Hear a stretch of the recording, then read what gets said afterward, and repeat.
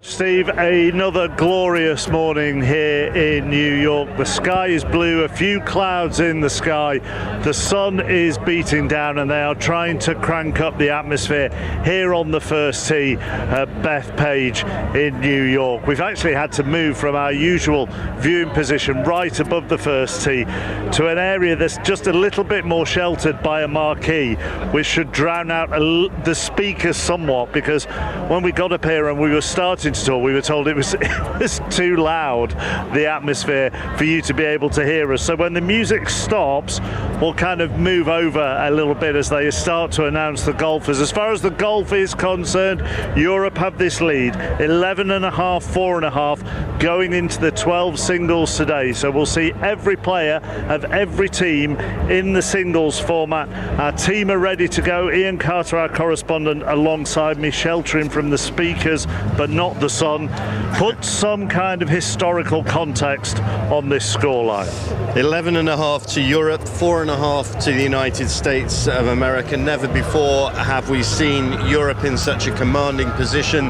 Never before have we had Europe win all 4 sessions away from home. They're looking to win all 5 sessions for the very first time away from home. The United States will have to mount the biggest comeback ever seen in Ryder Cup history to win back the trophy. They need to win 10 of the 12 points.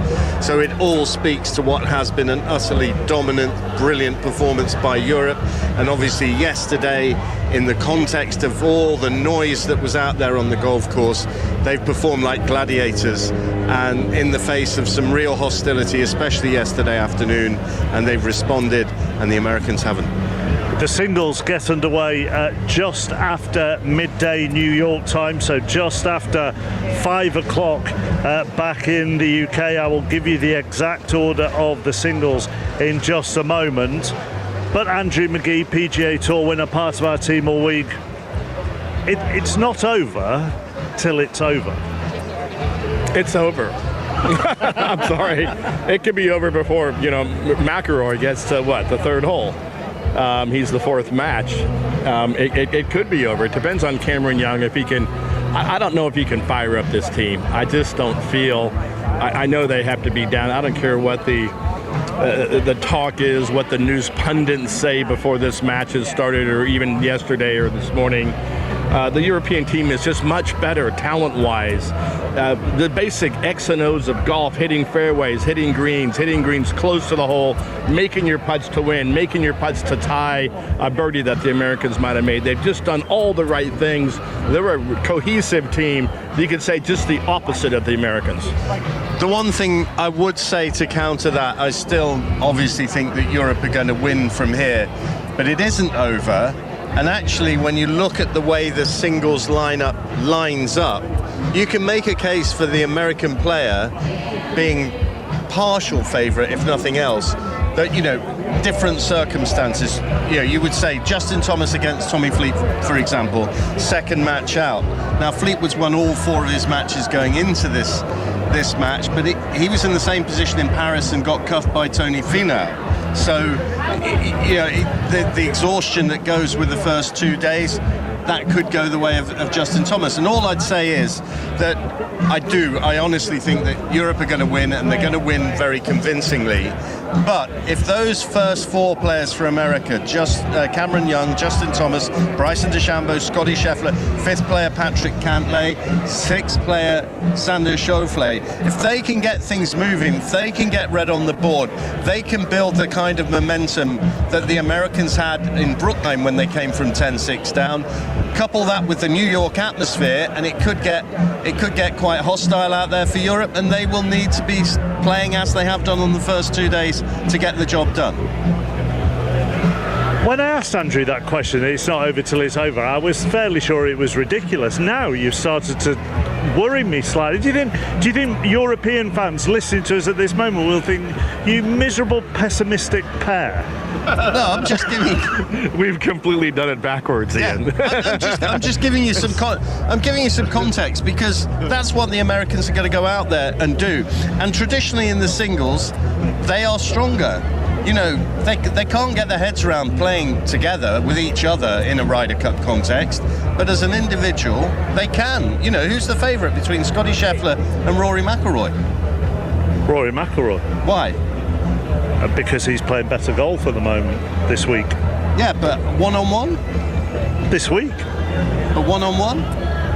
Well, we could just keep going. You can keep going one-on-one, and I could keep going this week. I look. At Port Rush, I would have gone Scottie Scheffler every day of the week, exactly. But it's different. And I would say Rory McIlroy. But what I'm saying is, it's not beyond the realms of possibility that we could have an American surge early on that could get the crowd going, and it could be a whole lot more interesting than we think it is at the moment. Right, let me give you the full lineup then before I bring in other members of our team who all look like they want to kill Ian at the moment. Cameron Young against Justin Rose. They are first out, 2 minutes past 12 New York time, 2 minutes past 7 2 minutes past 5 back in the UK. Second out, Justin Thomas against Tommy Fleetwood. Won all 4 of his matches so far here at the Ryder Cup, looking to become the first man on overseas soil to take all 5 points. Bryson DeChambeau against Matt Fitzpatrick out next. Then Scottie Scheffler lost all 4 of his matches here in New York, Ian, against Rory McIlroy. Patrick Cantlay taking on Ludwig Aubert. Then it's Xander Schauffele against John Rahm. Into the bottom half, JJ Spawn, who did really well for the Americans in the 4 balls yesterday against Sepp Straka. Russell Henley against Shane Lowry, who played very well yesterday afternoon and also acted as Rory McIlroy's bouncer at times. Ben Griffin against Rasmus Højgaard, match 9. 2 men who've only played in 1 match so far here at the 45th Ryder Cup. Colin Morikawa against Tyrrell Hatton. Tyrrell Hatton, another one with maximum points from his appearances so far, 3 from 3. Sam Burns against Bob McIntyre, 11th out. And right at the bottom, Victor Hovland for Europe, who had a neck injury yesterday, so it stopped him playing in the 4 balls, taking on Harris English. Katrina Matthew next, Solheim Cup winning captain. If you were in this position as a captain, if you were Luke Donald here, what would your... I'm going down the negative path again, but hopefully will be lots of celebratory for the rest of the afternoon. What would your concerns be? What would your worries be, if any? I think last night we saw them when they finished last night, they were celebrating away. I think you'd have let them celebrate like that for probably about an hour of that, get them back in the team room. I mean, it's a monumental first 2 days they've had to be leading by that. But then I think he'll have sat them down and he'll said, look, like Ian just said, we haven't won this yet. The Americans are traditionally stronger in the singles. We've got to go out there and do our thing. We can't think we've won it already. And I think their new goal now will be to try and get to 19.5, 20 points, have a record win. Because I think you've got to go out there with a goal, you've got to go out there with a purpose. And I know they only need to win 3 points, but each player can't just think, oh, someone else might play, someone else might get that point. So I think you've just got to, they've all got to go out there and focus and win their point. I mean, I do think Europe are going to win it, but I think Luke will have got them focused and ready to go today. Bring Jamie Donaldson in just a moment. Victor Hovland has withdrawn. We've just been told that Victor Hovland is withdrawn, and in that situation the opposition have put a name in the envelope, haven't they? Yes, they have, and that player, whoever's name is, and it's Harris English whose name is in the envelope. So Harris English was due to play Victor Hovland, so that is a half point. The overall score now is the United States 5, Europe 12, and so they need just 2 points to retain the cup. And that's the kind of thing that suits Luke Donald down to the ground. One of those 2.5 points required has already been gleaned. Absolutely, he's already got a half point in the bag before there's even been a golf ball struck. I mean, it's perfect for Europe. That, I would imagine, Jamie Donaldson, is actually devastating for Harris English to be the name in the envelope that your captain has put in the envelope. Yeah. I mean, obviously he wants to play, won't he? But he's not been playing brilliantly, has he? So he's been like the sacrificial lamb. He's been left out. Be gutted. You always want to play, whether you're playing good or bad, because when it comes down to the singles, you think, well, I'll just turn it on today. And they'll have had a big grilling last night to try and fire them up in any way, shape or form to get them revved to give something today. But it's a big ask now. When you were at Glen Eagles in 2014 and won in Glen Eagles in 2014, you played in the four ball. We were talking about this earlier. You played in the four balls. You beat one of the US vice captains here, Jim Furyk, in the four balls. And then in the singles on the Sunday afternoon, you thrashed the American captain here, Keegan Bradley, 5-3. What is the a little fist pump for you? Come on. What was the difference for you in the four balls to the singles in terms of psychology? Well, it is quite difficult because it's a big team game, isn't it? You're round the team every night, every day, through practice, the start of the week, and then you're playing the pairs matches, four ball foursomes, and you've always got your partner on your side, and you're bouncing off each other, buzzing off each other, and then suddenly you're on your own. It's just you and your caddy, and you better like your caddy because it's just you two left. But no, it is totally different, and but the Americans do it so well. The more individual, the better in the singles. But today they've got to be miles better. But that talk about needing your friend, needing that support. You were in a home Ryder Cup at that stage. What has shone through at this Ryder Cup for the Europeans is how tight they've been, is how they've been there for each other. I know Andrew has marvelled about that. So depending on what the crowd is like today, it might be a vice captain watching them as well, I suppose, but it is just the caddy that's there for them. It's not like Lowry and McIlroy or Fleetwood and Rose or Stracker and Rahm. No, and you're just on your own, and but you know what's coming. All these guys have played before, and this team, the reason they're doing so well, the reason they're dominating because they've got this massive blueprint from Italy. I mean, how often do you ever see a team come from a winning situation? It's the same team, bar one guy flipped, the twins, and you've got the same captain, everything's the same, you've done it once, and they're seriously dominating for me through that blueprint of they've won in Italy and they're all the same, all bouncing off each other, all buzzing off each other, and they're going again. Do you think that they will feel a little bit more on their own today? Certainly, and does that make them more comfortable? I don't think they're going to be very comfortable today, knowing that they're probably on the losing team. They put so much time and effort into preparing for this event, or did they? We don't know that later. But yeah, Scotty Scheffler, I think Ian's made a good point where this is where he shines on his own. This is where we shine coming across the sky. A couple F-16s flying by over the Bethpage State Park. But we'll see how it gets off. Of course, again, it's about the first 3 or 4 matches. I mean, you do like a fly pass, don't you? I mean, that isn't a fly pass. Is there a fly pass? Pay attention. It's another one. It's always the chase plane. Okay. Is there going to be a fly? Do you know? Is there a fly pass? That was it. That was it. Okay. A little bit underwhelming from the Americans' point of view. Did you have to prepare your players differently for? I mean, they do this all the time. It be individuals on a golf course, but when they are away, it is going to be different. It is difficult, and I think it is very different going out suddenly in the singles, especially for the less experienced players, the players who haven't played, especially in an away Ryder Cup or Solheim Cup. You've got to, because it is so much easier, as Jamie was saying, when you're out there with a partner. You've got the partner, you've got the caddies. It's just you're very much more a team. But when you go out there on your own, and if you get down a little bit and that crowd get on you, it is just you and your caddy out there, and it is a completely different feeling. So I think obviously the more experienced players will have talked to them, the captain, the vice captains will have spoken to them all about it. But it's just until you actually get out there and have to cope with that yourself. It's exactly the point I was going to make. I would feel very confident that the European hierarchy has prepared each and every one of these players for what is coming up, and the fact that they do have all Ryder Cup experience bar Rasmus Højgaard in this situation is another tick in the box, and every scenario has been catered for, and they know how important the singles are, and they would have been preparing this for this day thinking they'd need an awful lot more out of it than they actually do.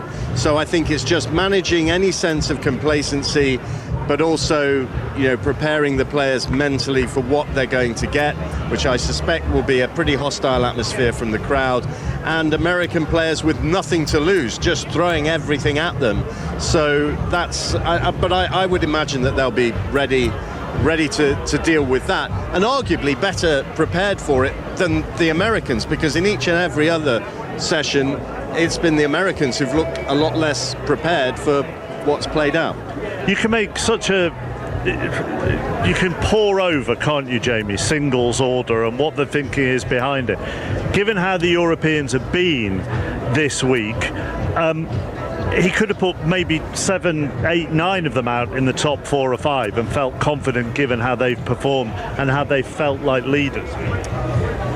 Yeah, they've just all been exceptional. You can't really pick many players individually out of this team that you go, wow, you know, I mean, there are obviously highlights, but as a team, they've all been unbelievably good. So it kind of doesn't matter who you put out where, because they've just been so good. And I think, you know, Luke's got on them last night, and he's going for record numbers tonight. There'll be literally no foot off the neck today. He'll be saying, let's go for record scores, no complacency, let's go for this. And to put that into context, the biggest win in the Ryder Cup in the 28-point arena has been 19-9 for the Americans at Whistling Straits. That was a very, very chastening experience in 2021 for Europe. The expectation off the back of that in America was that it would lead to years, decades of domination. That hasn't come to pass, and there's a good number in this team who were at Whistling Straits who would want to seriously avenge that. The biggest win for Europe previously has been 18.5 points to 9.5, and I think that is it. I think Luke Donald will have said, let's go out and smash the record. They're underway at St James's Park in the Premier League. You can listen to this in full on Sports Extra this afternoon. Gary Flintoff will keep us updated here on 5 Live.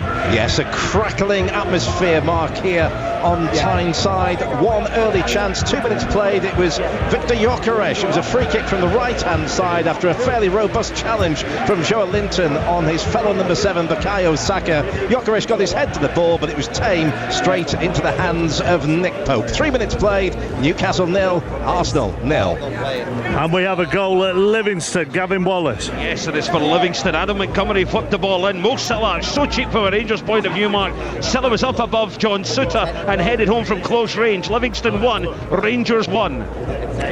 Chelsea are 4-0 up on West Ham in the Women's Super League as well. Let's turn our attentions back then to the Ryder Cup, the 45th Ryder Cup. If you want Newcastle Arsenal, it's on Sports Extra this afternoon. We can hear from the European captain. Here's Luke Donald. It was loud, it was raucous. You know, what I consider crossing line is personal insults and you know, making sounds, you know, when they're trying to hit on their backswings or, you know, very close to when they're trying to go into their routines. You know, that did happen a little bit. It's happened to other Ryder Cups too. Something we prepared for, and people have individually different ways to deal with it. You know, crowds have energy, and you can use it however you want. It's how you frame it. There's a stimulus, a response, and in between that is how you decide what you want to do with it, okay? And I think, you know, some people find that motivating. So, you know, I have 12 very good players. So, you know, singles, you have to go a little bit with gut instincts. You know, we obviously have a big lead. So we have to think about that. We imagine that the US are going to come out pretty strong. You know, and we're trying to kind of match them with some strength. But, you know, looking at the last 6, 7 guys, I feel like we have some great, strong, gritty players as well. So it's hard to, you know, it's a hard thing to do with a big lead, but I think we are very satisfied, myself and the vice captains, with that lineup. European captain Luke Donald. It's sort of, Katrina, it's this really horrible line to sort of tread at the start of this, because it's such a big lead, without trying to end up with egg on my face in particular by the end of it. But he hasn't put a foot wrong, has he? No, he hasn't, and I loved the way you heard him speaking there. He wasn't too up, you know, it was just very much matter of fact. He wants to get the business done. It wasn't, you know, just that feeling as though they've won it. So I just think you can just tell from the way he's been speaking there that they're going out there and they're just focusing on winning this single session again. They're not thinking about the end result. They're not thinking that they only need, 2 2.5 points now, as it turns out, to win. They're just going out there, they're wanting to win session. They keep, every time they're asked about the crowd as well, and yesterday afternoon we went over and over again what was going on here, and I'm sure people have read about it.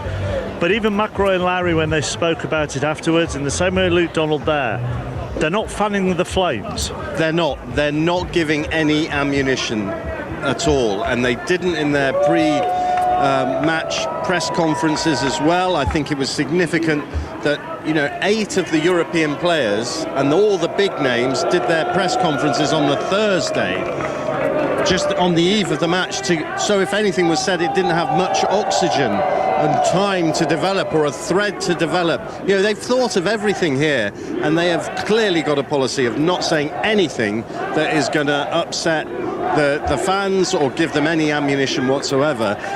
On the course, it changed a little bit when Lowry and McIlroy sort of gave it back to them yesterday. Well, to be honest, you'd have to be made of ice, I think, not to have given something back at some point. But their restraint in their post-round interview was admirable, because I'm not sure, I don't know why I'm coming to you first of all here, Jamie, but I'm not sure everybody would have been able to hold it in, given how emotional it was. Yeah, I mean, it was a lot of emotion knocking about, and these guys... you finish at the end of the day, you're absolutely buzzing. They've smashed them again, and then you've got to sort of calm down and get new input, new destination. Well, reset yourself, haven't you? New destination to your sat nav, and off you're going again. Luke's, like I said before, he'll have said no complacency. Come on, guys, we've got a chance here to beat a record. Let's take on the record. Go out there. Do not give them an inch. And let's get out there and get this record done. And to be fair, that's been his line, Ian, all the way through virtually, the last year, I suppose. It has. It's just been delivered with such authority and control, and he clearly commands the respect of the players. They were the ones saying, singing the song, 2 more years. They wanted him. They stayed. They made sure that they were in the team for this one. Rory McIlroy set out the objective on the winning night in Rome. We're going to Bethpage to win and do something that very, very few teams are able to do, win a Ryder Cup away from home. Having Been alongside him, played with him, at times played against him, does what he has, Luke, does what he has achieved so far as a captain surprise you in any way? No, I mean, I played a lot with Luke as an amateur, a little bit as a pro, more as an amateur, but the amazing thing for me to listen to him when he's, in Italy, when he's got interviews here, in interviews, he's so unbelievably calm. He just looks so relaxed, like Kat said, matter of fact. It's incredible, and that calmness is passed on to the players, and then with a bit of energy, they're off and running. It's calm, but it's on fire. Do you think he has redefined the role of a captain in the Ryder Cup? Yeah, he's very respectful. He's respectful of these nasty New York fans that have said some derogatory things, and he has a beautiful answer. He's a very mature man that says the right thing, and I love what he said yesterday in his calm, very calm demeanor in his presser afterwards. This is not over. We're all saying it's over. One more step to make tomorrow, Sunday. Beautifully said. A captain's appreciation of another captain then. Yeah, just a huge, as Andrew's saying, huge amount of respect for Luke Donald. He's thought of everything and he deflects everything. He doesn't make anything into an issue, and I think just that calmness is just kind of resonated down the team. And the team, as you say, have so much respect for him, which I think is what you need. And if they've got respect for you, they'll play well for you. Now we're going to let you go. Are you okay going out first group? And I'm not talking about the golfers you're following, but you're with John Murray, aren't you? And unfortunately this morning in the hotel car park he nearly reversed into you. So are you okay with him? Well, I don't know. I think I'll need to watch him out the corner of my eye there. Maybe he wasn't wanting me out with him today. Just give him a trip at one point. Just get your own back. Give him a trip at one point. Thank you, Katrina. More from Katrina a little bit later on. When Luke Donald was world number one, he was almost the world number one that nobody really knew about. back in the UK. He was based over here, wasn't he? Based over here. All his career he was based over here. He was someone who came through the American college system, went straight onto the PGA Tour, did start playing on the European Tour, but only a handful of tournaments every year. It was never really his staple tour, much more so actually since he's become Ryder Cup captain. He's played way more European Tour events in that role than he did at the height of his powers, and he never really did himself justice in the majors, but he got to world number one as one of the shorter hitters with one of the most brilliant short games, and with that tough analysis. And also, I think back to the work that he did with Dave Allred, who's the performance guru, who's worked with the rugby kickers, Johnny Wilkinson, and all of that. And at the height of Luke Donald's powers, his training regimes were absolutely brutal.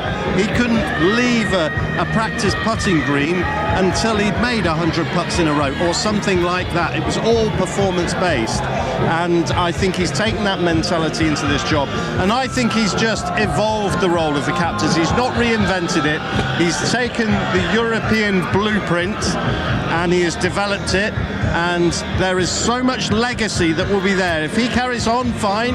If he doesn't, whoever comes in, maybe Justin Rose, they'll have the blueprint to take on and develop themselves. And the big difference is America has none of that, none of it whatsoever, and I think that has been exposed in this match. So many subjects that we can delve into over the course of the afternoon and evening here at Bethpage Europe. 11.5, 4.5. We're under 20 minutes away from the first of the 11 singles now, we understand it, getting underway. Oh yes, sorry, they haven't updated the scoreboard here. It's 12-5 because of that. Victor Hovland withdrawing because of the neck injury. Harris English won't be playing either, so it's a half point each, and it means Europe lead by 12 points to 5. Let's go to St James's Park. Gary Flintoff. 12 minutes on the watch, and this game is being played at a real pace with real intensity, and the Berra Eza came so close to giving Arsenal the lead. Shot low, Nick Pope got down low to his left hand side and just about managed to poke the ball with his fingertips around the post. Newcastle have had a succession of corners. Malik Chow has just tested David Raya, an easy save for the Arsenal goalkeeper to make. It's hard to imagine this is going to finish goalless, but it is goalless at the moment. Newcastle 0, Arsenal 0. So, having been around the first tee the first couple of days, the sense around here, I would argue, this afternoon is that there are plenty more Europeans in the grandstands than the first couple of days. The other thing is they've actually removed the announcer from here at Bethpage after she was involved in leading some chants against Rory McIlroy, so she has stepped down, and now they're just using the music to try and ramp everybody up. But there are a lot more Europeans in this grandstand than there were on the first couple of days. James Craig is at the putting green. Yeah, there's a lot more European golf fans here noticeably as well. Those scarves that we've seen so much of that are definitely not practical, not in this New York heat. They're draped round several necks. I can see to my left hand side they're just watching Ludwig Oberg, who is preparing for his singles match against Patrick Cantley. He's just going through the motions, a little mirror down on the putting green, just rocking his shoulders backwards and forwards, making sure that that's well grooved in. And Scotty Scheffler, I will say, has spent an awful lot of time with putting coach Phil Kenyon. Remember, he is the first player to lose in all 4 sessions at a Ryder Cup headed towards a Sunday singles. That is not a record that the world number one wants to continue later on when he's up against Rory McIlroy. But he's been here for about half an hour as the world number one, under the watchful eye of Phil Kenyon. Like I say, he was a putting coach to many of the players, but all his attention this morning is focused on Scotty. But very relaxed mood here, particularly from a European perspective, and plenty of blue shirts. Mark. Thank you, James. So let's just remind you of the first 6 single matches that will be going out. Cameron Young against Justin Rose. First off, 2 minutes past midday New York time, 2 minutes past 5 in the UK. Then Justin Thomas against the unbeaten Tommy Fleetwood, only unbeaten, 100% record Tommy Fleetwood. Bryson DeChambeau against Matt Fitzpatrick. Scotty Scheffler against Rory McIlroy. Patrick Cantlay against Ludwig Aubert. And we complete that first hour with Xander Schauffele against the Spaniard John Rahm. We will have reporters and experts out with each group as we begin the singles. John Murray is further down this first hole, getting ready for Young and Rose. John, what's it like down there? Yes, it's, I mean, the music is blaring out, so at many sporting events that does actually subdue things, doesn't it? But there's a delicious buzz here, even though the match score is what it is now, Europe 12, USA 5. And, you know, there was a bit of talk last night that perhaps many people wouldn't turn up today, many USA golf fans. But, you know, to my eye here, it looks absolutely as packed as it has over the course of the first 2 days when I've been here. And I can see Katrina Matthew, who is now about 70 yards away, so she's made good time, and she will be with me shortly. And just, Mark, as well, if I could add to what was being said earlier about Luke Donald, you know, having over a long period of time, the whole time that Gareth Southgate was the England manager, having dealt with him, I must say there's to my ear and to my eye, there's a great deal of Gareth Southgate in Luke Donald, and particularly late in what he said yesterday when he said, I like to try to do things humbly and with integrity, and whatever the result, that's good enough for me. And I thought, you know, that is right out of the Gareth Southgate playbook. And I completely agree with you, actually. And when you interview them both, there are huge similarities between interviewing them both and their interest in leadership and other sports and what they glean from all different facets of life. And at the complete other end of the scale, are you apologising to Katrina for nearly running her over in the car park? She's just arrived. I've yet to apologise, which I can do now, Katrina, face to face. I'm sorry about that. Oh, thank you very much. I nearly knocked you off your perch. You did indeed. However, first thing Katrina said when we found out that we were going to be walking together today was, is rain forecast? Because I think every single time you and I have worked together. Yeah, I know. Every time we've worked together at the Open, it's been torrential. And with our height variance, we've not quite managed the umbrella. And we have. I mean, at Portrush together with you, I was soaked to the skin this year.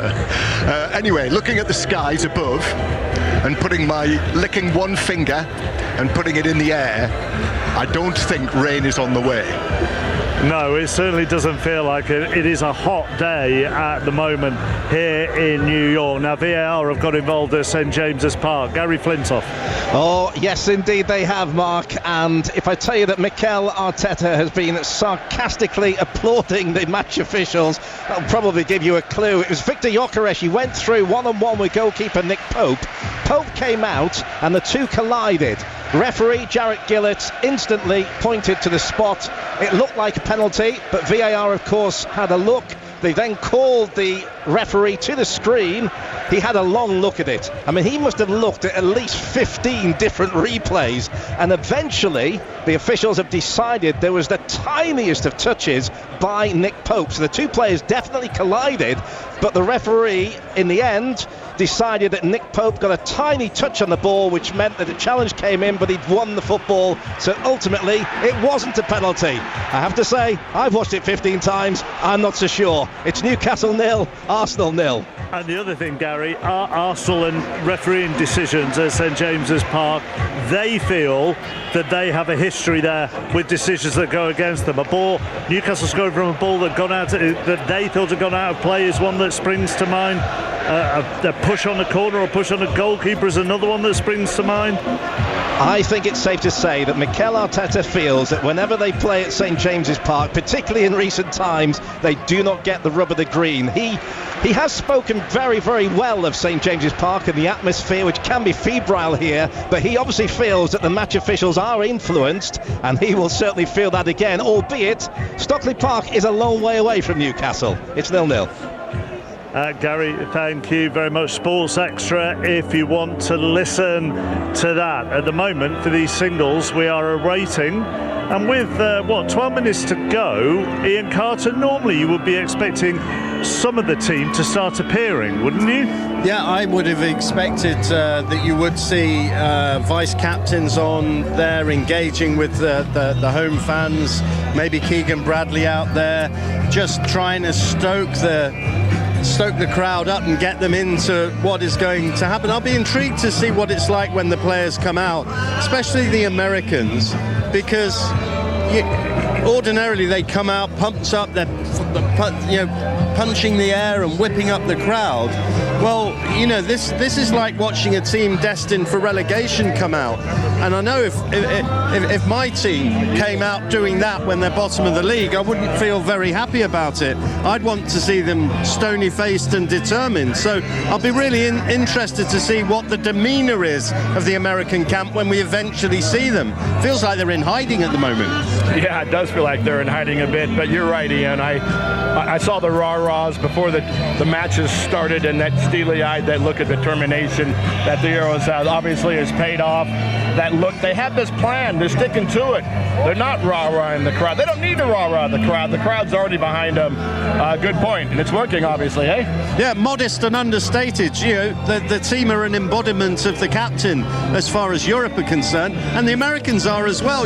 Keegan Bradley is a very expressive character, but given the match situation, I just don't see how the Americans can come out and give it all the rah-rahs. I suppose they're a little bit, and right on cue. Right on cue. I don't know who that is because he's got a cap and a coat on, but a man comes skipping out, waving the stars and stripes right on cue to a cacophony of boos, I'm guessing, from all the European fans as a fly pass happens as well. They're the planes that we saw earlier.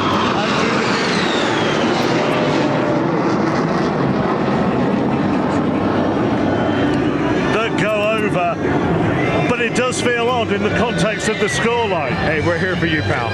We're here.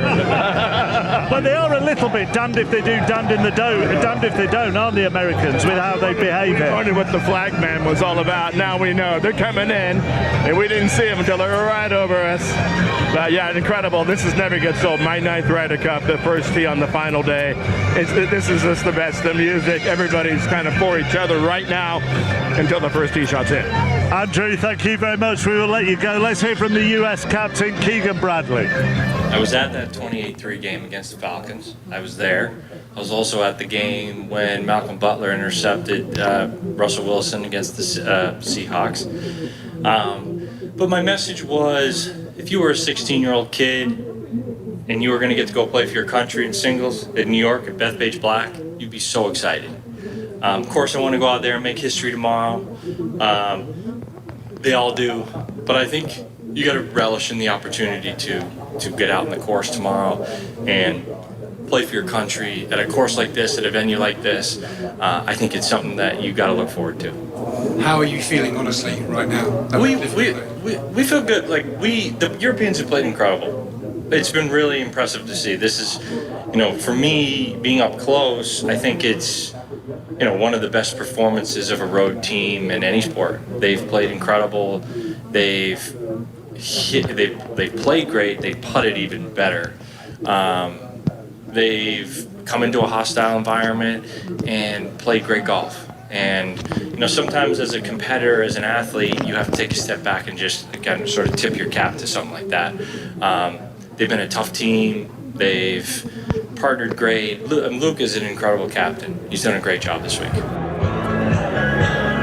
That was Keegan Bradley, the US Ryder Cup captain. We'll talk a little bit about what he said in just a moment, but back down to the putting green because the first man up for Europe is on there being watched by James Gregg. He is, yes, the 45-year-old who may well be playing his last Ryder Cup match. Justin Rose just tucking that sleeve onto his left armpit for the first time here on this practice putting green. That pre-shot routine that worked so brilliantly well yesterday. It's just a sight to behold, isn't it? Justin Rose still here, still doing the business for Team Europe, and he's just got that stone cold look on his face.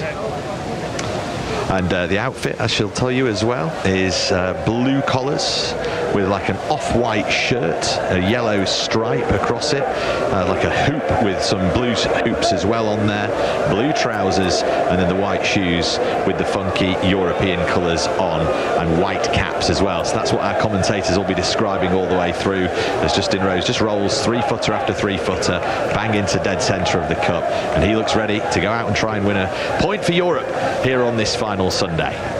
Yeah, they've gone for the same design and these things matter at Ryder Cup. We do talk about team fashion a lot.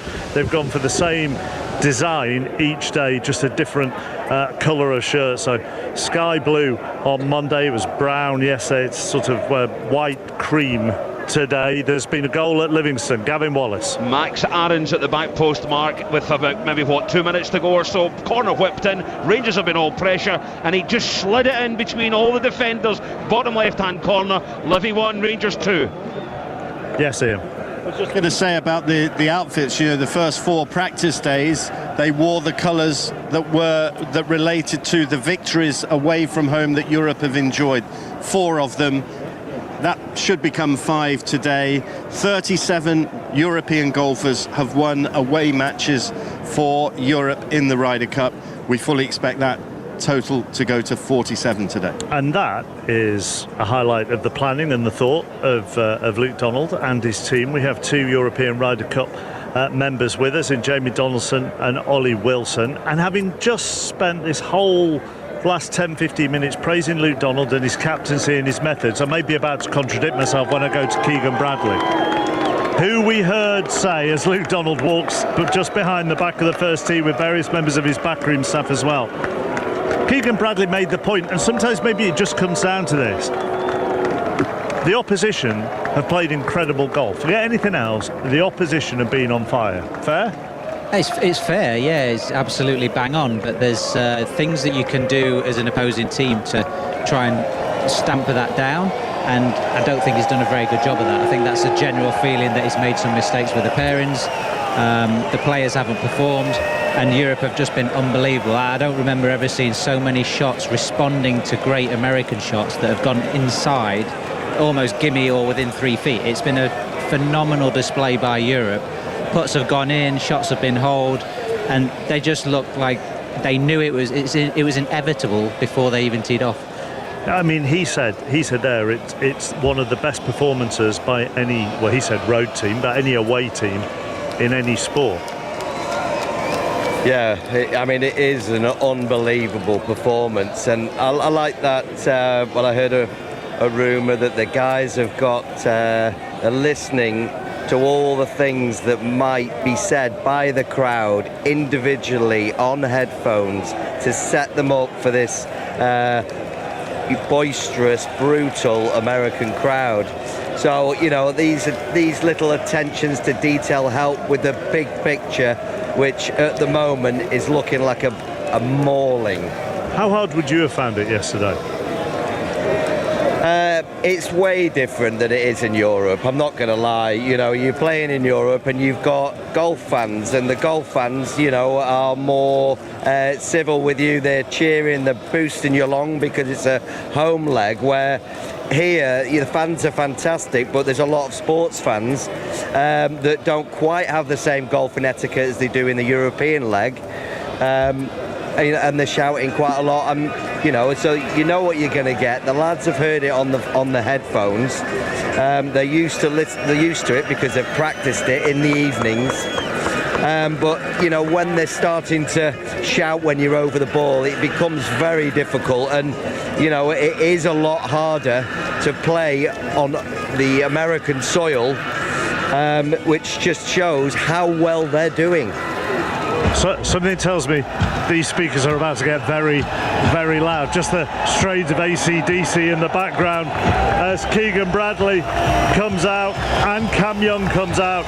Keegan Bradley applauding the fans, then tapped Cameron Young on the backside. Cameron Young waves one fist in the air, pumps his right arm and makes his way across that first tee to shake the hand of Luke Donald, who is waiting for him with a grin on his face, and shakes the hand of Cam Young's caddy as well. Keegan Bradley stands 5-6 yards to the right. He's got his hands on his hips. Luke Donald is shaking hands of all the American backroom staff that have come through.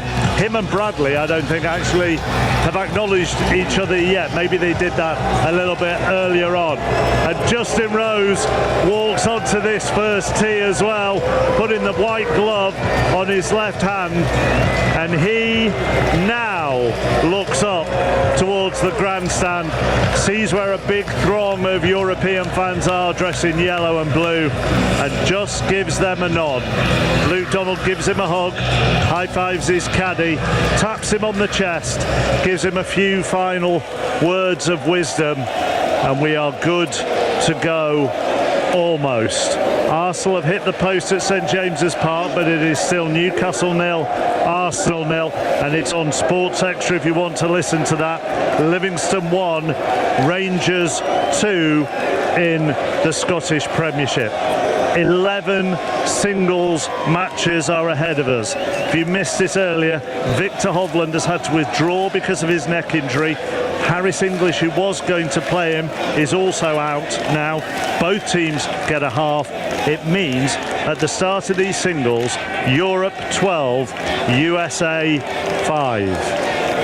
Well, 5, so 2 points needed from 12 matches for Europe to retain the trophy, 2.5 points to win it for the second match running. And the opening pair of players, Cameron Young for the United States, Justin Rose for Europe, stand side by side and have their photographs taken ahead of this opening match. Then it'll be Justin Thomas and Tommy Fleetwood, Bryson DeChambeau and Matt Fitzpatrick, and then the top 2 players in the world, world number 1 Scotty Scheffler against Rory McIlroy.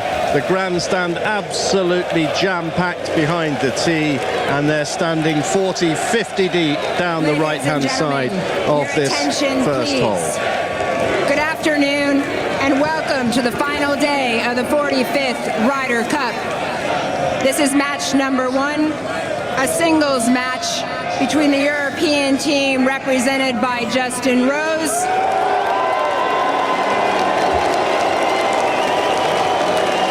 against the United States of America team represented by Cameron Young. And a little pass on the back from Justin Rose to his opponent. First on the tee, representing Europe, Justin Rose. And there are a lot of yellow and blue clad European supporters in this grandstand behind the first tee as the final day of the 45th Ryder Cup gets underway. A reminder, Europe lead by 12 points to 5 because Victor Hovland pulled out injured. The player in the envelope for the United States was the man he was scheduled to play anyway, Harris English. They've both been credited with half a point. That's why Europe lead 12-5. And silence descends now for Justin Rose to get this final day underway. The European who has won both of his 4-ball matches that he's played so far. 100% record. And now he's looking to win his singles match and fires off his tee shot. It draws from right to left over those cedar trees down the right-hand side. And the ball landing close to the fairway, just on the fairway, down the right-hand side. And that's a fine position for Justin Rose. Representing the United States of America, Cameron Young.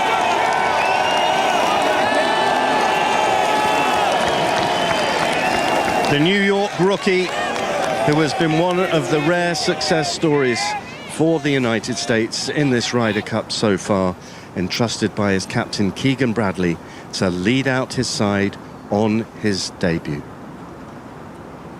And a big hitter fires this one away towards the green on this near 400-yard par 4 opening hole. And John Murray, you should be able to see that ball land for the American.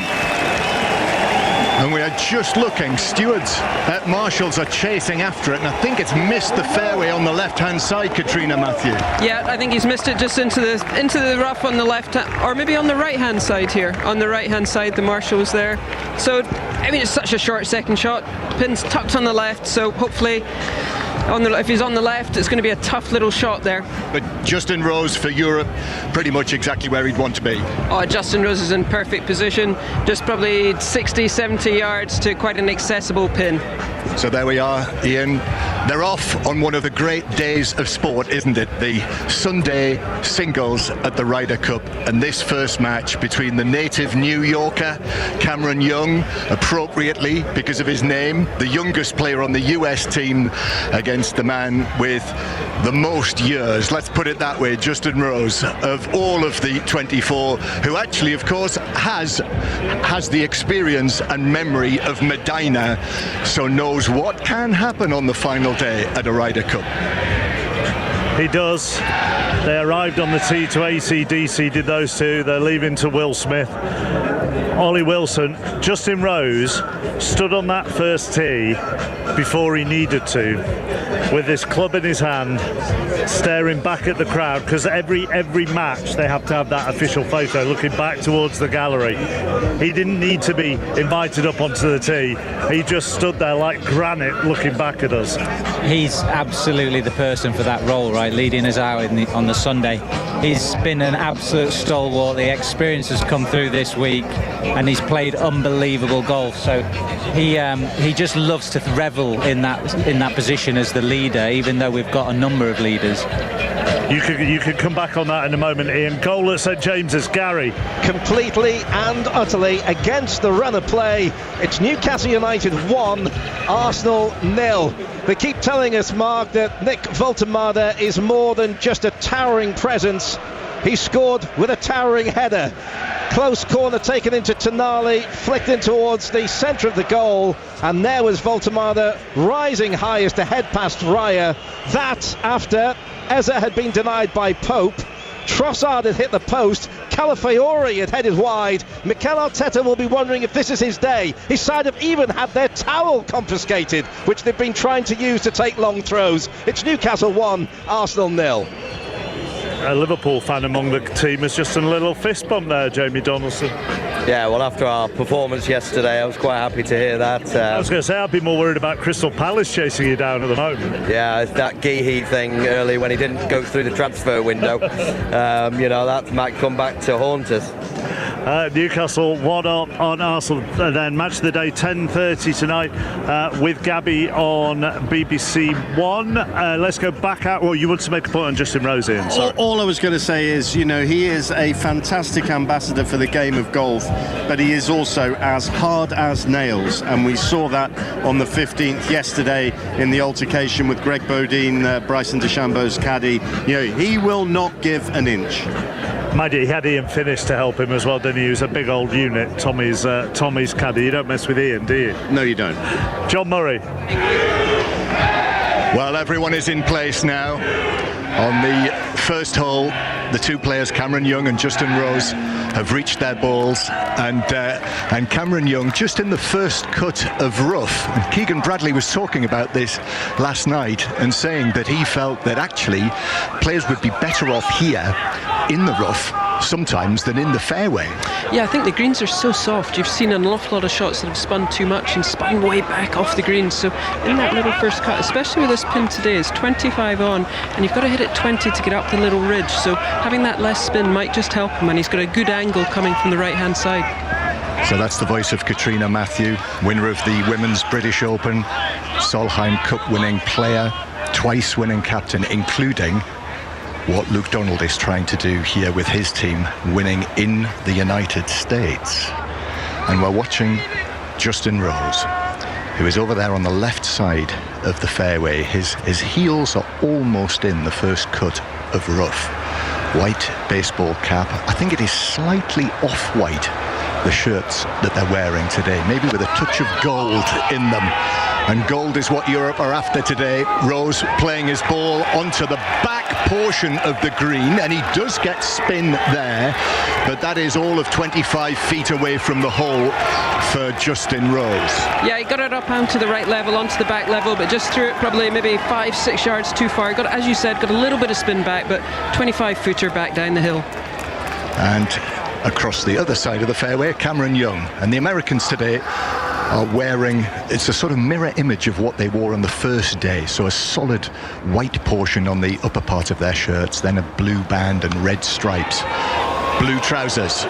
Cameron Young in towards the first, and that is short of the hole, and it just rolls on by 3 or 4 feet, but that too round about 25 feet, but on the other side of the hole from Justin Rose.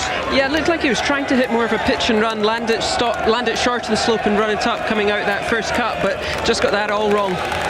Yep, so lengthy birdie putts on the first. This first hole under these blue skies, warm sunshine. Applause for Justin Rose. European flags and scarves being held in the air and the players walking onto the green, Mark. Thank you very much. And at the same time as they walk onto the green, Tommy Fleetwood and Ian Finnis arrive to greet Luke Donald. There's a fist in the air from Ian and then a couple of pumps from Tommy Fleetwood as well. Luke Donald gives him a hug.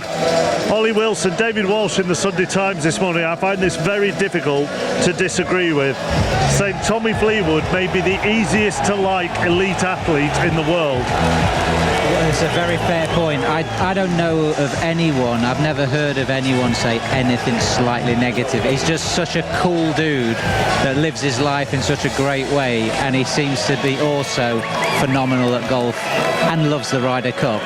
What is there not to love about him? Ian talks about Justin Rose and his status within the game. Jamie, Tommy Fleetwood crosses over. People who don't know golf still know Tommy Fleetwood, partly just because of how he carries himself. Yeah, he's so unbelievably chilled, and you know, Tommy's part of this new nucleus of players when the likes of Justin will move on to captaincy. Tommy is one of these the new breed of youngsters coming through to, you know, lead and challenge for Ryder Cups in the future. There's a lot of lads now that are looking fantastic in the team. Let's go to John.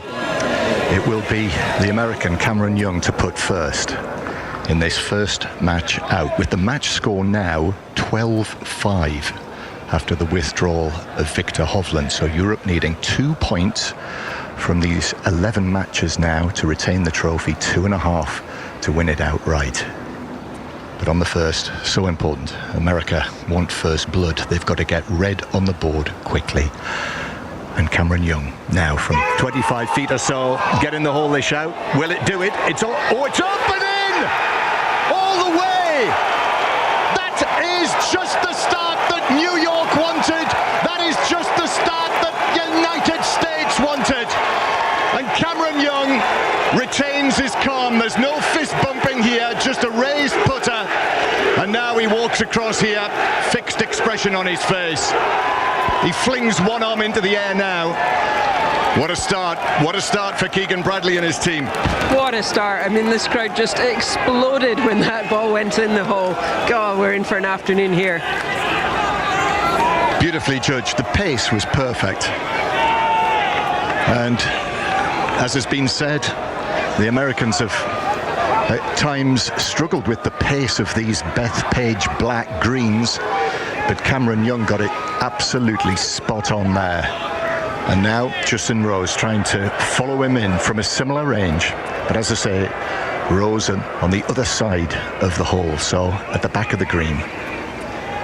Just waiting to see that all is quiet and in order as it should be. Rose coming down from the first tee, but Justin Rose now, after his approximate 11 birdies yesterday, can he get off? Can he carry that on this first hole? The ball on the way to the hole, and it does not drop. It rolls by on the right. Cameron Young now raises a clenched fist towards the fans behind the hole here and walks down past us. He's got the lead. He's got his nose in front, Katrina.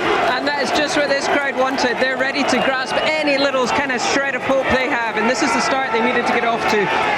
And Justin Rose walks past us, totally impassive. A sort of 100-yard stare from Justin Rose, trying to cut out all of this noise. Justin Rose in his 7th Ryder Cup, and after the first hole, already one down, Ian. And here on the first tee, there has been absolute pandemonium after Cameron Young slotted that putt, but Tommy Fleetwood has held his nerve and fired his tee shot down the right-hand side and just clinging to the right semi-rough. Of America, Justin Thomas. And next up is the most experienced player in the American team, playing his 4th Ryder Cup, Justin Thomas. He made his debut in Paris, as did Tommy Fleetwood. And Thomas, on debut, beat Rory McIlroy in the singles in France, albeit in overall defeat for the United States. So over it now, Justin Thomas. Silence descends around this first tee. Just gently shakes his hips from one side to another, his whole body rocking, and then into his swing.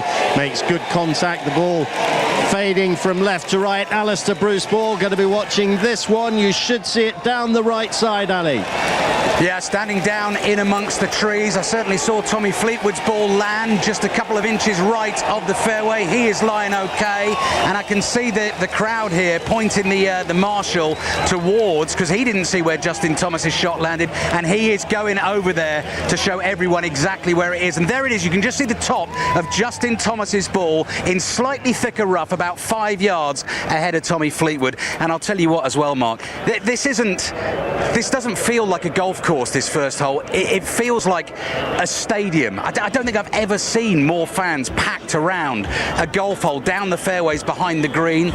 The American fans have been coordinating the USA chant, so right of the green gives it the U, back of the green gives it the S, and then the left of the green gives it an A. And obviously that's gone up a notch or two since Cam Young rolled the birdie putt in on the first. So Tommy Fleetwood in that first cut, but I mean lying better it looks than Justin Thomas, both within 5 yards of each other and both with a great view of this pin on the first. Ollie, Ali talks about it having that stadium feel, the first green.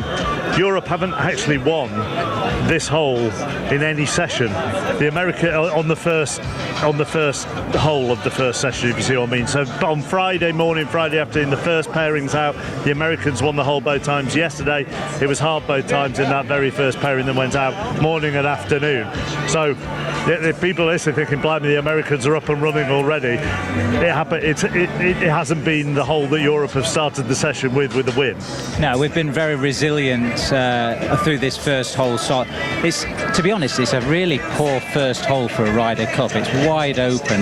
You kind of want to see a really tight, hard tee shot because it puts the players under a bit more pressure. But we haven't really seen any bad tee shots here. Everyone's hit good ones, smashed it down. It's between a 90 and a 50-yard wedge. So it basically becomes a putting competition on the green. So it gives everyone an opportunity to ease their way into the round. But the class and the performance of the Europeans have come through post first hole.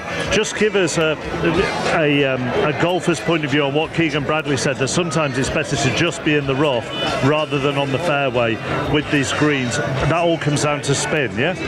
Yeah, exactly. So when you've got a short par 4, you literally want it in the rough because these greens are so soft and receptive. If you hit it close to the green, say 190 yards away, and you're on the fairway, it's very difficult to take the spin off the ball, and the ball, as we saw yesterday, was ripping back a lot. Yeah. So if you've hit it in the rough, which it's not that penal, you've now got an easy shot, but the ball isn't going to spin as much. It's one bounce and stop versus spin back. So we've got two pairings out on the course. Match number 4, McIlroy against Scheffler, as we wait for match 3 to come on, which is Bryson DeChambeau and Matt Fitzpatrick. But quickly looking at Rory, James Gregg.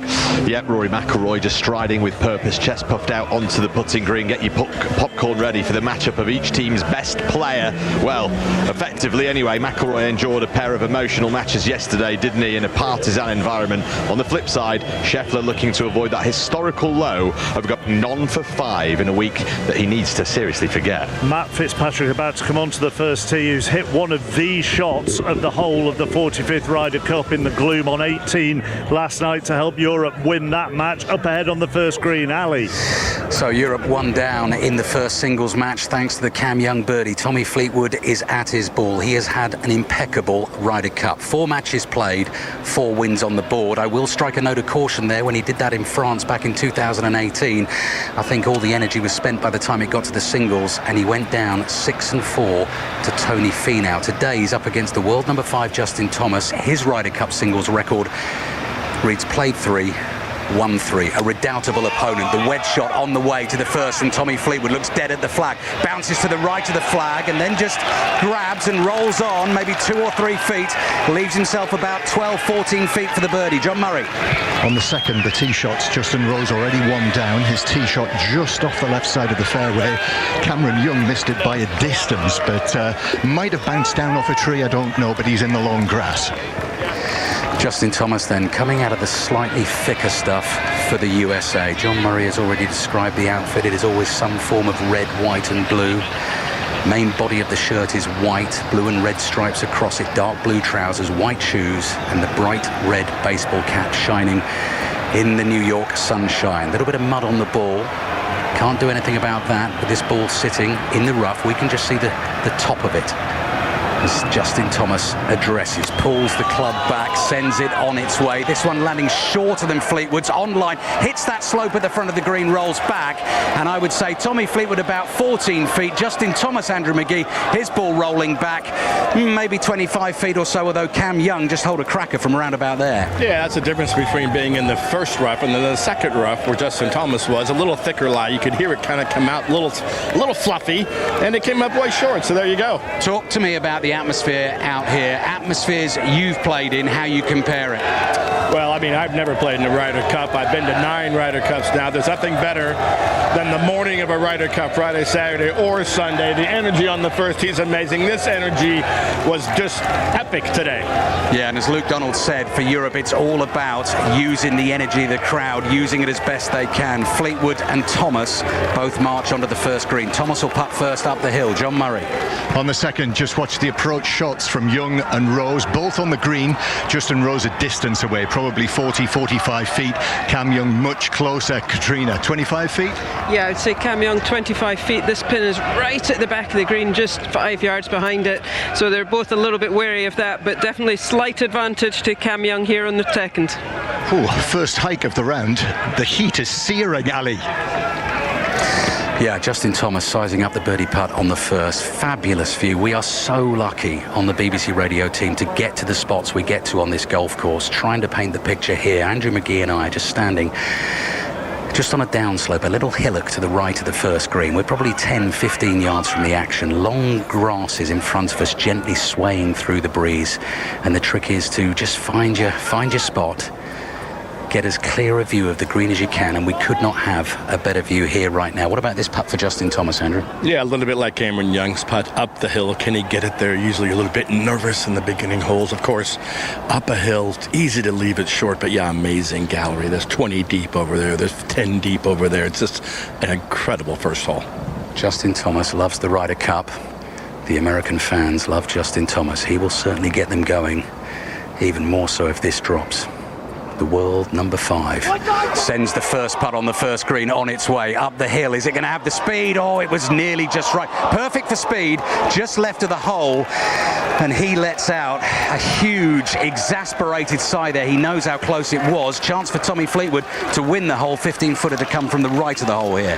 Yeah, is he Mr. Lovable now? Is that the name? Mr. Lovable. I just heard that on the radio earlier. Mr. Lovable. This is what you don't want as an American, is leaving your opponent with the final putt on the hole to win. This is the place you don't, because you have nothing, you can't do anything about this but watch and grimace. Well, the putts yesterday for Justin Rose and Tommy Fleetwood were dropping from all over the place. They had each other to fire off. Today, for the Europeans and the Americans, they are out there all on their own. I'm just going to creep to my right-hand side here to get a view of the hole, get down on bended knee, and have a good clear view of Tommy Fleetwood in the white shirt of Europe. Yellow and blue bands around it, dark blue trousers, putt ahead behind the ball, staring down intently, and now the putt is on its way towards the hole from Fleetwood. Oh my goodness, I thought it was going to drop. It just slides away. Looked like it almost slid over the hole from Tommy Fleetwood. First hole halved in pars, it's all square. John. On the second, Justin Rose with that long putt for birdie has just rolled by on the right-hand side to 3 feet or so. So that means Cameron Young from around about 20 feet, maybe slightly less, has got a chance very shortly, Ali, to win the second as well and to go 2 up. In fact, we will see what unfolds, Katrina, here as Cam Young trying to keep that pace. In fact, he's conceded Justin Rose's putt. 3 feet. That maybe shows a little bit of confidence there from Cam Young. I mean, this is shorter than the putt he held on the first. He's got 20 feet just up a gentle slope. Might just move a fraction from right to left. Bit of New York swagger from the man from the Bronx. You're not going to be needing that, mate. Let's see. Well, it was a beautiful putt at the first from Cameron Young. These two of the best performers for their teams this week. Cam Young, Ryder Cup rookie, played 3, won 2, lost yesterday with Justin Thomas in that match against McIlroy and Lowry. But here he is now. Young on the second green at Bethpage Black for a roaring start to the singles for the United States, but I think it's going to miss on the left-hand side. It does. So there we are, the hole is halved, and Cameron Young remains 1 up after 2 in the first match out. Ian. And here on the first, Bryson DeChambeau to get underway for the United States after seeing his opponent Matt Fitzpatrick go into the rough down the left-hand side. He's got the wind behind him. He is lining up. He is going for the green, taking the shortcut across the dogleg from left to right.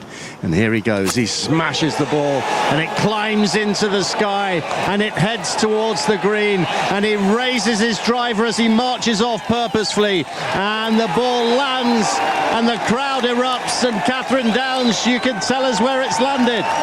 It is in A1 position, Ian. What a monster of an opening tee shot from Bryson DeChambeau. He was the first American on that first tee on the first day of this Ryder Cup. He unleashed a big one that day, and he's done it again here. Remember, he and Justin Thomas birdied that first hole to get the US off to an absolute flyer on the first day. He's cut a bit more of a subdued figure over the last couple of days. He's just won 1 of his 4 matches, and America's hype man has been a little bit more subdued than the Americans would have hoped. But that is a flyer of a start from Bryson DeChambeau, and it sent the crowd into raptures here. Just to give the listeners a little perspective, from the very back tee, it's 366 to the front.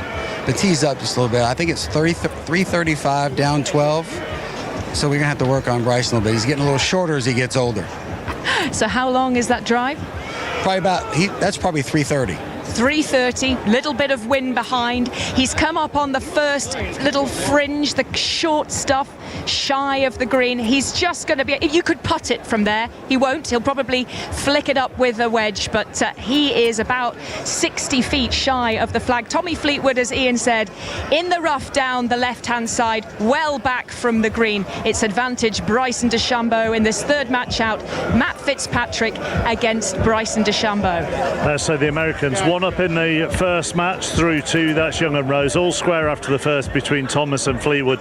DeChambeau and Fitzpatrick are underway, and next the buzz around the first tee for Scotty Scheffler and Rory McIlroy. Half-time at St James's Park. Gary Flintoff. Well, there is some buzz here, Mark. This game has fizzed from the very first minute. Newcastle 1, Arsenal 0. Nick Voltemada's towering downward header from a well-worked short corner divides the two teams here on Tyneside. But that goal came after 15 minutes of Arsenal dominance. Trossard hit the post, Eza was denied by Nick Pope, and Riccardo Calafiori headed wide. But the big talking point in this first half is the penalty awarded to Arsenal. Victor Gyökeres, brought down by Nick Pope, went to VAR. They changed their mind. They said Pope got the tiniest of touches, and so the decision was overturned. It's Newcastle 1, Arsenal 0. Ollie Wilson alongside us here above the first tee at Bethpage Black. If you're Matt Fitzpatrick, you know that that's what's going to happen, don't you? I mean, you prepare yourself in advance. That's not a surprise. It's got everybody going, but you know that he's going to try and do that. Yeah, I mean, in match play, you always prepare for expect the unexpected, you know. So Matt knows that he's got to just stick to his game. It's funny, just as Bryson was getting on the tee, the wind started to pick up straight down. It's the first time it's been downwind all week. But it's a big hit. He's hit a perfect tee shot, gets the crowd going, but it's early days, you know. He's got to try and play his own game, make the birdie his own way, and he knows Bryson's going to be hitting driver all day, way past him. it's not something that is unused to. So just got to stay within his routines and try and beat him the old-fashioned way. And one thing to say, Mark, I don't know if you noticed when DeChambeau came out, just head down, marched purposefully, didn't acknowledge the crowd, just eyes for his captain, shook hands with him or bumped fists, but there were no histrionics at all. Complete contrast to when he came out to hit the first tee shot on Friday morning. Yeah, he you say march, I would say he stomped. He stomped from the mouth of the tunnel all the way over to his captain and to Matt Fitzpatrick, whose hand he shook. I'm not sure if I was Fitzpatrick, just for health reasons, I'd have held my hand out for fear of getting my fingers crushed by him. He's about to play his second. Here's the Englishman into the first. Cat.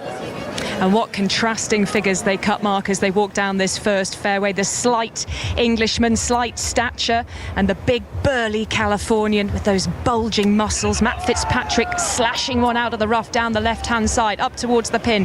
Has played sublime golf so far at this Ryder Cup, and it's another great approach shot from Matt Fitzpatrick. He has been dialed in as he's been firing for the pins.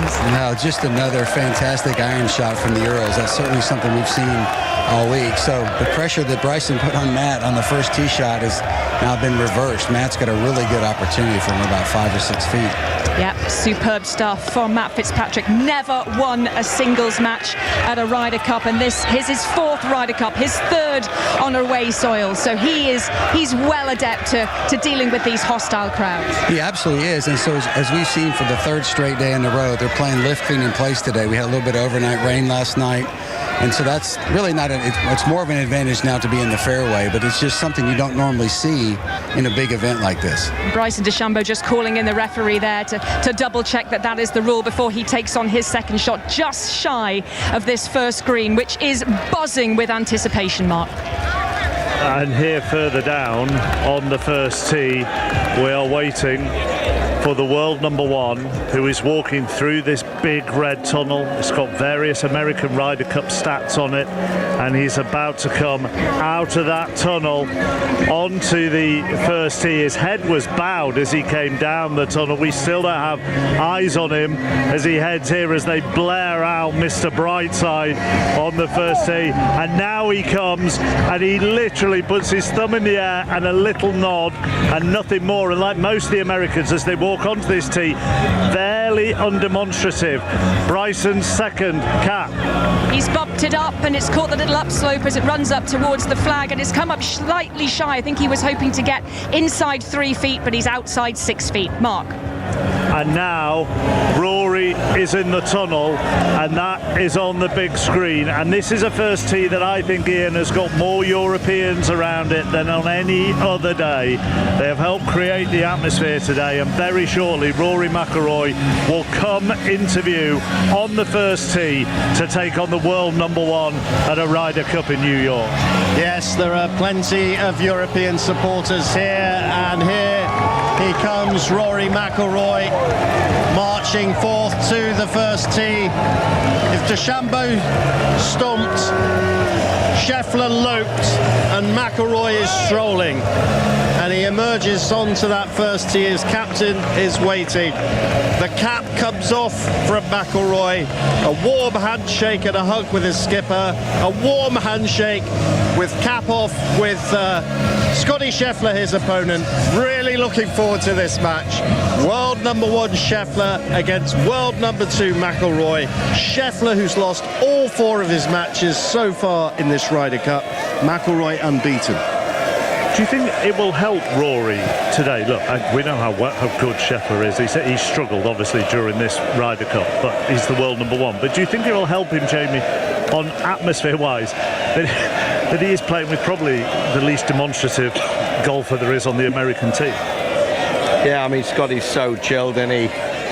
But he hasn't been playing the golf that he normally does, and it's just incredible how people, especially Scotty, how good he is, how dominant he is, to have not won a point so far.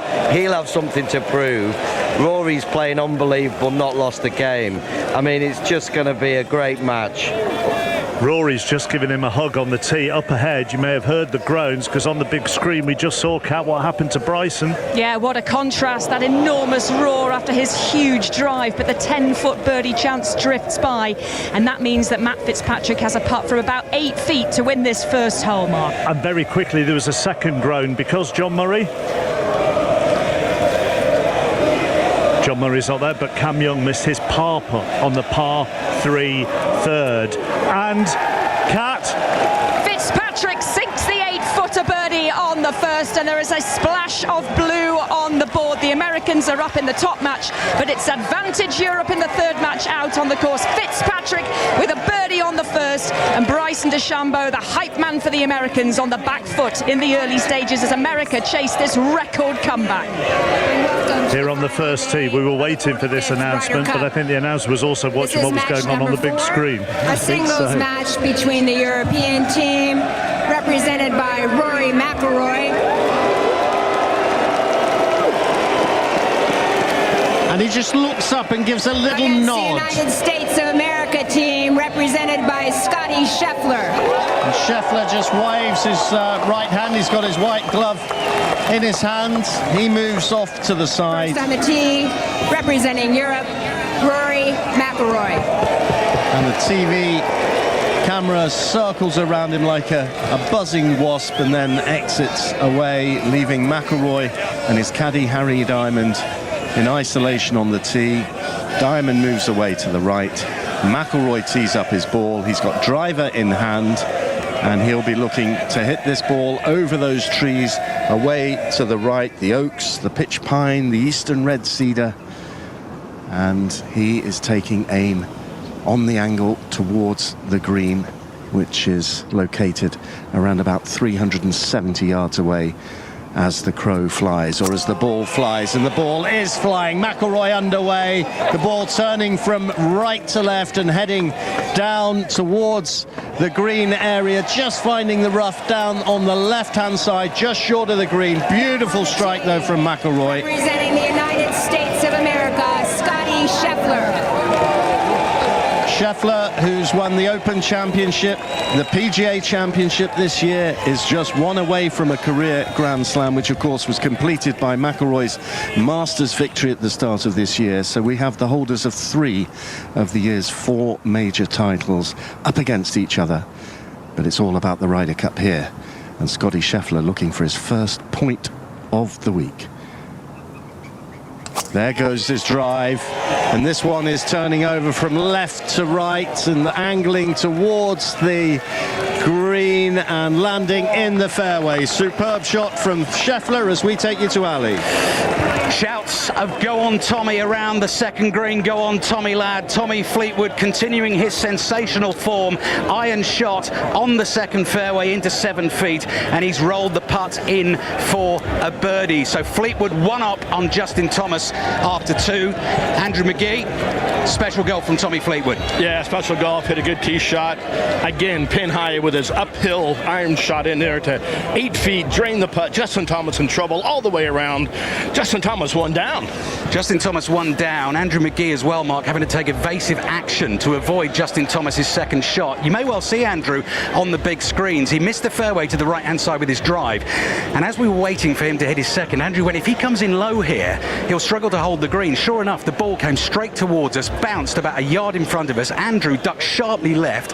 It smacked into the sort of protective glass at the bottom of the grandstand, landed at Andrew's feet, and then Andrew's dive and subsequent sort of, you were showing off the biceps at the end there, Andrew. Got a big roar. Completely showing off my college colours, and I got a big roar for that one too. that alley once happened to me at the Oval with Chris Gale pulling a ball for 4. You can imagine how frightening that is. Yeah, no, that is scarier than a Justin Thomas iron shot into the second green. But anyway, Tommy Fleetwood 1 up after 2. Fleetwood 1 up after 2. Fitzpatrick 1 up after the first, and Justin Rose has pulled it back on the third. John Murray. So the red is off the board in the opening match after Justin Rose holed from 8 feet for a birdie. So the match is back to all square after 3. So Katrina Matthew, not for the first time this week, a roaring American start has been pegged back by Europe. Yeah, they've just never quite managed to keep the momentum so far this week, have they? I think it was actually pars they made on number 3 there. Just Rose holding his putt for par after they both missed the green short. Quite correct. So Justin Rose winning it with a par 3. So the match all square, Cameron Young and Justin Rose. And Katrina, that really has been a highlight of the week, hasn't it? That any fast start from the Americans has been very, very quickly negated by the Europeans. It has. I mean, we've heard their huge cheers on the first tee and then round that first green. I mean, it's just surrounded, and the Americans have, as you said, have been birdieing that hole more than the Europeans, and they've got the huge crowd, the crowd are into it, and then suddenly the Europeans just start pegging them back. How hard is that in singles match play, Jamie, not to get too carried away or too down over the first few? At least when you're in foursomes or four balls, you've got plenty of other people around you to talk through. Yeah, it's all that starts with this message from your captain, which he'll have drilled them last night to say, listen lads, you know, we've got a healthy lead, we don't need a lot, but it's kind of irrelevant. You've got to go out there, keep the foot on the throat and go for record point scores. You've got to try and push for the absolute maximum. So with that implanted from Luke last night into the players, you know, they're super focused and ready to, on their own, deliver that point. We're waiting for Rory and Scheffler to play their seconds on the first. Ian Carter will be following this group, but he's had to get down from the back of the grandstand all the way to the first green, which is going to take some time because the grandstand, once McIlroy and Scheffler were underway, emptied quite quickly, which might say a lot about who the Americans want to watch. Patrick Cantlay's next up on the first. Cat. Yeah, there is a huge entourage following this one inside the ropes as well. I can see a European vice-captain, Thomas Bjorn. Keegan Bradley, the American captain, is here as well. He needs the world's best player to produce something here, but remember, his opponent is the second best player in the world, Rory McIlroy. Two adversaries with great respect between each other. We saw a lovely moment after the end of play last night in the gathering evening when Rory McIlroy and Scotty Scheffler embraced. McIlroy was celebrating after that stunning day's action for the European side, and Scotty Scheffler walked over, took off his hat, the two of them embracing, shaking hands. A real moment of sportsmanship amid a day of headlines that have cast the Ryder Cup in rather negative light in terms of sportsmanship, as Scotty Scheffler bumps his second shot in towards the flag, bounces once, twice beyond the pin, then puts on the brakes. He's up above the pin and he'll have a 10-footer for a birdie. Well, he doesn't have a terribly difficult putt right there, but I find it's not by accident that these two are paired together in the final match. I mean, of the 12 matches, come on, it's as they said, you know, the crowd is huge. Everyone seems to want to watch this match. 1 versus 2, Muhammad Ali versus Frazier. This is what we got today. This is it. This is the big ding-dong, at least. That's what the crowd here are hoping. And the majority of them, of course, draped in the stars and stripes, hoping for 10 points. That's what the US need from this 11 Sunday singles matches. Victor Hovland pulling out because of a neck injury, and that meant that Harris English has also been withdrawn from the American side of the thing. So 11 matches is what we have, and Rory McIlroy, I don't know whether he heard something from the crowd there, but he was addressing his ball, addressing his second shot, and he's just backed away. State troopers line the fairway just as they did in the closing stages of the Saturday four balls match. Shane Lowry and Rory McIlroy receiving the big end of the barracking from the New York fans yesterday. McIlroy playing a very similar shot, low and bouncing into the flag, and that one coming up below the pin, a similar distance, almost exactly the same distance from the pin as Scotty Scheffler's. 10 feet, they'll both have 10 feet for a birdie. Straight shootout on the first, Sean McKeel. Those are the shots that you see from the fairway, but you're going to have to make a little bit of an adjustment. As soft as the greens are, you're going to be forced to put a little bit more air underneath the ball. But Rory's got a straight uphill 10-footer. So there we go. Second shots have been played into the second mark, 10 foot each for a birdie. Let's go straight to Ali. Third green, par 3. Justin Thomas under a little bit of pressure, 1 down. Fabulous chip shot from the American, 60, 70 feet to negotiate. He's knocked it into about 4, 5 feet. But you just said to me, Andrew McGee, Tommy Fleetwood's come up just short. He's got a birdie putt to come from 30 feet. Pressure on already from Tommy Fleetwood. Yeah, here we go. Just constant pressure, having to get up and down. Missed 2 greens in a row. Justin Thomas, it's just mind-numbing. It's just so difficult. How long do you give up that you want to keep fighting this when you're about to lose anyway? Remind you of the match score. A little bit pessimistic from Andrew McGee, but I can understand it. Europe 12, USA 5. So to win the singles today, USA need to win this session. I beg your pardon, to win the Ryder Cup today, USA need to win this session 9.5 to 1.5 to win this Ryder Cup match, which is what Europe have come here to do. They need to win 2.5 points. Tommy Fleetwood is 1 up after 2.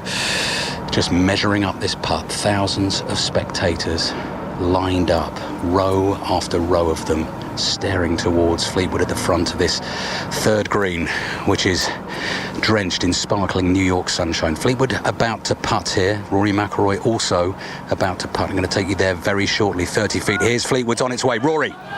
On its way and missing just to the right edge, Ali. So Scheffler will have a short birdie putt to win the opening hole.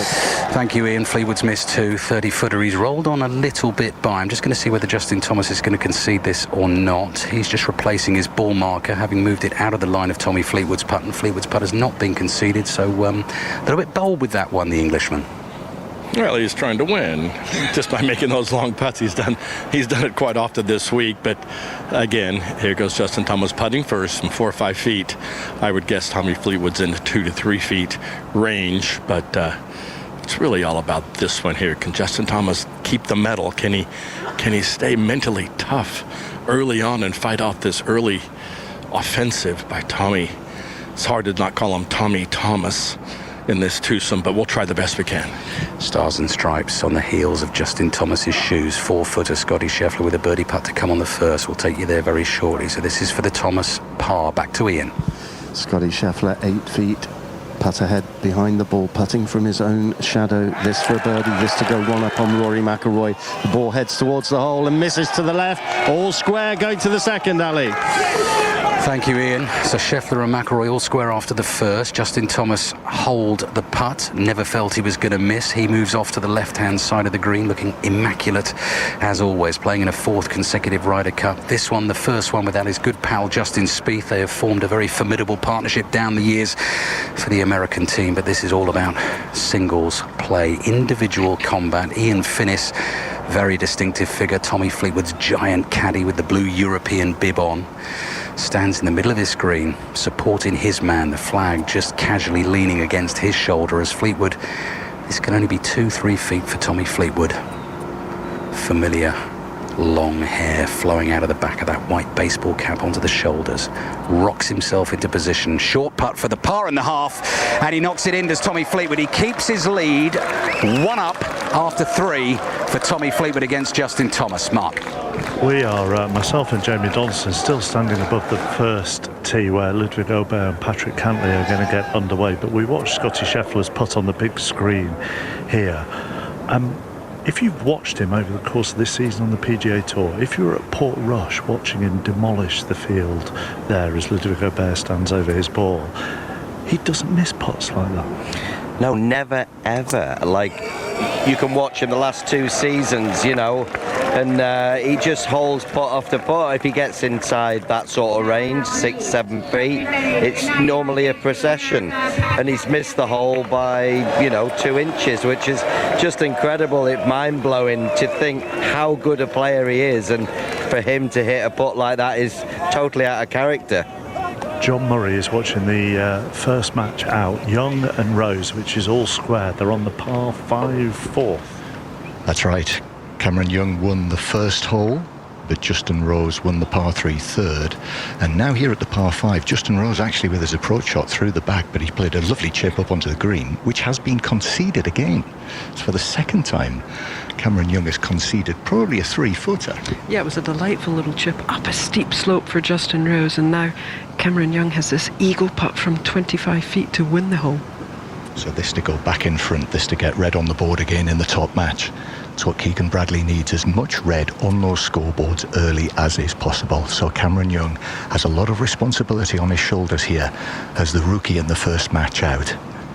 And now he goes for eagle on the 4th from 25 feet, and it is not dropping.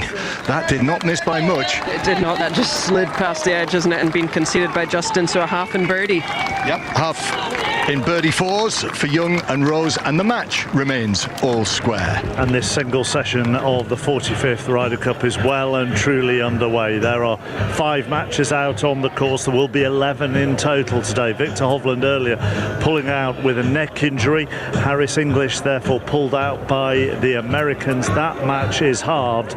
So if you are listening to us or watching the screen at the same time and you see that the score is now 12-5 when overnight it was 11.5, 4.5, that is because the English Hovland match won't go ahead.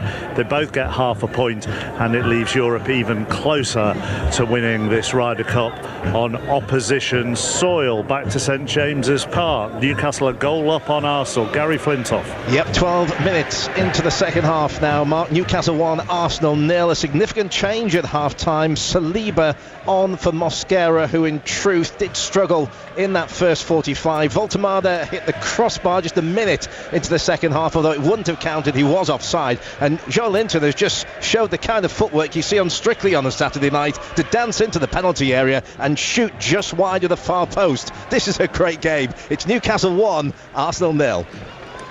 So Patrick Cantlay and Ludwig Aubert are underway. James Gregg is going to be following those. Where did their tee shots end up?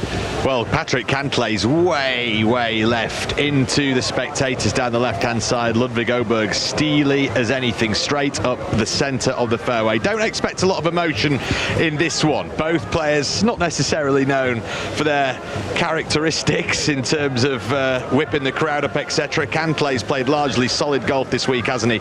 1.5 points to his name. Oberg was on the losing end of 2 matches, of course, when the Americans have only won 4 matches all week. His only victory of the week coming alongside Matt Fitzpatrick on Friday in the foursome. So he'll want to keep his good record going, and he's off to a nice start with his ball safely on the fairway here at the first mark. One of the things that I noticed as they just crank the music up here, Jamie Donaldson, is that once Scheffler and McIlroy were underway, Keegan Bradley moved out onto the course. Now Luke Donald has stayed here for every member, I would imagine. Jim Furyk was the one who welcomed Cantlay onto the course, and kind of that sums up basically that Bradley feels he's got to get out there with his leading groups to stand any hope in what is a forlorn chance. Yeah, and just to give him all your help and he possibly can to get him revved up and trying to get some red on this board. But, you know, obviously keeps going down to these matches, and then they're all the buddies, like 3 or 4 of them, come driving back towards the tee. I think that's maybe trying to intimidate, watching these buggies flying back up to the first tee at pace. We can't. Yeah, Bradley's not down here at the moment. Is he still with you then, Ian? Yeah, I think so. He came through the tunnel with us. I thought that was quite surprising. Normally the captain waits and greets each and every one of his players before heading out onto the golf course. So that's an interesting development there. Let me just tell you about the tee shots that have happened here on the second. Because Scotty Scheffler has found rough down the left-hand side and a really horrible lie with some thick, wiry grass immediately in front of his ball. McIlroy's in the rough down the left as well, but with a better lie and a better shot into the second. We were talking to Jamie Donaldson, Ian, about the putt that Scheffler missed, and you watch him, you know, week in, week out. His putting this week, sometimes even his iron play this week is just not him. No, it's he hit 1 on 18 yesterday, which was gobsmacking into a bunker. Absolutely, it's just such a different dynamic, and I feel that, you know, when you see him, as we did at the Open Championship, you know, he's in his comfort zone when it's him and Ted Scott. and he's very, I think, individual in that respect, in the way that Tiger Woods was. And maybe you have to be like that. Now he's hit his second shot here, and he's hit that right off the thin end of the golf club, and it has gone like a missile through the back of the green, and with no control whatsoever. But that, I think, Ollie, was pretty much all he could do from the lie. Yeah, he tried to take it down the left side of the fairway, overcooked it, and got an awful lie with a big tuft of grass in front of it. So he really didn't have a whole lot. He had to really commit to it and get it up to the top of the green, and it's just come out like an exercise. So it's caught up in the rough of the over the back of the green on a downslope, so he hasn't got a whole lot of room to work with there.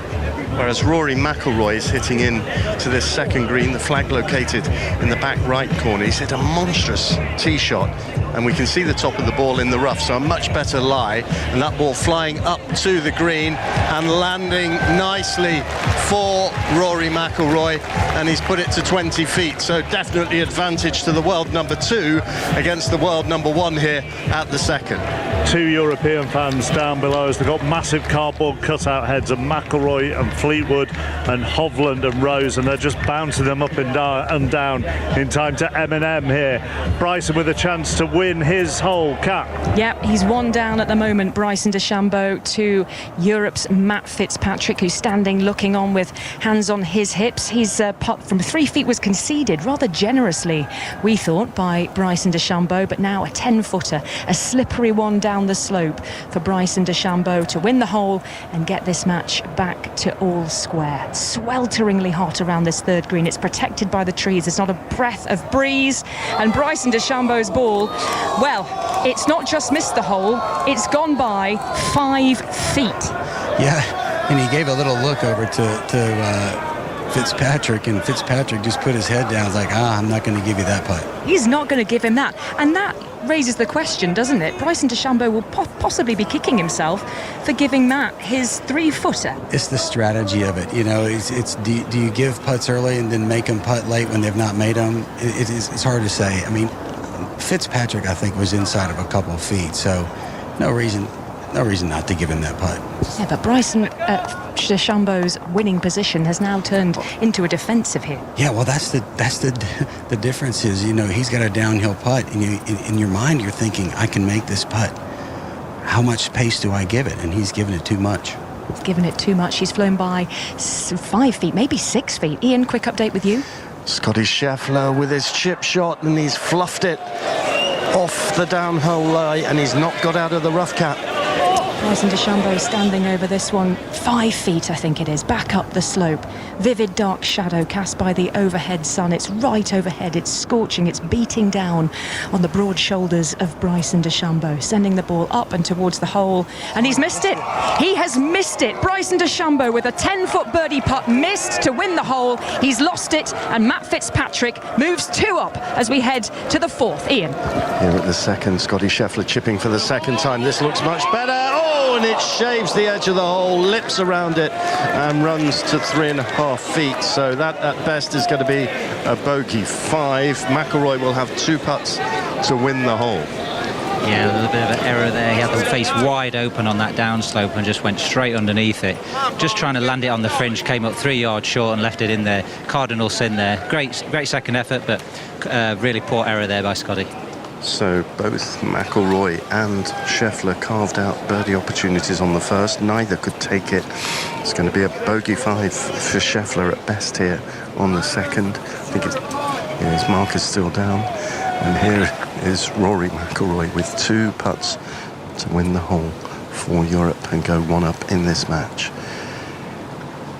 He takes one last lingering look at this 20-footer. It looks relatively flat, maybe a little movement from left to right. McIlroy over it now, this for birdie, but 2 putts to win the hole. On its way delicately down the slope, turning it into the hole, and it's a birdie. McIlroy makes birdie. He didn't need it, he only needed a par, but emphatic.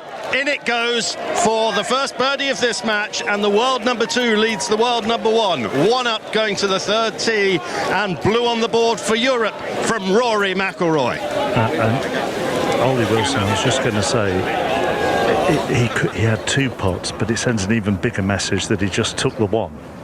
Exactly. Anytime you can stamp any authority, you have to take it, and that's what this European team are fired up to do today. Just keep the pressure on at all times and do it as well as you can. We are an hour into the singles at the 45th Ryder Cup here in the sunshine at New York. John Rahm has just teed off against Xander Schauffele, and the leaderboard away to my right has plenty of blue on it. Justin Rose and Cameron Young all square. Fleetwood 1 up on Thomas. Fitzpatrick 2 up on DeChambeau. McIlroy 1 up on Scheffler. They're off to a flyer, 12-5 up as well. Let's just pause. Here's the latest BBC News. Carl Hartley. And out here on the first green, we have Patrick Cantlay, the man we call Patty Ice, standing over a 3.5 footer to halve the hole against Sweden's Ludvig Åberg in this Sunday singles. Cantlay has been a rare brightish spark, 1.5 points to his name here at this Ryder Cup. Steadies his feet in the way that he always seems to do before he lines up a putt of any length. Such a consistent metronomic routine, unfazed, unflappable, unfussed. But this one will make him think. After a chip from the back of the green, this is where he left himself, and this is to keep it all square, and it does just about hoop in. So a nice start for Patrick Cantlay, who manages to just halve that hole against Ludvig Åberg, and I'm going to just scurry my way through the little walk towards the second.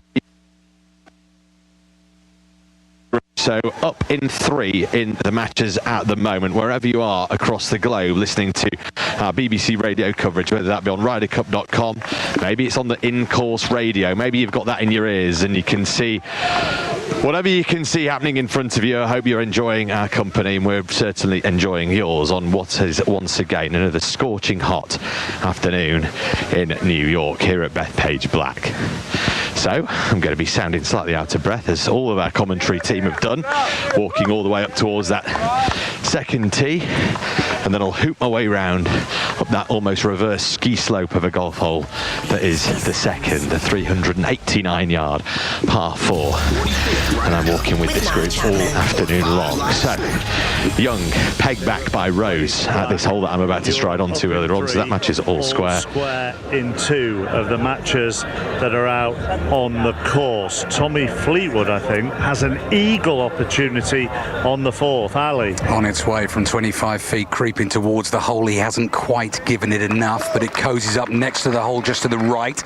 His opponent, Justin Thomas, bends down, picks the ball up, throws it to Tommy Fleetwood. So Fleetwood taking no risk there.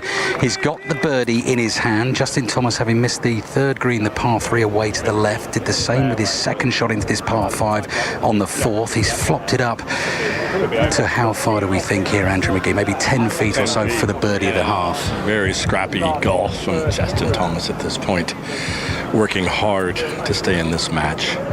Desperately needs to keep in this match just to stay one down here, 10-footer after hitting his second shot. He's had a bit of the pulls, which means he's hitting it left, way left of where he's looking when he's standing over the ball. Justin Thomas over the ball, 10 foot for a birdie to stay one down. Thought we were going to get a little bit of American commentary there from Andrew McGee, but here's Justin Thomas with the ball on its way. Desperately needs this to go, and it doesn't. It misses on the right like Tommy Fleetwood's, and he ruefully scratches the back of his head with his forefinger, and all of a sudden he finds himself 2 down after 4. And you just get the feeling, Andrew, and you said it even on the second hole when Fleetwood hit that iron shot in close, just squeeze, just keep the pressure on and let your opponent make the mistakes. Oh, I love that word, squeeze. It's just squeezing the life out of the American team, out of the American opponents. It just feels like that. If you're Justin, it's like, oh my gosh, I can't do anything about this. He's squeezing this lemon so hard, I'm just suffocating.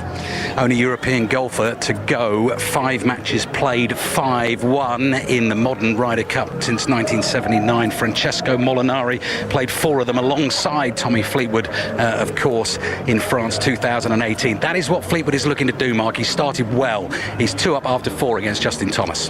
Okay, and what were you saying at breakfast, Ali? You could make a case for all the Americans in the singles. No, I think That's you sat down in a very pessimistic. Put your clipboard on the table. I think what I was trying to do was I was trying to put myself in the shoes of a pessimistic European golf fan. I was going glass half empty rather than glass half full. And when I saw the singles order come out last night, I just looked at them. I thought, I don't think the USA have played brilliantly as a team, but this is singles golf, and if they're going to win this, it's going to be through individual excellence. We know individually there's a lot of brilliant golfers there. I just thought the order shaped up well. It hasn't started like that. Right, Justin Rose is in a bit of a pickle on 5. We'll go there shortly to Rory on 3 first. Ian. It's both McIlroy and Scheffler have found the green on this long par 3. McIlroy marginally further away, probably about 50 feet, something like that. With this birdie putt, he's stalked it from behind the hole and from behind the ball, and now he's addressing the ball, just gently adjusting his stance with those white shoes, the navy blue trousers and that kind of emulsion coloured shirt, and on its way it goes, heading towards the hole. He's watching intently. It looks good, and it's a fine effort. Yeah, nice. I don't think it ever had the line, but it's pretty good pace. I'm not quite sure from here if it's stone dead, but the European fans right behind the green was giving it a good cheer, so I think it was a good effort. Scotty Scheffler with a similar looking putt. It's been conceded, so it is a par 3. Yeah, slightly different line, so I don't think it'll learnt too much from Rory's putt there, but really just trying to lag it up there in this situation. Yeah, McIlroy 1 up in this match, courtesy of a birdie against a bogey at the second. He's made a good composed start. Very solid. He's executed his tee shots really nicely. That was a lovely one on the second, bent it round the corner 40 yards past Scheffler, and 2 solid tee shots here from both players, so good solid start from both of them really, apart from Scotty's little wobble on the last green. One lone puffy cotton wool cloud in an otherwise unbroken blue sky overhead, and the man who has yet to win a match in this Ryder Cup for the United States, the world number 1 Scotty Scheffler, sends his birdie attempt across this 3rd green. It's not going to drop for him. He walks up. I think it has been conceded. He's got it in nice and close, and yeah, it has been conceded. So the hole is halved in par 3s. Rory McIlroy ticks another one off, and he leads 1 up going to the par 5 4th. Thank you very much. To St James's Park, Gary Flintoff. It's Newcastle 1, Arsenal 0, 18 minutes to play as Asula almost went through there, but the referee didn't see any foul play. Voltemada's goal in the first half separated 2 sides. Both managers have made multiple changes. Trippier, Osula and Langer all coming on for Gordon, Voltemada and Murphy. And for Arsenal, Saka and Calafiori off, Martinelli and Marino on. Arsenal looking for a way back into this one. They've got all the possession, but it remains Newcastle 1, Arsenal 0. Sports Extra, if you want to listen to that. Schauffele and Rahm are on the first. Schauffele's got a 20-foot, maybe a little bit more uphill for a birdie. Rahm 20-foot, maybe a little bit more downhill for a birdie. John Murray on 5. Yes, there's lots to tell here, but firstly and most importantly, they both have putts for par. The match is all square. It's Cameron Young to play first from 15 feet, and he hits it now. This for his par 4 that does not drop, just catches the right lip. So that stays out. It's a bogey after he was in the back bunker, and now Justin Rose from 3 or 4 feet after a right kerfuffle in the front bunker. His approach shot, Justin Rose, landed somewhere near the lip, possibly in the sand, and bizarrely they couldn't find it. And we had a scene where Justin Rose, his caddy Mark and Jose Maria Olazabal were on their knees scrabbling around in the sand with their fingers. Yeah, they were all looking for the ball, and I think I was just talking to one of the European support staff, and I think it had just missed the bunker and was in the bank, and it was embedded, so he's actually ended up with a free drop here and now got a putt for par. Yeah, and it's a little longer than 4 feet, isn't it? I think this is possibly 5 or 6. So this for a par, but this to win the hole, and this to get Justin Rose in front in the match, which he does. He holds it, and providing we are absolutely right, Katrina, and that was a free drop, which we believe it is, that is Rose 1 up. Yeah, we believe that. We'll just need to absolutely confirm that, but we do believe that's a par for Rose, and he's 1 up now. Yeah, the referee was right in the middle of that, Jeff Kiddie, and it does appear indeed that putt has won Justin Rose the 5th hole, and having been behind after the first, Rose is now 1 up after 5. Katrina, I do have a question on it. John Rahm, though, with a birdie putt to win the hole on the first, and it goes to the left of the hole and goes on by some 5 or 6 feet, so he'll have that coming back. That won't be conceded by Xander Schauffele to halve the first hole. It honestly, it looks like it got buried in a hole in the grass at the top of the bunker. That's what it looked like, and they had to sort of, almost as if it had gone into a sort of set created by a very small animal, and they had to put their hands in to try and pull the ball out with thumb and forefinger. Well, that certainly adds a little more to it all, doesn't it? But yet, it certainly took them a good probably 1-2 minutes to find it. And as John was saying, there was 3 or 4 people looking for it. They were on their knees, kind of scrabbling around trying to get it. But in a way, a slightly fortunate break for Justin. Yes, I'm not sure that the great captain of Medina, Jose Maria Olazabal, necessarily thought that at his age he'd be doing that, but it's had the desired effect. And when you say a small animal, bigger than a tick, but smaller than a rabbit. That's quite a wide range. Well, it is, but you went unnecessarily small with your first animal. Well, it is tick season. It is tick season, and John Rahm has missed his putt on the first, and all of a sudden there's red on the board where there was no red at all until that. But Xander Schauffele has won the first here, and the Americans are 1 up in the 6th match. Kat with a chance of eagle, I think, for a European. Yeah, we've had 2 chances for eagle. Matt Fitzpatrick has matched Bryson DeChambeau blow for blow up this long par 5 up the hill in this sweltering heat. 517 yards it is, and up a steep slope. It's quite the walk, let me tell you. And Matt Fitzpatrick had a 45-foot putt for an eagle here at the par 5. He's just cozied that up to the hole 3 feet or so. We noticed, though, Sean McKeel, that Bryson DeChambeau didn't give him that one. No, I think from now on, I think he's just going to make him putt everything, unless it's inside the leather, as we say. He's going to make him putt every one of those. And now it's Bryson DeChambeau's turn to try and better Matt Fitzpatrick. This for eagle from 40 feet. It's a fairly flat-looking putt from the back left edge of the green. The pin cut towards the back right side today. And Bryson DeChambeau rocks those big, broad shoulders, and he sucks the shaft of that long putter through the palm of his hands, watches the ball cozy up around the hole, drifts just by. So both of them will have short-range birdie tap-ins. In fact, so short that Matt Fitzpatrick has given Bryson DeChambeau his birdie, and now Fitzpatrick needs to make this to remain 2 up, Sean.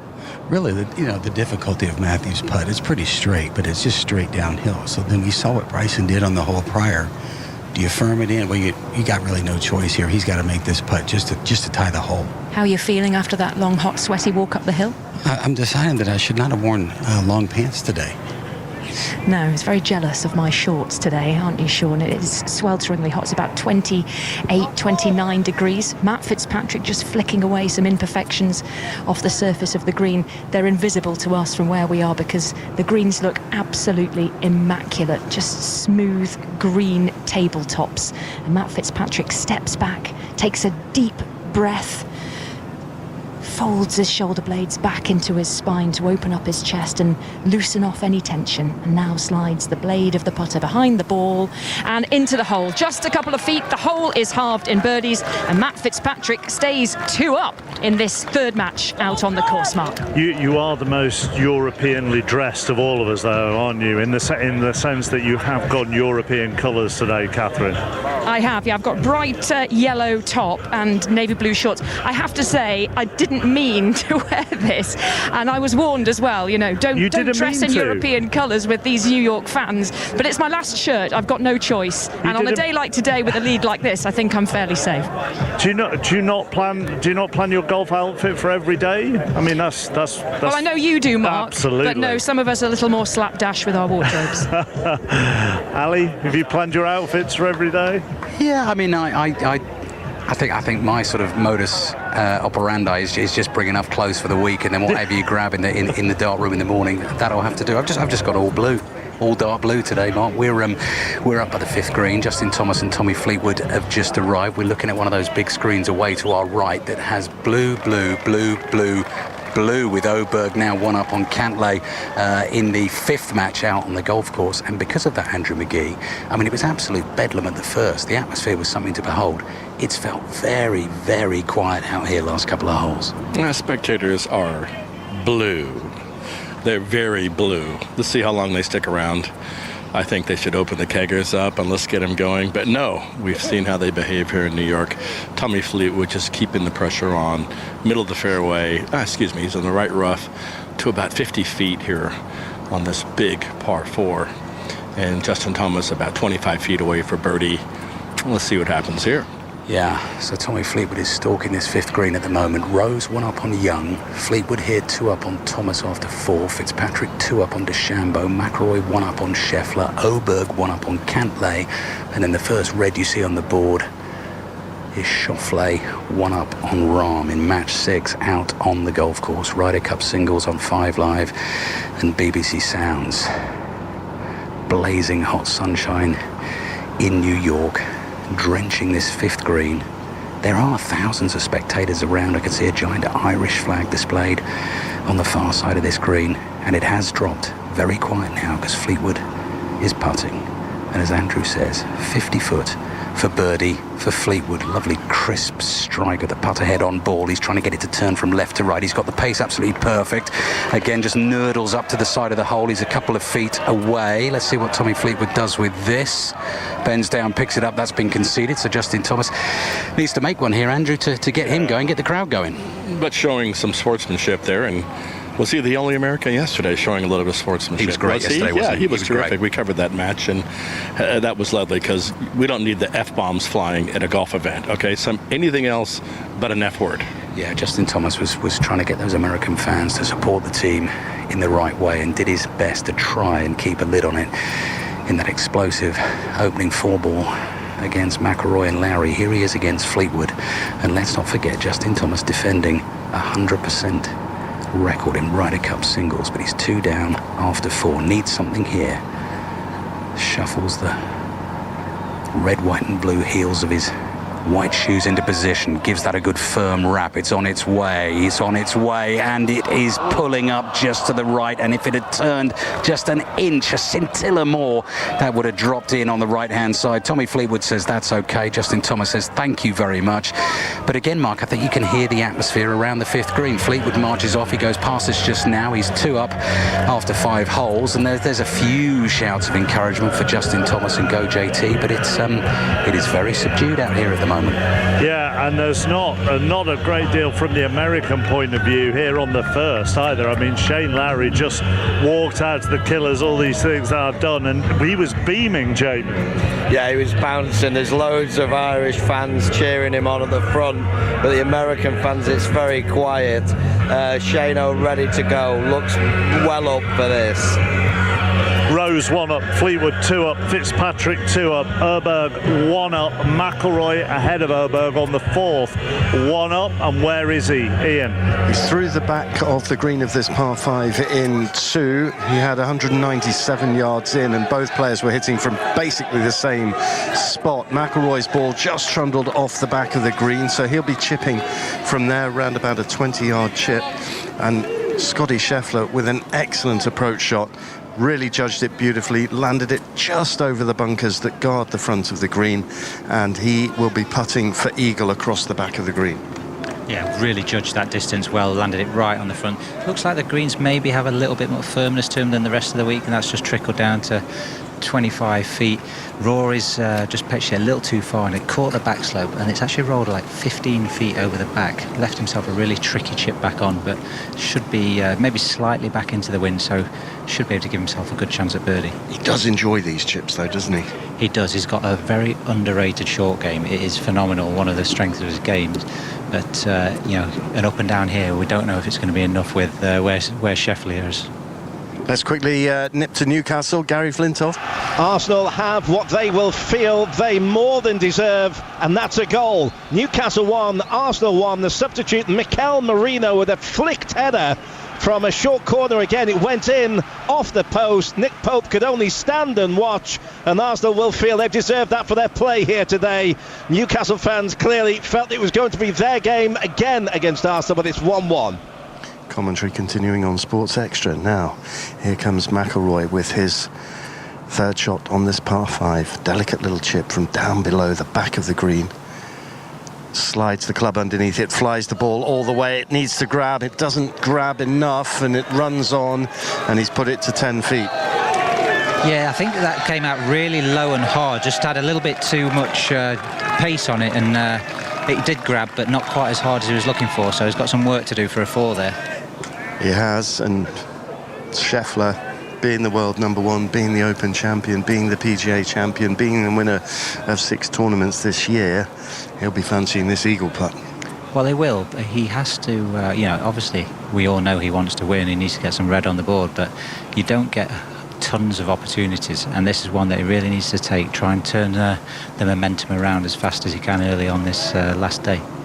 Ted Scott just getting a feel of the green as well by straddling the line, his caddy. Interestingly, there was a social media post from Ted Scott today with Francesco Molinari, because they had heated words yesterday in that Justin Rose Tommy Fleetwood match against Bryson DeChambeau and Scottie Scheffler, and it was peace in our time. Great mutual respect between the two men, so everything being done to just sort of calm the fury that was bubbling away yesterday, both inside and outside the ropes. And I have to say, we haven't seen or heard anything untoward so far. Scottie Scheffler sends this eagle putt across the back of the green, this to win the hole and level the match. Oh, and it shaves the right edge, so McIlroy will have a 10-footer for a half. John. Justin Rose misses his putt from 8 feet at the 6th, and because Cameron Young was already in for his birdie from a similar range, the USA strike back in this match, and it's back to all square. Katrina Matthew. Yeah, they both had really good chances there. Hit lovely little wedges in just to 9 feet and 9.5 feet, and the old adage with match play, first in wins, and Cameron Young strokes this one in, and Justin just pulled his a little on the left. So the top match, Ian, back to all grey, all square on the board, but there's lots of early blue up there, isn't there? There is indeed, and that will be just beautiful viewing for Luke Donald, the captain, with Europe just needing 2.5 points from the 12 singles today, leading 12-5 after the withdrawal of Victor Hovland. Now here's Rory McIlroy to keep blue on the board in his match from 11 feet, misses, and it is a hole to Scottie Scheffler. This match has gone all square as well. It's been won by a birdie from Scottie Scheffler. He missed the eagle putt. It didn't matter. McIlroy couldn't get it up and down, and so we go back to all square. Yeah, it just takes a couple of strips of blue off these big leaderboards. Up ahead on the first, Sepp Straka has given himself a 5-foot putt for birdie. That was a very good second in there, Jamie. Yeah, lovely little shot. Took the spin off it, bit of draw, bit of right to left spin, leaving him about 4 foot from the hole. And he made that birdie. JJ Spawn had a maybe 12-foot opportunity for birdie as well. He obviously didn't take that. We haven't seen that on the screen, but Straka made his. And so whilst blue disappears a little bit further up the board, it comes on a little bit lower down. There are 4 Europeans who are up at the moment. Fleetwood and Fitzpatrick are 2 up. Straka is 1 up, and Ludwig Ehrberg is 1 up on Cantlay. James Gregg. Really, really nice tee shot at the par 3 third from Ludwig Ehrberg with a chance to go 2 up from 12 feet. He just let it slide by the right edge, and it was really, really tight once again from Patrick Cantlay, who made Ludwig Ehrberg putt from, well, I would say about a foot away as he walked down towards the 4th tee. I think he knew he was going to knock it in, but he's trying everything here to throw the Swede off, but it's not going to happen, is it? Ludwig Ehrberg still 1 up after 3. They've just shown a shot. I don't know if he's here today or if he was one of the people who's trying to get the crowd pumped beforehand, but I think the late night talk show host Jimmy Fallon is here in a red and black USA jacket. He may have been one of the warm-up guys before that maybe nobody knew about because he had a cap and sunglasses on, but they've just shown him celebrating on the big screen. Xander Schauffele has gone 2 up on John Rahm through 2 holes, so he's the only red on the board at the moment. 4 Europeans are up, and there are 1, 2, 3 that are all square. Now, when we were leaving last night, Catherine Downs, and we were stood outside the media centre for a little while in the dark, Bryson DeChambeau came out onto the putting green, and I think a few of us did think, what on earth is he doing that for now, with the score as what it is, and at the time it was, whether it is for show, and he's had a bit of a ropey start, hasn't he? He has had a bit of a rogue start. He'd been hitting drives as well on the range for about an hour as well. He'd been absorbing the songs and the chanting and the jeers of the European fans who'd gathered behind that driving range to sing at Bryson as he hit drives in the dark. It looked like quite a miserable way to be spending the evening, didn't it? And then he went on to the putting green, and yeah, he has had a bit of a miserable start here. He is 2 down to Matt Fitzpatrick. He hit a stunning drive into the centre of the fairway, but he left the approach shot short, and he's just splashed out of the sand. But Matt Fitzpatrick safely on the green in 2. Here's Sean McKeel. Oh yeah, I mean, we're starting to see just a little bit more wind shift back into him a little bit, and Bryson being a very high ball hitter just brings that bunker right into play. As you can see, Matthew Fitzpatrick flights the ball down quite a bit lower, and once again he's proven the worth of a U.S. Open champion because he's hit a great long iron shot into about 8 feet. That's spoken by a US PGA champion, so game recognising game there. And Matt Fitzpatrick now has a 15-foot birdie to move 3 up on Bryson DeChambeau. DeChambeau is about 5-6 feet away after splashing out of the sand. He'll have that to save his par, but Fitzpatrick with the birdie putt here. Ali can hear some roars from elsewhere. That is what the American team needed. Justin Thomas with a wedge in his hand has holed out for eagle from the bottom of the slope at the 6th. Less than 100 yards or so. The red baseball cap is off his head, and could that be the moment that kickstarts? Well, it looks like an impossible comeback they've got to try and pull off, but that's the kind of thing they need to do. Tommy Fleetwood ruefully walks onto the green. There is nothing he can do about that. Pitch shot Andrew McGee landed once, a foot short of the cup, hopped up and popped into the hole. Thank you very much. Is it Brookline? Are we going back? He's fixing the ball, Mike, just 3 feet in front. Even Fleetwood's got to give it a big smile. That was an incredible shot, obviously. He had a great angle into the green. Blah, blah, blah. He still hit the shot, and he bounced it in the hole for 2 to win the hole. Inspirational from Justin Thomas. Tommy Fleetwood has the practice putt, but Justin Thomas wins. That's lovely. That is nice. Tommy Fleetwood having hit the practice putt. Thomas goes past him. He smiles. He has a word. They bump fists. Fabulous sportsmanship in the Ryder Cup, and a sensational moment for the USA, and they are going to need a lot more of that to get back into this afternoon. Fleetwood is still 1 up in the game. That was something special.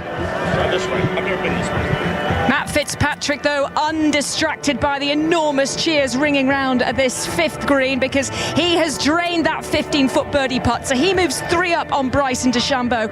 And interestingly, just like Tommy Fleetwood did as Justin Thomas sank that putt, he made his putt. He went ahead and practiced the putt. Bryson DeChambeau did exactly the same thing. So what's going on there? Is it just that Bryson DeChambeau wants a bit of putting practice, or are we seeing a bit of gamesmanship? Well, there's probably a little bit of both there, but we saw him miss that short birdie or that short par putt back on the 3rd hole, so he may just wants to kind of build in his confidence a little bit that he can make those putts when they need it. Especially it could come down to the very end and you might need that putt. So Matt Fitzpatrick having to wait just a few minutes to take his tee shot on the 6th, because Bryson DeChambeau insisted on making his par putt, but Fitzpatrick 3 up. John. The opening match has toed and froed. Cameron Young was 1 up, Justin Rose was 1 up. Now they're playing the 7th all square, and Rose's approach shot from the middle of the fairway lands front right of the green, with the hole right away on the other side, the left-hand side. Yeah, he's left himself a long putt there, probably a good 60, 70 feet perhaps, but coming from 238 yards, that was a kind of a mid-iron he was hitting. Cameron Young a little further ahead of Justin Rose, but not too far, maybe 10, 15 yards, something like that. It'll be Cameron Young with his approach shot as well. We can see his vivid red cap. They are absolutely red, white and blue in their uniforms today, the United States. The stripy tops again, stripes of blue, broad blue, thin stripes of red, broad stripes of white, blue trousers. And here he goes. He's got the whole of the green to the left of Justin Rose's ball to play with, and on it comes. We can see it against the trees and the blue sky above as well. A little murmur, and it lands in the middle of the green and rolls on much closer. Still 20 feet, but there again an advantage in terms of the length of birdie put to the United States that Cameron Young will have here. Match all square, Mark. Yeah, that's all square, and as always on Ryder Cup Sunday, it's just about trying to, when we come out of the commentary, all I've got to do really is just try and keep you up to date with the 11 matches eventually that will be out on the course. Victor Hovland injured earlier. That neck problem kept him out, so his game with Harris English doesn't go ahead. They both get a half. It means the score going into the singles became 12 and a half. Out there on the course, 12-5 out on the course at the moment. You're up in 4, the Americans are up in 1, all square in the others, and we're waiting for 4 to get underway. Ian is watching one of the all square matches, world number 1 against world number 2. And the world number 2, Rory McIlroy, with a brilliant approach into the par 4 fifth. He's put it to 10 feet, flew it straight over the flag, sucked it back, and that after Scotty Scheffler missed the fairway down the right and then missed with his approach and has gone into the bunker that guards the front of the green. So advantage McIlroy after being pegged back at the last. Just came up, Scotty's lead his tee shot into the right rough again and found it hard to gauge the distance, and short-sided him, just didn't quite carry that ridge, pitched in it, rolled back. It's going to be a tough up and down from there. Back to Newcastle, Gary Flintoff. In the 97th minute, a goal for Arsenal. Gabriel with the header. Everyone was inside the penalty area as the corner came over from the right-hand side. Gabriel rose highest and headed it down, and right at the death in the closing seconds, it's Newcastle United 1, Arsenal 2. So that means in both the Premier League and the Scottish Premiership today, we've had what looks like 2-1 away wins, because earlier Rangers won 2-1 at Livingston. In the early game in the Premier League, Aston Villa came from a goal down to beat Fulham by 3-1. And in amongst all the action that's going out on the course at the moment, I just want to pay a little notice to who are on the tee at the moment, which is Ben Griffin and Rasmus Højgaard, who both will be chomping at the bit, Jamie Donaldson, because neither of them played yesterday. So they've had one afternoon 4 balls each, and will have both been gutted not to have featured yesterday. Yeah, that's the problem with the rookies. If you don't win your first match, you're literally not playing until the last day. And you know, they're both really good players in their own right, and like you say, chappers, they'll be both chomping at the bit. So they're about to tee off here, and then that leaves us with just 2 to get underway. Colin Morikawa against Tyrrell Hatton, and finally Sam Burns against Bob McIntyre. Ian. Back here at the 5th, Scotty Scheffler, bunker shot, 3rd shot at the par 4, cuts it out of the bunker very nicely indeed. The ball trundles down to pin high, 4 feet to the right of the cup. Yeah, played that really nicely, managed to get right underneath it. It looked like the ball had rolled back into the bottom of the bunker, so I was able to elevate it and get it to stop pretty quickly, but still some work left there to do. Right, let's quickly move to the top match, John Murray. Yes, Justin Rose has got this long putt right across the 7th green from right to left that we were mentioning earlier. He'll do, you know, this would be a very good 2 putt. It's on its way and rolls by on the left-hand side, keeps going probably 4 or 5 feet, Ian. Well, here it's a 10-footer for Rory McIlroy to get back in front against Scotty Scheffler. Fantastic approach shot. That's brilliant. As soon as he hit it, he was walking straight after it. He knew he had the line and the distance. He was probably expecting to spin back a little closer, but perfect golf shot, exactly where he's trying to land it. really interesting. The American captain Keegan Bradley is out here with this match. He is not staying on to give that sort of encouragement and the handshake to his tail enders. So, I mean, Ben Griffin must feel like he's been completely blanked by his skipper in some respects. Well, I guess they're relying on the other vice captains, but it's a very strange decision. Here's McIlroy's birdie attempt. Oh, and it just Colt pulls up short. Goodness gracious me, he picks the ball up. Scheffler's still got 4 feet to negotiate for the half and keep the match at all square. Back to you, John. Yes, on the 7th, bright sunshine, and Cameron Young now then, with Justin Rose already having putted for his birdie, maybe 5 feet past, so Rose may well have to make a putt. But first of all, if Young holds this, he'll have won 2 holes in a row, and the Americans will be back in front in this match, but it clips the right and stays out. So birdie attempt failed, but Justin Rose still has a putt to halve the hole. Ian. Par attempt here to halve the hole for the world number 1 Scotty Scheffler, and he's giving this every care because by definition it is no gimme. 4 feet, fine bunker shot, but still 4.5, maybe 5 feet to negotiate here for a par to remain all square. Over it now, putting from the shadow of his left leg, sends the ball forward, looks good, yeah, right into the middle of the cup. Good work by Scotty Scheffler to keep this match all square as we go back to the top match. John. So it's a nervy one, Katrina, for Justin Rose to halve the hole and to keep the match all square. It is. They've both raced their putts a little bit past Justin Rose, probably 5 feet. He's just getting ready, and Cameron Young probably put his 3.5, 4 feet past. So it's a test of nerves here on this 7th green. Yes, so Young's putt not conceded yet either. He gave it a go and has left himself with work to do. But Justin Rose has got to hold this though. This for his par 4. Given it a touch, the gentlest touch, and it's rolled by on the right. A miss from Justin Rose. You could tell there was a little reaction from him there, a nervous twitch almost. Just annoyed at that. You're always annoyed at a 3-putter, even though it was from 60 feet. Looks like he perhaps just pushed it a little bit. It was always a possibility from where he was on the 7th green. So now this to get the United States and Cameron Young back in front in the opening match. He was 1 up after the 1st and the 2nd, all square after the 3rd and the 4th. Justin Rose was 1 up after the 5th, back to all square now. But this to edge the United States back in front. Looking at the scoreboard to my left, Europe are up in 7 matches currently. In fact, 6, it's just changed. 6 matches. And remember, after Victor Hovland's withdrawal this morning, Europe need 2 points today to retain the trophy and 2.5 to win this Ryder Cup outright and win away for the first time since Medina. But Cameron Young trying to get some more red on the board.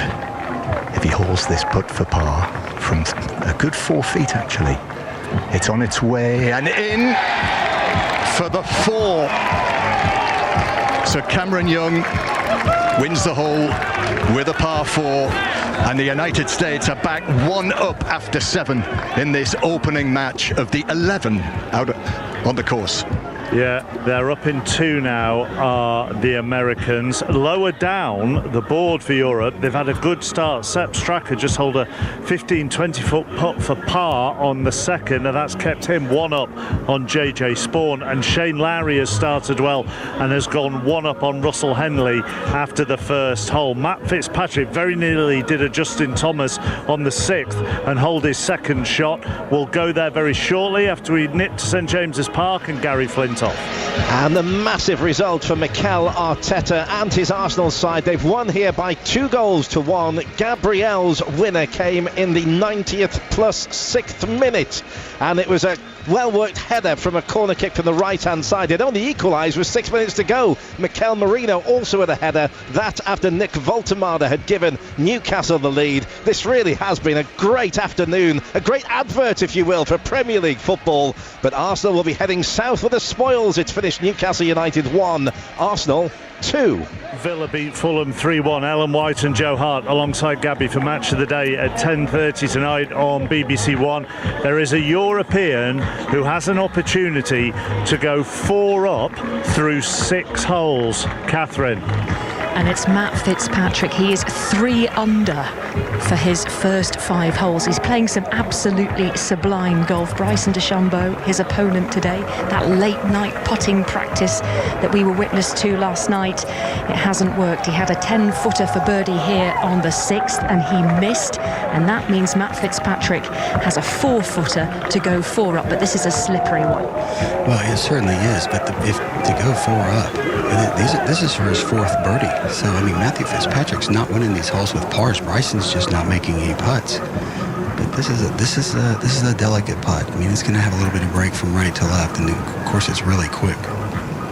Wipes the blade of the putter on the palm of his hand, walks purposefully up to this one, looks supremely comfortable, Matt Fitzpatrick, and sends the ball towards the hole, and he strides forward after it and plucks the ball from the cup, because after 6 holes, Matt Fitzpatrick is 4 up on the big hitting Bryson DeChambeau. How about that? 4 up and 4 under. Well, I mean, what a round of golf he's playing today. I mean, Bryson looks a little bit bewildered. That's the 3rd time we've seen Bryson get up to hit his putt and get back down and remark it. So I don't know if he's just not reading the greens right or he's misjudging the speed, but he can't afford to miss many more of those. Shaping up in the early stages to be a career-defining Ryder Cup for Matt Fitzpatrick, Mark. Sean, if you were Bryson DeChambeau's coach, and I know you have to do what works for you, but at some point, would you go, seriously, mate, go and have some food and have a rest? Well, you know, look, I think that's maybe why we were seeing him out so late last night. Just maybe something's just not looking right. I mean, that's why they practice. I mean, he was the only person out there practicing underneath the lights. Some of that is because he loves game, and there's never enough sunlight for practice for him. Europe up in 5. The Americans up in 2, all square in 1. Let's find out how the Justin Thomas fight back is going against Tommy Fleetwood. He holed his 2nd at the 6th. What's he doing on the 7th, Ali? Well, it's going from the sublime to the ridiculous for Justin Thomas. He has had a bit of a case of the lefts today, missing left. He did it on the 3rd, he did it on the 4th. Clearly, he didn't do it on the 6th, the last hole. That was dead aim at the flag and straight in. But with a long iron into the par 4 7th, he has hit a careering shot away to the left-hand side. He's missed the green by about 10 yards left. There's a hillock just to the left of the flag here, covered in the long grass. It went over that into the legs of the spectators, and they've now made that sort of familiar horseshoe shape surrounding his golf ball. So he's going to have a tricky shot from there to try and make the up and down. Tommy Fleetwood, meanwhile, Andrew McGee, doing the same old thing, isn't he? Fairways and greens and just sticking in there. Nothing you can do about Thomas holding out for eagle, but he's responded well. He's found this green in 2. Yeah, I mean, Fleetwood's got a good plan here. Just hit because I think he knows Justin Thomas is a fader, which means a left to right shot for a right-handed player. And Justin Thomas is aiming left to the screen. The pin is on the left edge of the screen, trying to fade it gently to that pin, but he's got the pulse.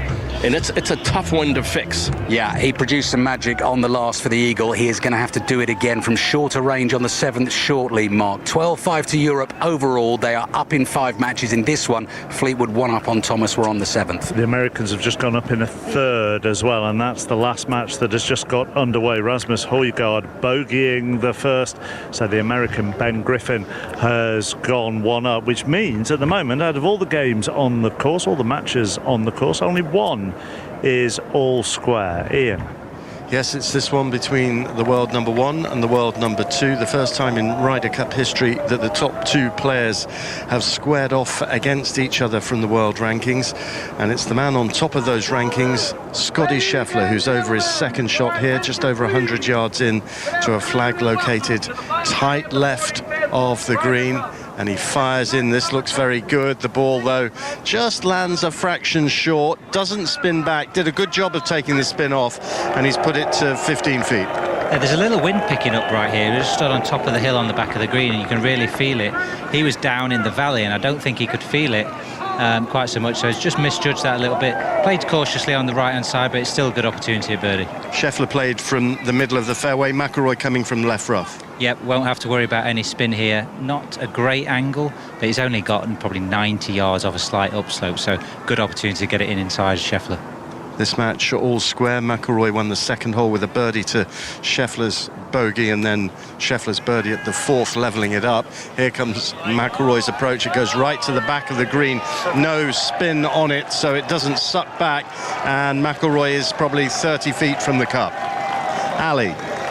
Just waiting to see if Justin Thomas can pull off the miracle again. He is to the left of the seventh green. He's gone over the long grasses. The grass where he is will be trodden down. He's disappeared from our view at the moment. Shout anyone when you need it. But Justin Thomas is looking to find some more Ryder Cup magic. Hold out for eagle on the sixth with a wedge. Here he is, the left-hand side of the green. And all we can see are a mass of spectators surrounding him. The silver of the shaft of the golf club occasionally when he goes through the practice swings, and phones held above heads trying to capture the moment. Tommy Fleetwood waiting patiently on the green. Justin Thomas is waiting to play. Silence descends around the seventh green. The marshal's hands go up in the air, which tells you this shot is on its way. Very shortly we're going to see this golf ball appear up against the bright blue sky. It is going to have to go high and land softly. What have you got this time, Justin Thomas? Tommy Fleetwood is probably thinking, please, not again. Still waiting here for Thomas to play. One down against Fleetwood after six on Ryder Cup singles afternoon. Here it comes out a little bit lower. A couple of bounces towards the flag, couldn't hold it. It rolls on and on and on, and is a good 40 feet by John. Yes, on the 8th, the par 3, this picturesque par 3. Actually, ruggedly picturesque, I would call it, at Bethpage State Park, with Cam Young one up on Justin Rose in the first match out, but he's got a tricky putt here down the slope, 25 feet, 1 foot below the other. So this needs the touch of the genius, and it's on its way now towards the hole, and he throws out his right arm, which kind of indicates that he wants it to slow down, I think. Yeah, I think that's just trickled on a little bit too far, hasn't it? But he was watching it for a little while. Yeah, he was. I think it's been conceded. Yeah, so Justin Rose will nevertheless have a putt from the opposite side of the hole, so down more on the right level from maybe 18 feet. Yeah, just that little bit closer, and he's left it. I mean, the pin was just quite near the front here, so he had a good shot in to leave it below the flag and given himself a good chance here on a very similar line from the other side of the hole from Young, so he should have got a good idea of the line here. Rose one down in this match. In his 7th Ryder Cup. Believe it or not, he's only ever beaten one man in the singles at the Ryder Cup. Guess who, after we hear from Ian? On the 6th, Rory McIlroy's birdie putt from 30 feet. It's not bad, but just to the left of the hole, and it's only going to be a par, John. I think Katrina knows. Rose is about to putt for his birdie. And this to win the hole and bring the match back all square. Liked it, but didn't drop. Yeah, he liked the look of that one, and it's just a slightly different story from yesterday afternoon when these putts were just dropping. As is so very often the way in golf. So off goes Justin Rose. Phil Mickelson's the answer. Beaten him twice, Justin Rose. Ali. A little bit loose from Justin Thomas here. You heard us describing the attempted chip shot from the left-hand side of the green, having gone a bit wild with his second shot. What it means, Andrew McGee, Tommy Fleetwood has 2 putts from 40 feet. If he can get down in 2, he wins the hole, and he gets his 2-up advantage back again. Yeah, boring golf for Tommy Fleetwood, but he's got about to be 2 up. If he can just nick this up there close to the hole, tap in, it'll be conceded by Justin Thomas. Justin Thomas is very loose with his golf game today. He'd be fortunate to he's just done that, tapped it up. It's going to be a gimme for Tommy Fleetwood. Yeah, boring but beautiful from Tommy Fleetwood. He's 2 up. Ian. Scotty Scheffler just backing off after getting ready to hit one last check of this putt from 11 feet, this to take the lead for the first time against Rory McIlroy. This for birdie at the 6th. Bright sunshine burning down on this green as he sends the putt towards the hole. Has he given it enough? Oh, it just veered away to the right edge. Chance missed by Scheffler. This tight, tense tussle remains all square. It's interesting watching Scotty today. I had the pleasure of watching him at the Open, and he was incredible, and it's a stark difference of the player. But I was reading what Russell Henley said about him yesterday, and talking about what a great team player he is, which is great, but I think that's part of the problem. They're not quite understanding what that means. He's the world number one. He should be complimented by the team, playing to his strengths, and not being passed around the team to partner with anyone to bring them up to his level. He should be picking the team, picking his partner, and who he feels the best to go out and get those points. And I think that's partly where they really struggle with this team concept on the US side. Interesting thoughts. Ollie Wilson, who played in the 2008 Ryder Cup team for Europe, with us here on 5 Live. So let me just tidy up a couple of things that have gone a bit lower down the leaderboard here. Russell Henley birdied the par 4 second, so that brought him and Shane Lowry back to all square. Sepp Straka's off to a great start. He birdied the par 3 third, so he is 2 up on JJ Spawn. Russell Henley's hit a fantastic shot at the par 3 third to give himself a birdie opportunity, but Shane Lowry has just sunk his birdie putt from 12 foot there, and that is likely to remain. You would expect, wouldn't you, Jamie, Russell Henley to get that birdie, and they'll be all square going up 4. Yeah, but it's classic match play. Shane just outside makes a great putt for birdie. Pressure now on Henley. He's got about a 5-footer. It's not over yet. Keep an eye on that. America up in 3, Europe up in 4. Tommy Fleetwood and Justin Thomas are on the 8. Yeah, on the 8th tee, Tommy Fleetwood staring down intently at the ball. Picturesque par 3, 210 yards from up on high over the water to the pin cut at the front of a sloping green. The shout of "get in the hole" to Tommy Fleetwood's ball. That looks absolutely bang on. Wow, what a shot from Tommy Fleetwood. Just beyond the flag, probably 10 feet past or so. Stops dead. Fantastic shot, Andrew McGee. Just hitting darts. This is so impressive. You've seen so many of these European shots right over the top of the flagstick, dead on line so many times. Americans off 30 feet, 40 feet. Love that right at the pin. Tommy Fleetwood 2 up after 7. Let's just repeat the stats as well. As won his first 4 matches in this Ryder Cup. The only other European golfer to go 5-0 in a Ryder Cup is his good friend Francesco Molinari, which the most of which he did alongside Tommy Fleetwood in their fabulous partnership in France in 2018. He would become the first European golfer ever to do it on American soil, and I think there's only 3 men that have ever done it since it became Europe-USA in 1979. Dustin Johnson was 1 at Whistling Straits in 2021, Larry Nelson back in 1979, and Francesco Molinari the other. So Tommy Fleetwood trying to take a big step towards history. He won't be bothered about that, though. He is trying to win the Ryder Cup for Europe. His opponent today is Justin Thomas.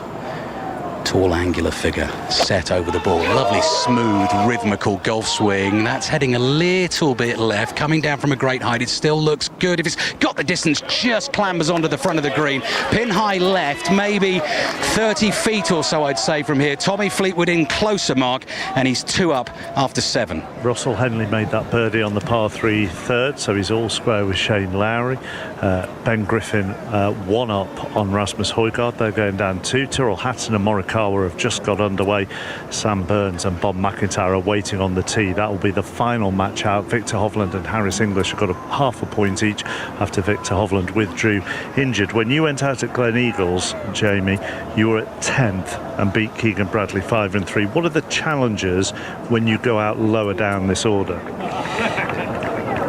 Well, it's quite funny, really, Mark, because basically, as the first games go off, all the crowd follows the first games, and by the time you get to hit, when you're number 10, literally the whole crowd's out there. There's not many people here, and you're playing with not much of a ripple of a crowd. There's a few people here, but nothing like it was at the start. And as soon as those matches win or finish, at the front of the order, everybody starts to drop back. And by the time we got to the 15th, when I was playing at Glen Eagles, it was like the whole of the golf course turned up on my hole. Wow. Which then inspires you. Yeah, I mean, suddenly looking around, we were told not to look at leaderboards. We were told to concentrate on your game, win your point.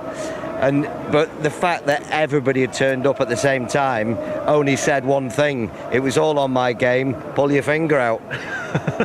The Europeans have stayed in this first grandstand. The chance of Bobby McIntyre ringing out at the moment. Europe up in 4, America up in 3.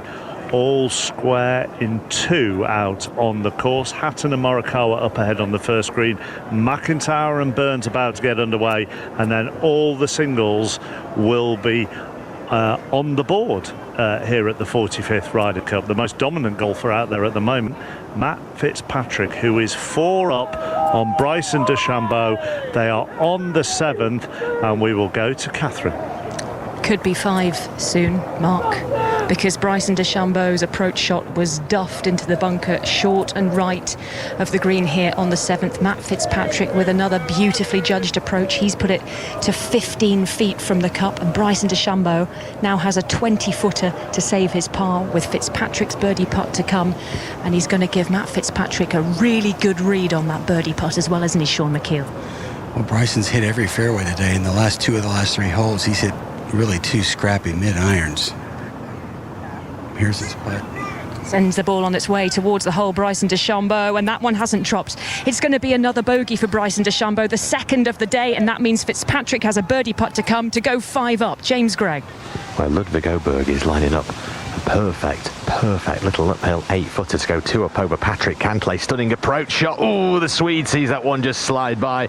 It's been a very tetchy start from both players in this one. Cantlay does eventually concede that one. That's the first putt he's actually conceded to the Swede in this one. Ludvig Åberg on his 2nd Ryder Cup appearance, having lost his singles last time out at Marco Simone, looking to try and pick a point up. Alistair Bruce-Ball.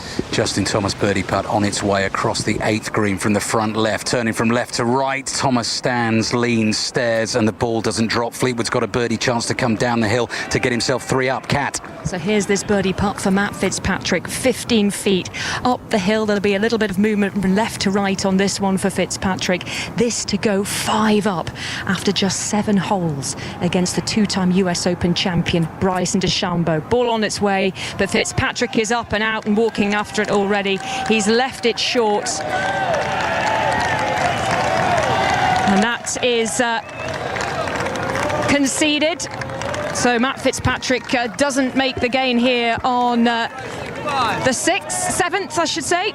And Matt Fitzpatrick just walking past us now. Actually, he did have 2 putts for that, didn't he? He did, but I tell you, Bryson just walked by us. He just does not look like the same person that he was on the first hole.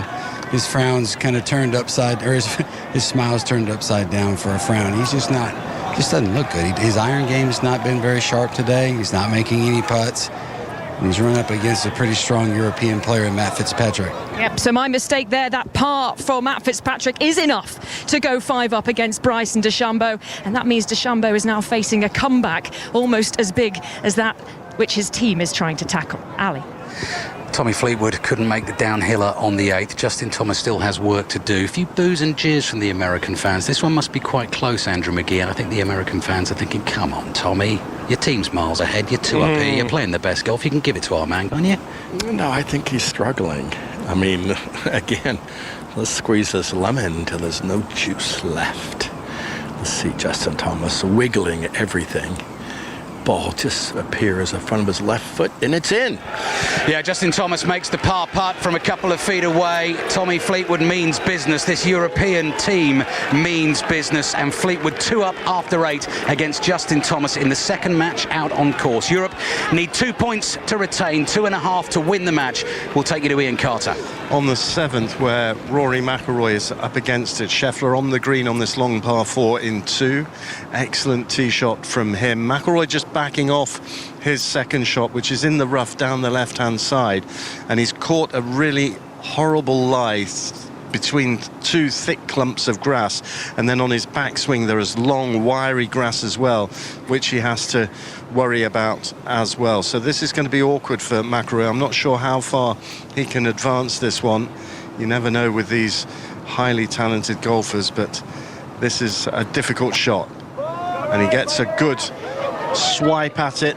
The follow through is truncated, and the ball has gone way out to the right. It's gone over the wiry grass to the right, just short of the bunker, and he's probably 40 yards from the flag. He'll be pitching over the bunker to the pin in the back left corner. John.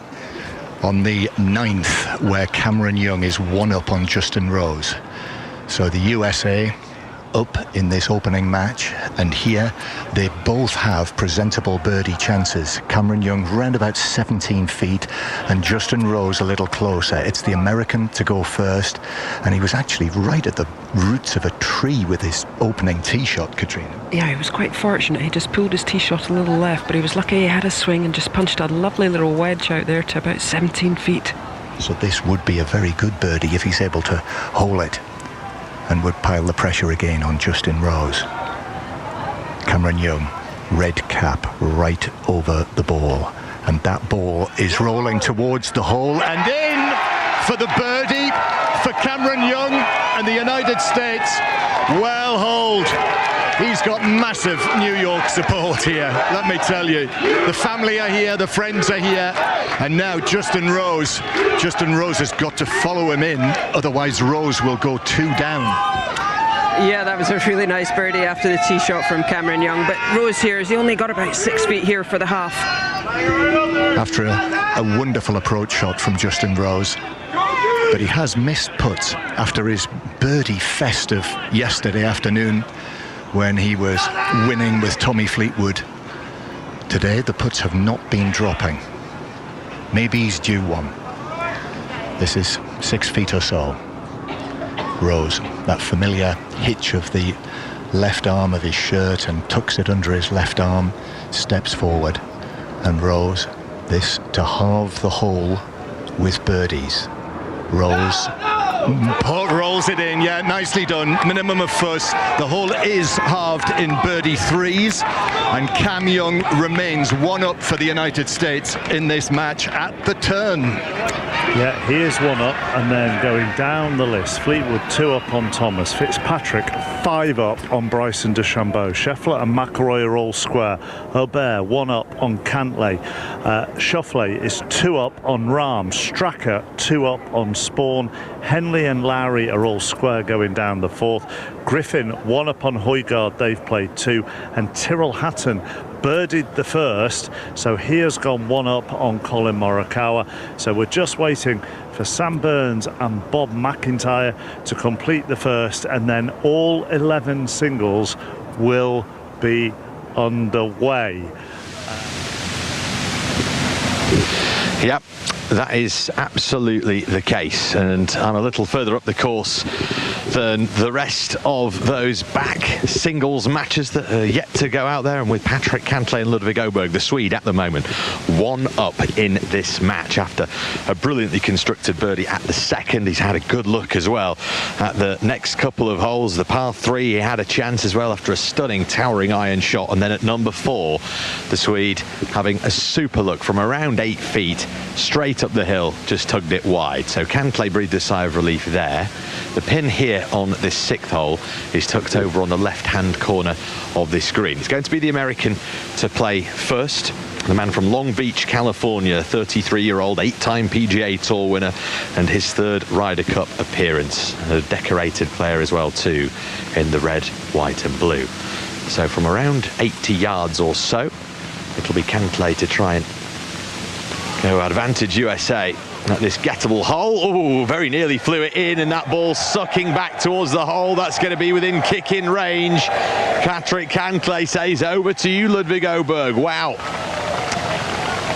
And now this 25-year-old has to respond. A similar yardage. Their balls on this fairway are very nearly next to one another after 2 piercing tee shots, playing down the breeze as well, so much shorter than its yardage of 380 yards or so. Just a little armsy pitch required from the 2-time PGA Tour winner, a man 8 years the junior of Patrick Cantlay. Won with Fitzpatrick in the foursomes 5-3 over Scheffler and Henley on Friday morning, but then 2 defeats since in the 4-ball and the foursomes. Now, here we go. Åberg wanting this one to do the same as Cantlay's. 2 stunners, absolute stunners. And there we have it. 2 looks for birdie to come here at the par 4 6th hole. We can get back with the rest of our commentary team down there on the golf course, wherever you're listening from.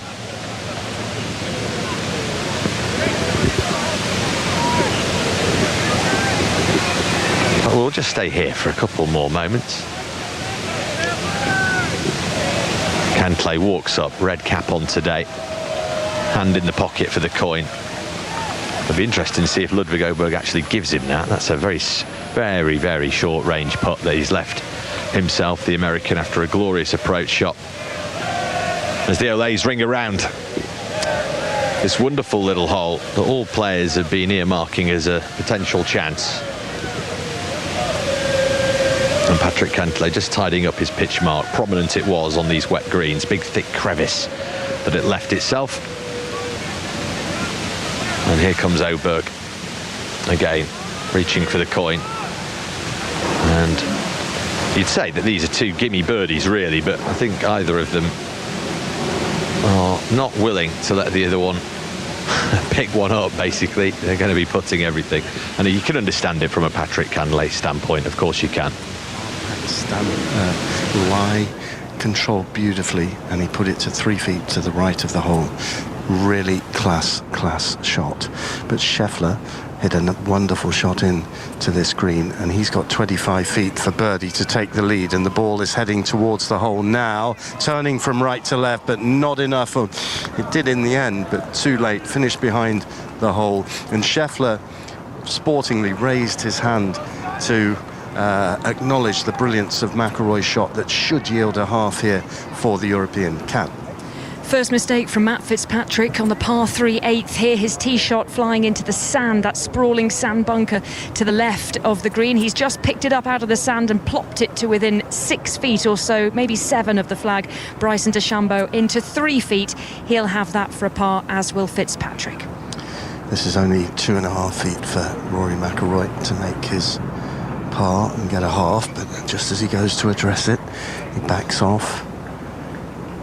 He wants to just reset himself. He got a pat on the back from Thomas Bjorn, the assistant captain with Europe, who is here watching this match for the European hierarchy. Here's McIlroy for the half. And in it goes, in it goes. What an up and down that was from Rory McIlroy. And the match remains all square. It really is a tight, tense tussle between the top 2 players in the world. Let's go to James Gray.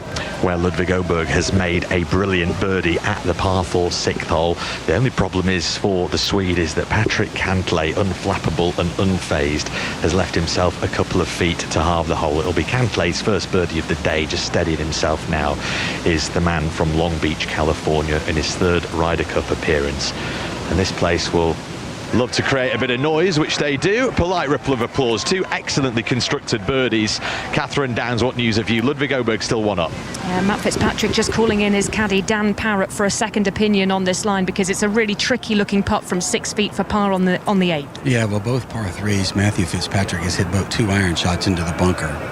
Now Bryson needs something, whether it's a par, he just needs a win somehow, and he'll take it however he can get it. And now we're starting to see some jeers a little bit from the crowd, just to try to spur on Bryson as much as they can. Yeah, Bryson DeChambeau raising his hand in the air to call for silence from the jeering, booing New York crowd here. They feel that Fitzpatrick has perhaps taken a little bit too long over this putt, and he's missed it. He's missed it as Matt Fitzpatrick. So that's a bogey 4 for Fitzpatrick on the 8th. And now Bryson DeChambeau has a chance to get one of these 5 holes back. You'll take anything you can get, whether it's a mistake from your opponent or a good shot on your own. But he's already missed. He's missed one of these already. So we're about to see if he can make this one and get some confidence back with his putter. 3-footer for Bryson DeChambeau to get the match back. 4 down he would be if this finds the bottom of that little white cup carved into the sloping surface of this 8th green. Wide stance for DeChambeau, and into the hole it goes. So it's a par for DeChambeau on the 8th, and he has cut the arrears. He's just 4 down now. Still a big lead for Matt Fitzpatrick as we head to the 9th. But Bryson DeChambeau has struck back, and maybe that'll give him a little bit of momentum, as will the roars of those New York crowds as he walks up the slope towards the 9th tee mark. There is plenty of blue on the board. The final match is underway. Bob McIntyre halving the first against Sam Burns. I just bumped into a couple who I'm assuming are from Sheffield, because the man had a Sheffield United shirt on, and they told me, Ali, they became grandparents at exactly the same time as Matt Fitzpatrick hit that second into 18 last night. So they seem to be, Ali, as excited about Matt Fitzpatrick's second shot as becoming grandparents yesterday. So they didn't give me their names, but if your parents are out here and you've just given birth, then I've just had a chat with them from Sheffield. Okay, plenty of to and fro here actually. We're at the back of the 9th green. This is one of the rowdiest spots on the course. I think good atmosphere around here today. Tommy Fleetwood just staring into the galleries. He's taken a few insults here. Quite often about the length of his hair. A lot of European support around here as well. You're talking about blue on the board. There's 6 or 7 European fans with the blue hair, the big blue bushy curly wigs away to my right hand side, and we've had plenty of choruses of Tommy Fleetwood. Andrew McGee, what about this then? Fleetwood 2 up on the 9th, 40 foot for Fleetwood, 20 foot for Thomas.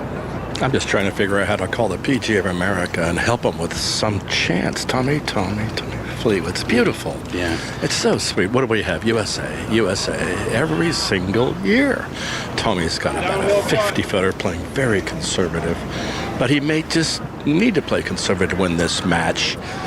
Just seen Eduardo Molinari, one of the European vice captains, step in. So Tommy Fleetwood did stare into the galleries there, heard something he didn't like. Eduardo Molinari has come in to report, and 3 of the security officers, a couple of the state police, are listening to the complaint from Eduardo Molinari as Fleetwood continues to play great golf for Europe, and he's cozied another putt up. He's just playing very steady, very short. From 40 feet, he's inches away. So absolutely rock solid par, no pressure on the shorter putts. And Justin Thomas, he just keeps saying to Justin Thomas, come on then, do something special to beat me, which Thomas did with the eagle on the 6. But it's squeezing the lemon. And you and I eventually, Andrew, when we get onto the margaritas after the golf tonight, we will be squeezing the lemon. It is hard to make 20-footers, and he has a 20-footer. He's not feeling that cut shot that, you know, you can fade the ball. What did Lee Trevino say? You can talk to a fade, but a hook won't listen. But he has a pull going right now. He needs to get a little fade so he can get some control with those iron shots. Tunnel vision from Thomas, staring at us because we are right behind the line of this putt. Gets ready to send it on its way. Needs something to happen. Rocks the shoulders to loosen up a little. Looks along the line of the putt. 2 down after 8. Can he make it 1 down at the turn? Needs this for the birdie. You'll know about it if it goes in, because this place will explode. The line looks good. Is the pace good? Oh, has it stopped there? How has it stopped there? That is peering into the bottom of the hole. It's one of those that could almost topple in right at the end.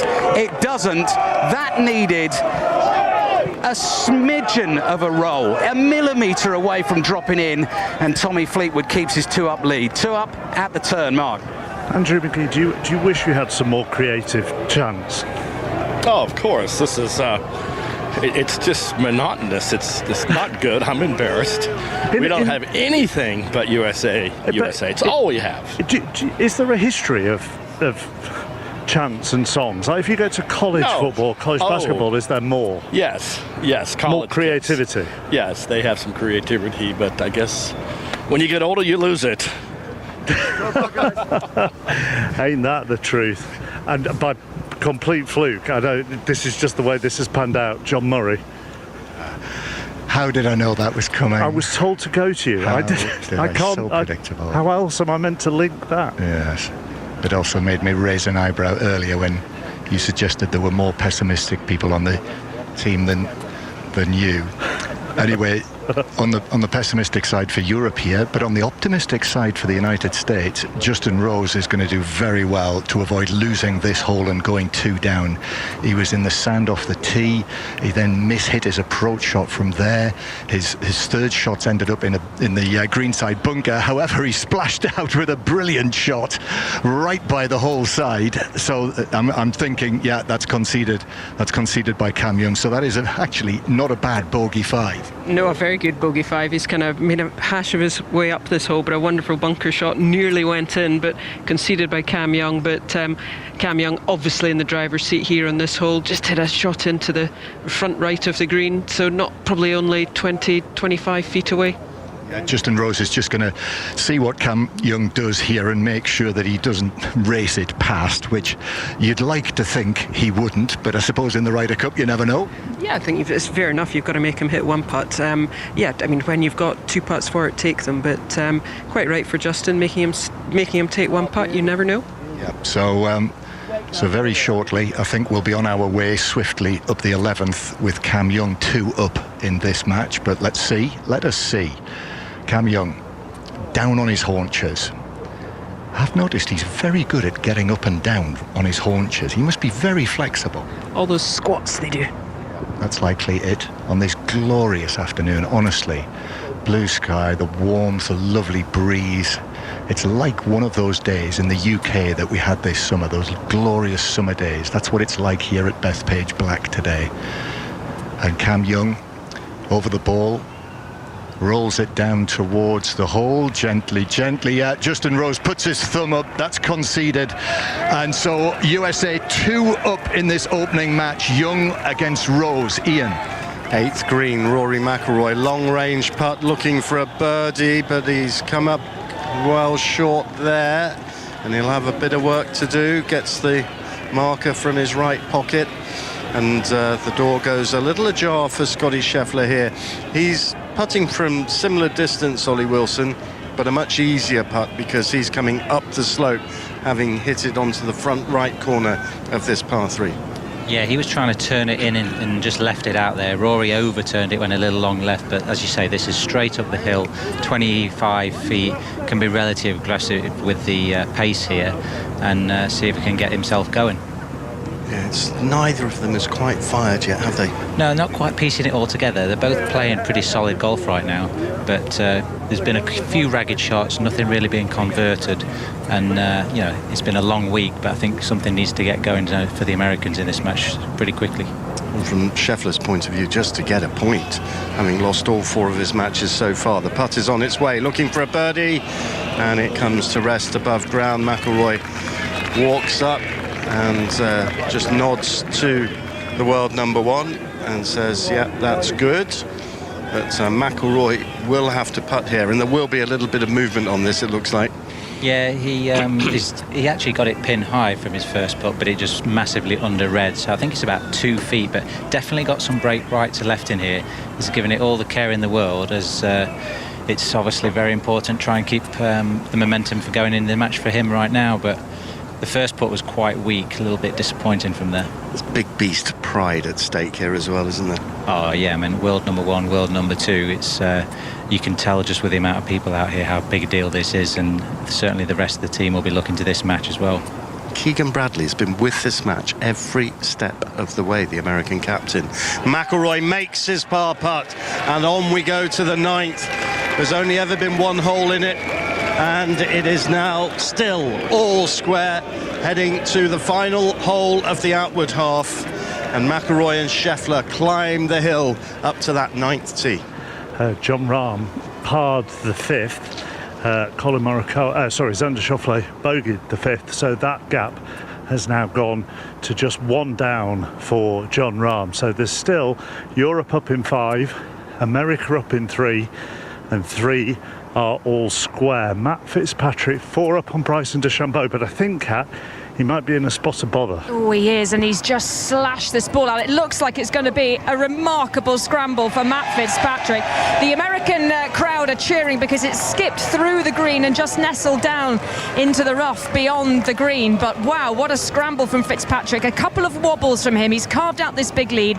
He was 5 up standing on the 8th tee, but he put it in the bunker and bogeyed the 8th. So Bryson DeChambeau got 1 hole back. So he is 4 up as we walk down the 9th fairway. And Matt Fitzpatrick's tee shot missed the fairway here on the 9th, went well wide into the trees, and we've talked about how the rough is cut very short here. It's not really a problem, but beyond the rough and beyond the fairway, you're into the woodland, and that's where Matt Fitzpatrick was. Just tell us, Sean, what a great shot that was for Fitzpatrick out of the trees. Well, that was a fantastic shot, and he would have been back here with us in the grandstands if the greens weren't soft. But I mean, you know, we saw in the last hole where the fans are maybe just starting to give him a little bit. And he backed off. He missed that putt. Bryson was having to try to calm the people down. People were excited that he missed the fairway, and now we saw this is really the first cheer I've really heard today of him missing a green. Of course, that's probably the worst shot he's hit all day, too. He has. He's through the back of the green here with Bryson DeChambeau just plonking his approach shot down 20 feet from the pin. It's advantage DeChambeau once again here on the 9th. He's rallying a little bit here, the former US Open champion. James. Well, Ludwig Åberg is eyeing up an eagle putt here at the par 5 7th hole. A glorious high towering iron shot to leave himself 25 feet. Cantlay's eagle tried to come. The ball on the way from the Scandi superstar. Oh, well, it just grazed the left edge. And despite the fact that Cantlay's been very frugal with conceding putts, I suspect that one will be lifted up. The Swede bends down, lifts that ball up, and into the pocket it will go. So Cantlay will look to try and even this match up with an eagle. Remember, both players coming off the back of birdies at the previous. It was really, really good stuff. It was there, as it has been here. Cantlay with a nice sliding left to right 4-iron of his own to just go beyond this pin. And now Cantlay, this talismanic figure who's had a decentish week, to be fair, who thrives in the thrill of the most intense of battles, is ready to go here. Patty Ice, as he's known, an 8-time PGA Tour winner, 3 President Cup appearances, and this his 3rd Ryder Cup appearance. Well, the American crowd would love this one if he could bury this one to peg this one back to all square. Ludwig Åberg just glancing over his shoulder at how that leaderboard looks, and he'll be pleased with what he sees. He providing one of many splashes of blue at the moment. The ball on the way. Cantlay stays down, likes it, asking it to slow down actually as it dribbles on by. It dribbles on a good way by. Cat Downs, what news of where you are? Matt Fitzpatrick has reached his ball that's bounced through the back of the green after that remarkable shot from behind a big towering oak tree down the right hand side of the 9th. The ball skipping through the green, he couldn't control it, and it's gone through the back, and now he has a little chip back up towards the pin. Bryson DeChambeau into 25 feet. He'll have that for a birdie. And an American Wasp has decided to take a dislike to Matt Fitzpatrick, just buzzing in his ear. So Fitzpatrick swats that away, steps away from the ball. Now standing and ready to swing this club. Sends the ball up. It bounces in the long rough and it's trundling down towards the hole.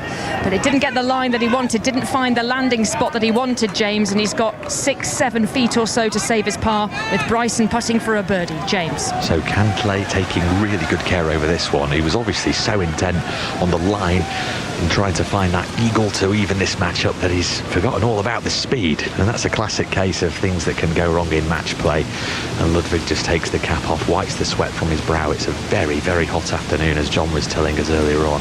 Cantlay now just rocking the shoulders, just practicing that stroke as he hopes to just keep this match where it is. 1 down Cantlay at the moment. This to keep it that way, this to match the birdie of the Swedish superstar in Ludwig Åberg. 8 years his senior is the American, long in the tooth, will have hauled many of these under the cosh, and he does knock that one in as well. Super standard we're seeing. Åberg has 3 birdies, but he's only 1 up, Cat. They've been chanting his name, Bryson DeChambeau, as he walked up to this 9th green, 25 feet for a birdie to beat Matt Fitzpatrick here on the 9th.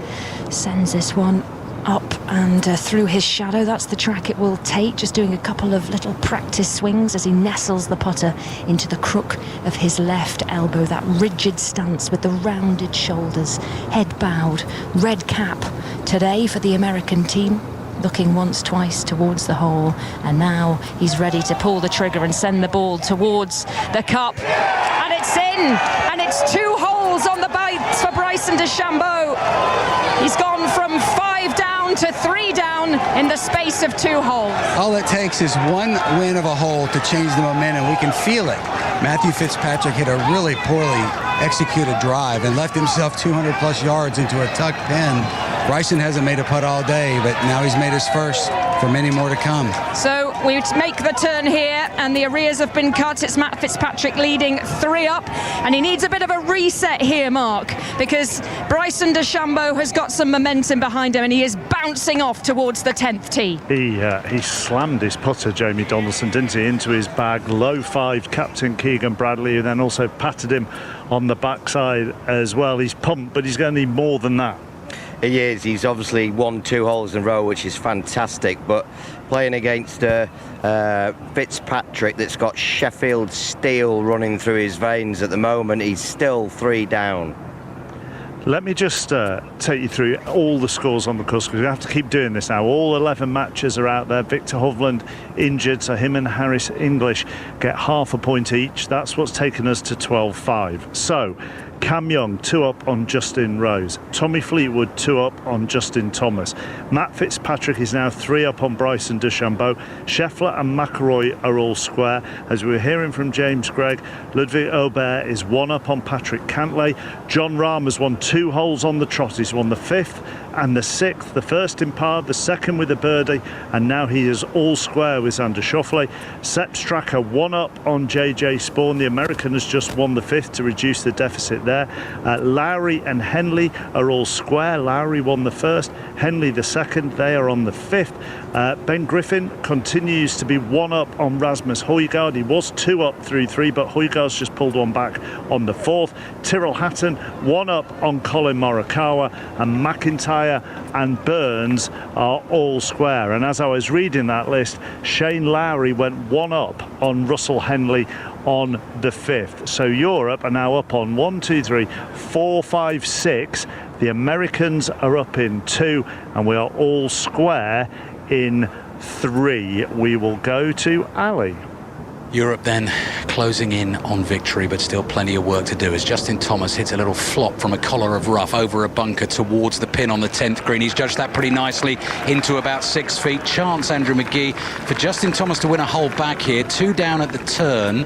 Both of them missed this 10th green from distance. Justin Thomas has been struggling with his irons. He came up short and right. Tommy Fleetwood in the bunker on the left-hand side, one of these vast, sort of sprawling, white, sandy bunkers, and he's only managed to get that shot to about 30 feet, maybe even a little bit more.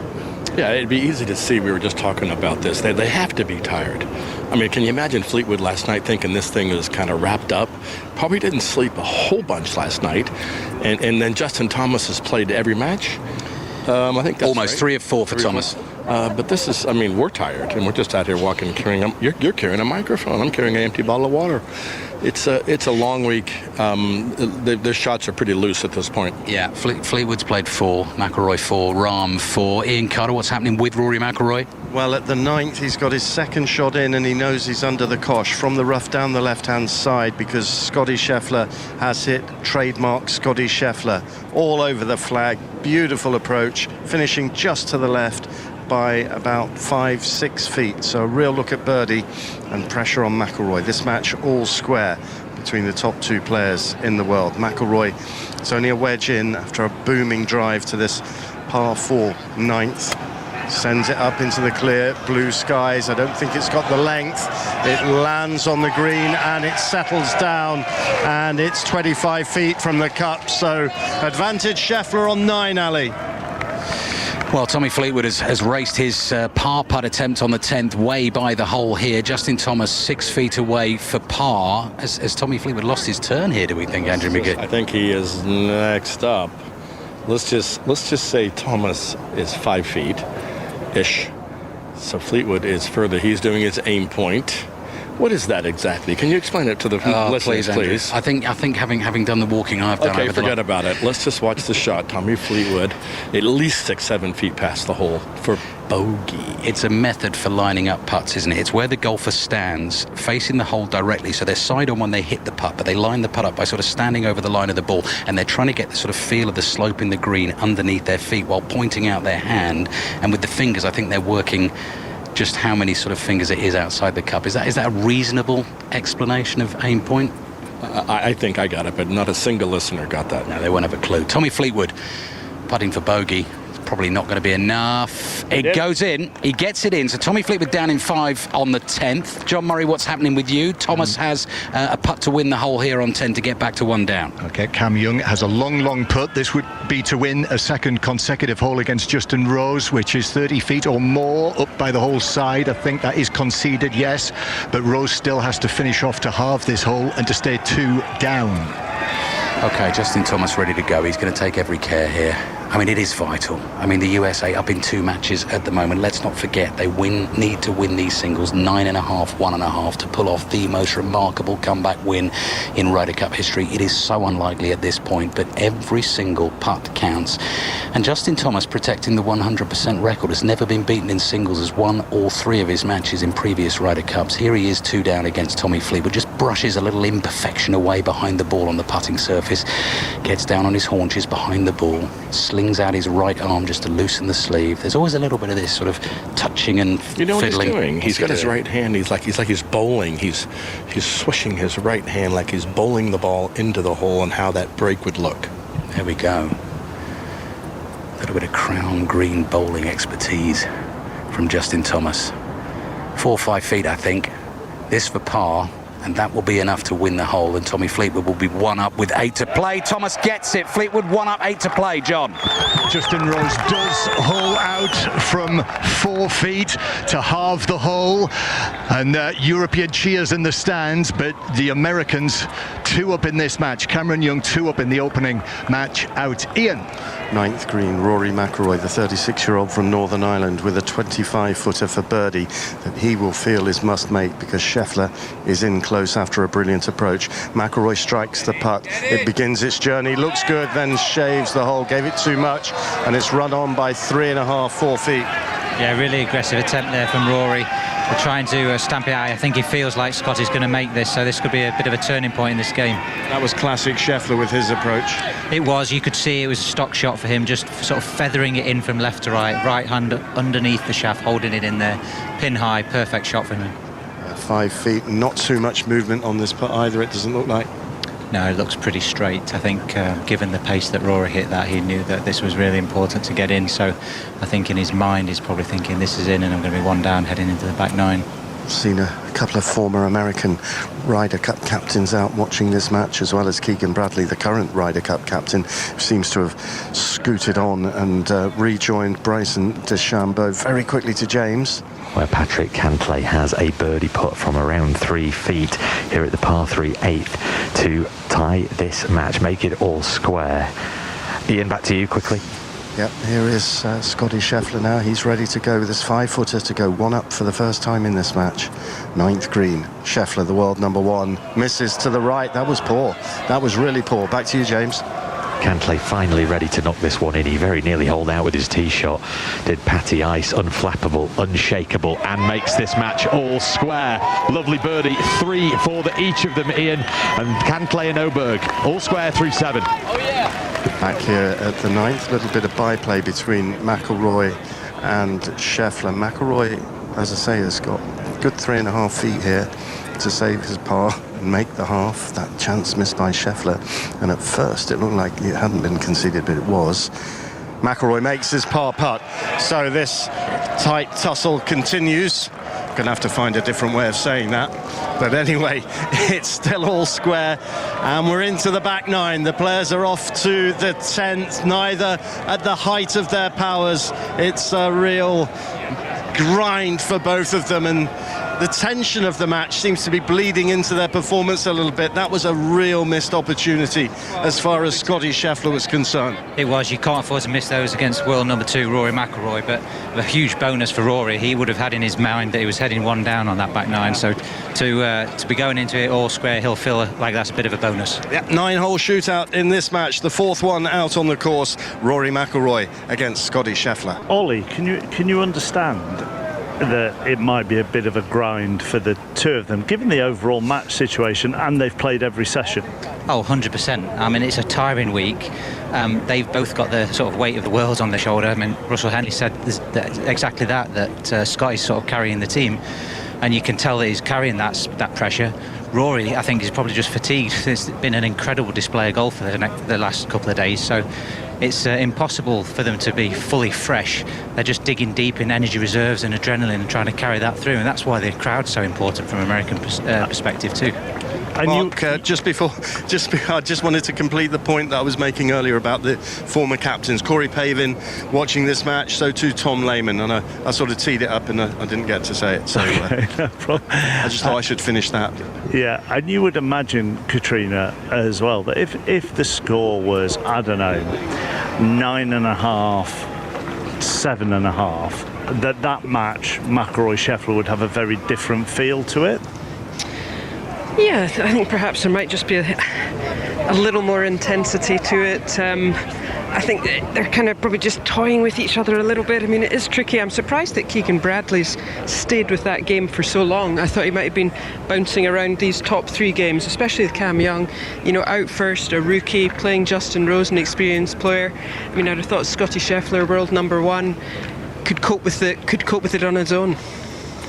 At the moment, Europe are up in 4, the Americans are up in 2, and 5 now are all square out on the course. That's with Cantlay reeling in Aubert on the one side and Rahm, who's reeled in Schauffele on the other. Where should we go? We'll go, well, as John Murray's alongside Katrina, we'll go to the other Catherine, watching Bryson and Matt Fitzpatrick. Yeah, and there's a real tension now to this match. Matt Fitzpatrick still 3 up, still with a good advantage, but Bryson DeChambeau has won the last 2 holes on the bounce. He's won the 8th, he's won the 9th, and the 2 of them just slightly misjudging their approaches into the 10th here. So Bryson DeChambeau over-egging it, bouncing through the back. He's playing from just in front of the thousands of spectators that still ring this 10th green here. They've given him a warm welcome as he's walked up the fairway. He pops the ball up, and that one gathers on the slope and is borrowing down towards the hole. Lovely little chip from Bryson DeChambeau. Should be able to nudge it in there for his par. Well, that really was a great shot, but a huge error by him flying it over the pin there. He had a great opportunity there, and he had the tougher of the 2 chips. Now, this is the 3rd green in a row that Matthew Fitzpatrick has missed, and it gets us a chance to look at his cross-handing chipping style, which is quite a bit unusual. Yeah, because he puts his left hand down below his right, but he plays, obviously, the rest of his golf the other way around. Well, we certainly see a lot of players that putt cross-handed, but you don't see very many. There's Matthew Fitzpatrick, BJ Singh, and Stuart Sink now to do it. Well, he's popped the ball out of the rough now, and that one has landed on the green, and that is rolling up towards the flag. Comes up about 4 feet away from the cup, though, so I think from where we're standing, he's going to have the longer putt for par. He will, but he's got a pretty straightforward 4 or 5 footer. We turned to a chipping contest, and now we've got 2 players putting for par. But I think Matthew Fitzpatrick may have a little bit longer of a putt than Bryson. And he will be feeling the heat here, won't he, Fitzpatrick? He built up such a big lead. 5 up he was as they headed to the 8th tee. And once you've got a lead like that, it must start playing in the back of your mind. I can't let this one slip. It's like a player getting on a bogey train. You think you're playing pretty well, you make a bogey, you make another one. It just gets inside your head. He had flawless golf, and all of a sudden, one hiccup, one misplayed shot into a par 3, and now he's lost 2 holes in a row. So Fitzpatrick looking to steady the ship here with a par putt from about 4-5 feet. And it's noticeable as we've walked further down the course and the scoreboard has changed that the decibel level among the crowd has changed. They had such belief at the start of the day. The US fans determined to try and roar their side to this record comeback. They need 10 points from the 11 singles matches out on the course at the moment. Looking away at the big scoreboard over to the right, the European team are up in 4, the US team are up in 2 matches, and all of the other 11 are all square. A few boos and jeers ringing out there, Sean, for Matt Fitzpatrick. Yeah, well, they're a bit annoyed by how slow he can be on the greens. Well, now Matthew has backed off a couple. He's brought his caddy in, and he hasn't done that pretty much all day. So there's been a few things change, and you can start to get the sense that he's slowed down just a little bit. And I'm sure Bryson doesn't like that. He's a quick, tight player, but I imagine Matthew to go ahead and make this putt. But it's really quiet back here, isn't it? It's really quiet. It is. It feels like Feels like a respectful golf crowd once again, doesn't it? Just those few boos as Fitzpatrick backed off that one, and he sends the ball up and into the hole. So he's in for the par, and now Bryson DeChambeau has won from about 3 feet or so after that lovely chip from the back of the green for the 2-time US Open champion, and that would mean that the hole is halved in pars, and that would be quite important for Matt Fitzpatrick to just stop the advance of Bryson DeChambeau. Well, we call it stop the bleeding is what we say here. But again, Bryson's got the tougher of the 2 putts. But one thing about match play, you got to make the putt. You can pick a firmer line and play it more straight. Yeah, I saw it.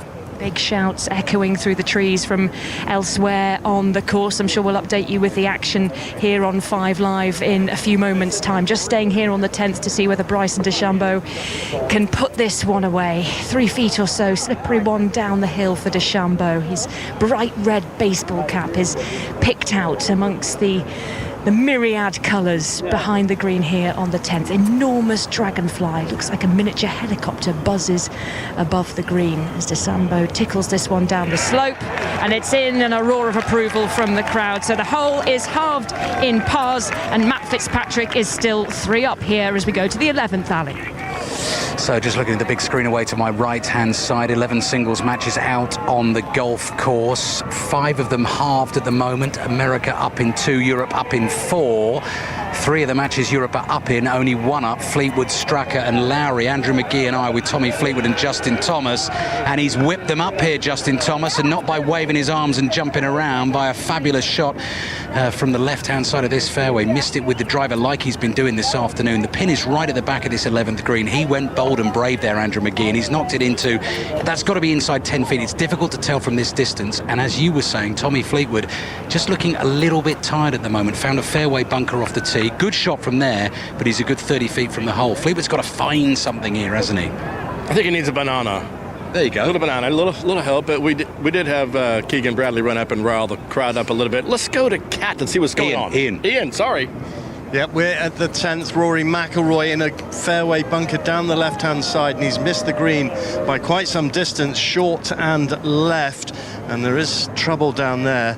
And McIlroy backed off his tee shot earlier on this 10th hole, pointed to someone in the crowd. So the first moment or incident of this match, Luke Donald has been here with him and has walked along. McIlroy had a word with the referee after what happened there as well. So we'll just keep an eye on the atmosphere here around the more boisterous parts of the golf course as we go to alley. Yeah, we saw a little bit of it, Ian, with Tommy Fleetwood around the 9th green. Eduardo Molinari, the vice-captain, stepped in and made the point, I think, to try and get the individual remove. Fleetwood up the hill from 30 feet, probably more, turning right to left, wants it, begs it to drop, lifts a right foot in the air almost as if to try and kick it in, has rolled it up close to the hole. Difficult to tell how close from here, but the point is it's not going to be a birdie. He bends down and marks the ball. You can never tell, you know, with Tommy Fleetwood. The energy levels must be low, Andrew, because he has really put in an unbelievable shift for Europe. The way he carries himself and walks, it's always a little bit hangdog anyway, so you can't quite tell. But I tell you what, if Justin Thomas knocks this in and gets the match back to all square, he's going to have the energy. There's nothing much we can say. I think you'll be able to hear lots of spectators back in this corner. We're stuck by 10T. We're stuck by, what's that other hole over there, number 12T. There's lots of holes right here, this back corner of Bethpage Black. Justin Thomas over to have a good look. He knows how important it is to get momentum. You don't just have to win one hole. You've got to pile up wins to get momentum. Talk momentum. Cam Young is up in the top match, 2 up on Justin Rose. I was looking back in the history books when they won the USA in 1999 under Ben Crenshaw, 10-6 down going into the singles. And at the time, that was a record comeback win. Obviously, Europe did the same thing at Medina in 2012. The Americans won the first 7 points available in that session. They went from 10-6 down to 13-10 up. They got on a roll. The place went nuts, and they turned the whole match around. That is what they're trying to do here, and Justin Thomas is trying to get this match back to all square. He was 2 down at the turn, so this is for back-to-back wins of holes. This is for a birdie. standing tall, grandstand behind him, 11th green. Ball on its way, that was no distance at all. Justin Thomas turns to those American fans, clenches his fist, turns again, clenches both fists, roars at the fans, gets them going. He's got the match back to all square. He still believes. He believes. He's hit some good shots. That's what happens when you hit a few good shots in a row. Maybe the pull is out of his game now. And he's a guy we got to get fired up. And like Bryson, he's our other guy that fires up the crowd. But we have a leader right now. Justin Thomas is our leader for the U.S. team. Yeah, DeChambeau coming back against Fitzpatrick, still 3 down. Justin Thomas has got it back to all square. John Murray in your match, Cam Young ahead. Yes, of the 2 matches, and I do have a screen to my left here, of the 2 matches out on the course that see red on the board. So 2 matches in which the US are up. This is the one where they've got the biggest lead. The first match out, Cam Young 2 up on Justin Rose. We're at the 12th, the par 4, and actually Justin Rose has got more than a sniff of a chance of winning this hole. He does indeed. Cam Young missed the green, kind of pin high left just in the rough, and I'd say kind of semi-fluffed that chip, kind of got away with it a little bit. It's kind of trickled down and run to probably about 10 feet, and Justin had a pretty good putt up from probably about 60 feet to maybe 3-4 feet. Cam Young has struggled with that shot. I watched him yesterday afternoon when he was playing with Thomas against McIlroy and Lowry, and he fluffed a couple of chips, and now he's done that again. And Justin Rose, I don't think his putt's been conceded. He did mark it, but from 30, 35, 40 feet, he rolled it to quite close range. So now the pressure for the first time in a little while is on Cam Young here to hold this one from probably 15, 18 feet.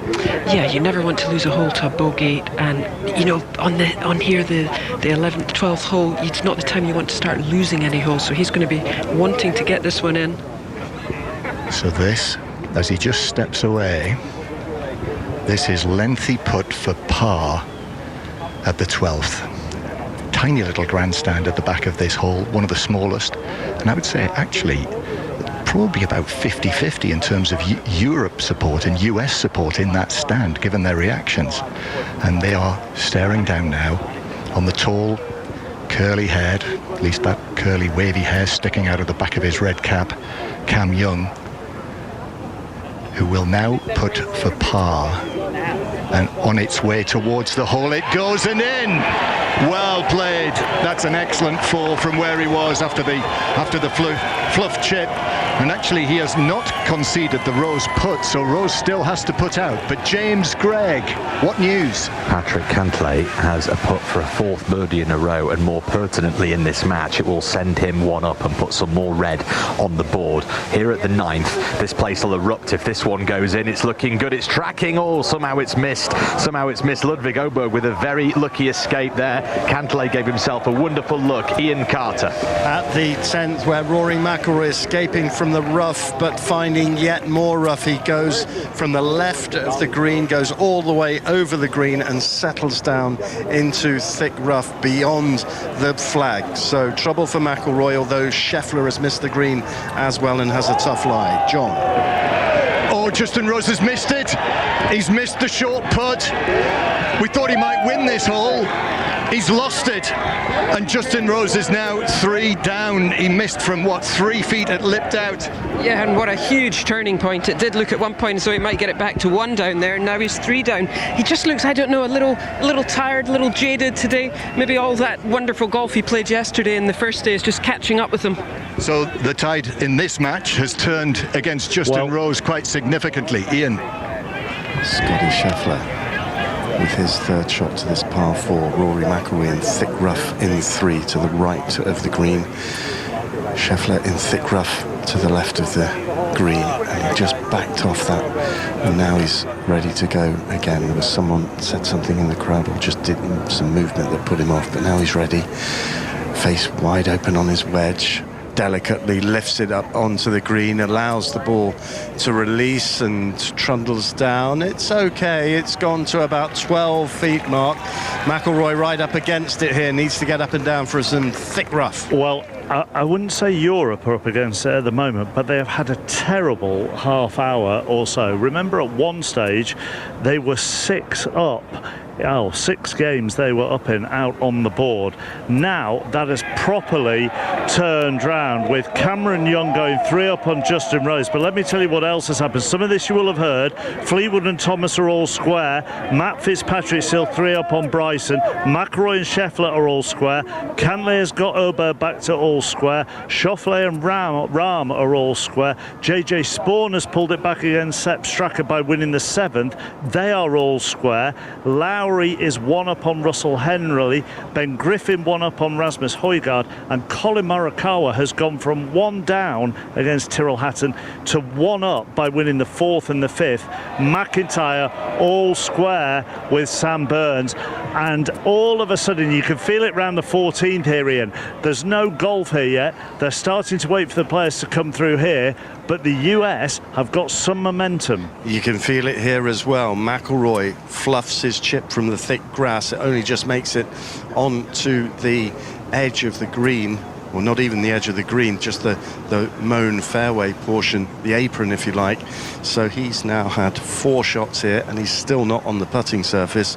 Scheffler 3 shots. He's got a par putt of around about 12 feet to win this hole and go 1 up, and it just feels like Scheffler's got the ascendancy at the moment. Just sloppy from Rory there, looking at one of those real match play mistakes where he's just almost giving the hole to Scotty Scheffler. I thought he would have gone and looked at Scotty's lie, given the fact that he'd hit it over there in the rough, but he didn't. He just went about his business, and maybe just a little bit too aggressive getting in there, and it's one of those cardinal mistakes. But here we got Scotty Scheffler, 15 feet for par and to win the hole. Yeah, with McIlroy, who's going to be either chipping or putting with his next shot, his 5th shot on this hole if he needs to play. Here comes Scheffler to go 1 up, sends the ball forward. Will it disappear? No. Story of his round. Burning the edges of the hole, but never really looking like holding anything. No, it was a clumsy chip from the rough.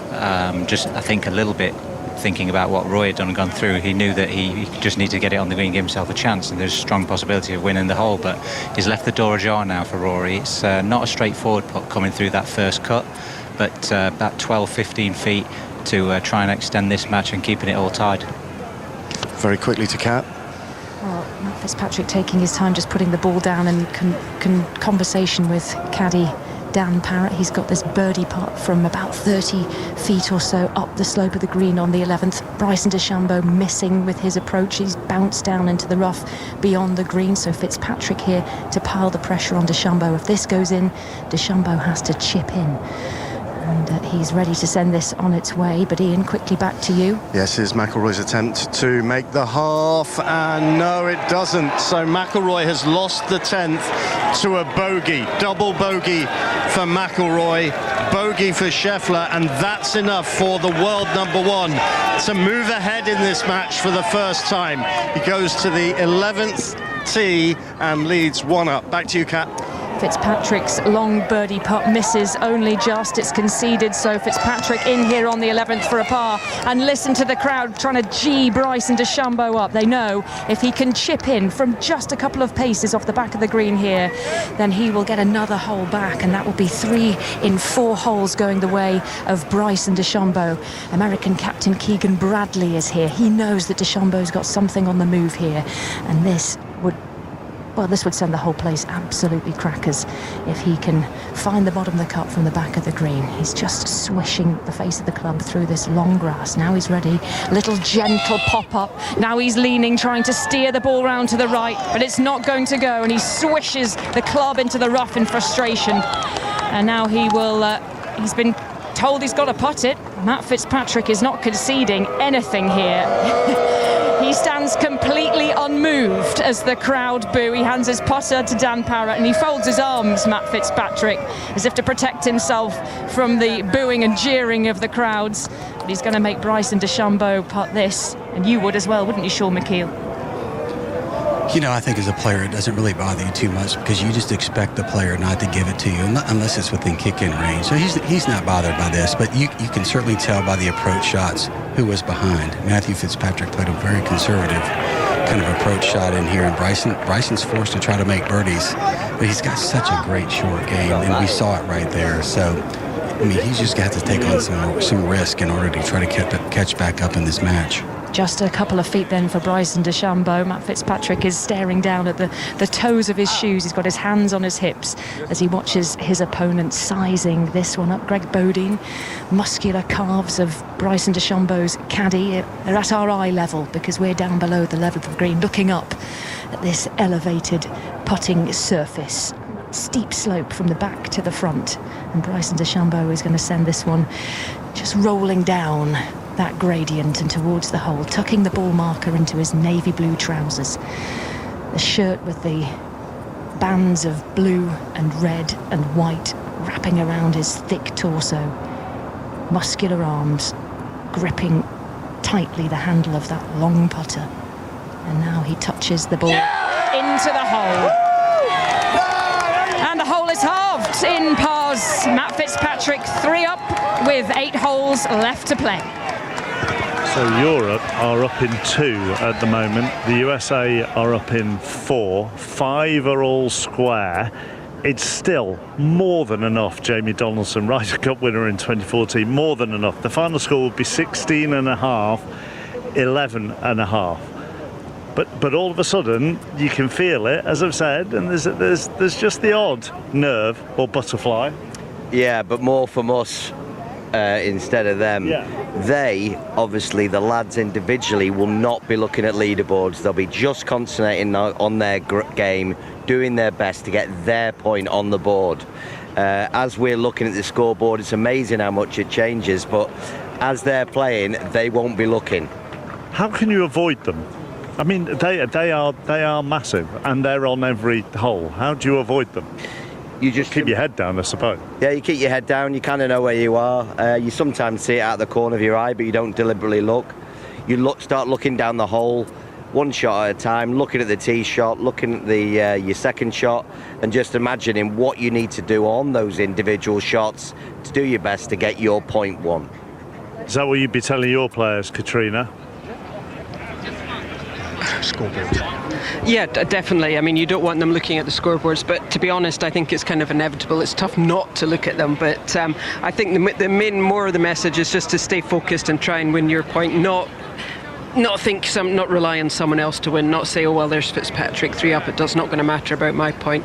I think you've just got to keep focused on your game. You've also got to shut the cheers out as we go to Ali with a birdie opportunity for Tommy Fleetwood on 12. Talking about team captains, Luke Donald has arrived. I wouldn't say he looks concerned. He's just turned and looked at the giant screen to get a grip on that leaderboard. Tommy Fleetwood's 30-foot putt for birdie on the 12th has not dropped in. The momentum for the USA turning in this match. Justin Thomas getting inspired, getting them ramped up. He managed to win the 10th with a par. Tommy Fleetwood made a bogey there. Brilliant birdie from Thomas at the 11th. And all of a sudden, I mean, he's not finding the fairways, Andrew McGee, but with the irons, he is firing up flags. He's hitting close here at the 12th. If he holds this, he'll be ahead for the first time. Yeah, this momentum is crazy. What a great fight back for JT. He's showing a lot of tenacity out here today. This is a very difficult situation. He is like the leader of this team. He is the cheerleader of this team right now, and I think they know where he is. The players behind us know this is JT up here doing this, and they see his numbers on the leaderboard, and that fires up the whole team. USA have had a very good half hour or so. Ryder Cup singles afternoon, boiling sunshine in New York. You're listening to it on 5 Live and BBC Sounds. And it takes a lot to win these Ryder Cups, particularly away from home. Europe have only ever done it 4 times. That has been the mission this week. The message, our time, our place. And Luke Donald, the man with the message, has his right arm on Tommy Fleetwood's left shoulder. Good time to talk to Tommy Fleetwood, to give him that extra little bit of motivation and energy. But they are watching Justin Thomas try to move ahead in this crucial second match out on course. Cam Young 3 up on Justin Rose after 12. Scheffler 1 up on McIlroy after 10. Matt Fitzpatrick still ahead against Bryson DeChambeau in the third match out on the golf course. But here's Justin Thomas, and he loves moments like this. In the sunshine, in the spotlight, in the American uniform, they are trying to pull off the most incredible Ryder Cup winning comeback of all time. They need everything to drop. They need putts like this to go. Here's Thomas on its way. No distance again. Yes, he's got it. He's got it. He is a man inspired for the USA, and they are having a very good spell here on the Sunday afternoon. Lots of red on the board. Cam Young 3 up, Thomas 1 up, Scheffler 1 up. 3 of the top 4 matches going the USA's way, and Europe have to dig in. Mark. They do. Red on 3 of those top 4 now, which is Young and Thomas and Scheffler. Fitzpatrick holding off a Bryson DeChambeau charge, though. He remains 3 up. A little bit further down, Xander Schauffele just birdied the 9th. John Rahm then had a 10-footer to match that birdie. Otherwise, red was going on the board in that match. Rahm made it. It stays all square. The middle group, Cantlay, Aubert, Schauffele, Rahm, Spawn, Straka, are all square. Lowry continues to be 1 up on Henley, and it's going worse for Justin Rose at the top. John. Things going rather awry for Justin Rose, who is middle of the fairway off the tee here at the par 5 13th, but inexplicably carved his second shot way right, Katrina, into the woods. Yeah, he went for it. He hit a perfect drive and went for it with his 3-wood, and I think he just caught the cart path and it's careered down behind the 13th tee down into the grandstand, so he'll be getting a drop from there. Meanwhile, going to have tree trouble, I would say, for his next shot to a tight pin on the right-hand side. Meanwhile, Cam Young was in the bunker off the tee, but splashed out into the rough on the opposite side. However, he has, for his 3rd shot, hit a terrific effort right at the hole, which is back right, and he actually has got a birdie chance of about 9 feet. So this could well go 4 up United States here in this top match.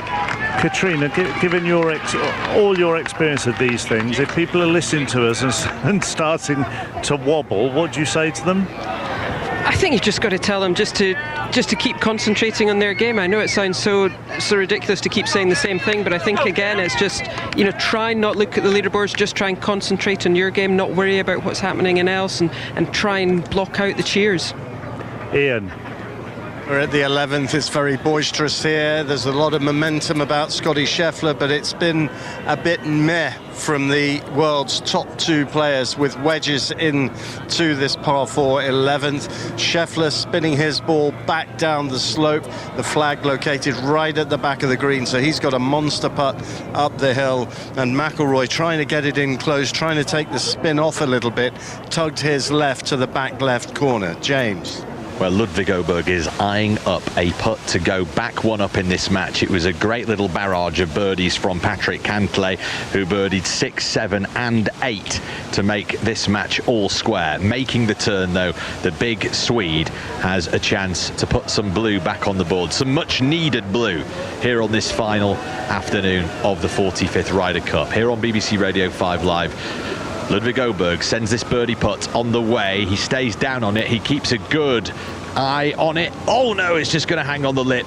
It's going to hang on the lip. Cantlay still has about 8 feet left for his par, so there's no guarantees that the Americans do remain all square. Walking towards the 11th tee. Ian, back to the 11th green with you. That's Scotty Scheffler down on his haunches, putting the ball down on the green, picking up the marker, retreating a couple of paces and repeating that squat just to take one final look at the line for this very long birdie putt. Yeah, it was a bit of a clumsy shot in by Scotty Scheffler. Maybe a slight misstroke, and spun it back down that slope, left himself a tough putt up the hill. It's on the way now and working right to left, just coming onto this top shelf. It's going to be just tailing off to the left. Pretty decent effort, but I think he might still have a little bit left to do on that. So at best a par for Scheffler here at 11. McIlroy with a birdie putt to come. James. Where Cantlay is taking good care, as he always does, over a putt to halve this 10th hole in 4s. This long 500-yard, brutishly difficult par 4, putting back up the green, having chipped well heavy-handedly past. This to stay all square against Sweden's Ludvig Oberg. In this 5th match, the ball on its way. It's going to stay above ground. So, well done Ludvig Oberg, who put some much-needed blue back on the board, headed towards the 11th, Ian. Packed grandstand at the back of the 11th green, and then they stand at least 40 deep away to the left-hand side on a gentle slope. People craning their necks to watch the world number 2 here, looking for an unlikely birdie to level this match. Scotty Scheffler 1 up on Rory McIlroy. McIlroy strikes the putt. It'll have a little bit of left to right. It's on the way. He likes it. He likes it, and he loves it, and he clenches his fist because the ball has disappeared into the hole, and at the very first opportunity, McIlroy bounces back, levels the match all square. Brilliant. These 2 heavyweights have been shadow boxing. No one has landed a blow until then. That was a monster from McIlroy, and it disappeared to level the match. What a putt from Rory McIlroy, Jamie Donaldson. Just unbelievable. What a time to do it. The board's starting to go red. Obviously, he's not looking at that, but he's hit a great putt across the green. Big swinger right into the middle of the hole. Magnificent. And just before he did that, a little bit of red disappeared off the board as well. Ben Griffin bogeying the 7th, Rasmus Højgaard winning that in a par, and so they go back to all square as well. So Europe are up in 2, the United States are up in 3, and all the others, the other 6, are all square at the moment. John Murray. Yes, in the first match out, as you heard from us last time you were with us, Justin Rose, who was 3 down in this match, had carved his second shot way right of the green at the par 5 13th. And I mean, I've never seen anyone down there all week. And I've got a great view, haven't we, Katrina, down the hill. So the green is to our right. Cam Young's ball is on the green, and he's got a very birdieable chance from probably 7 feet.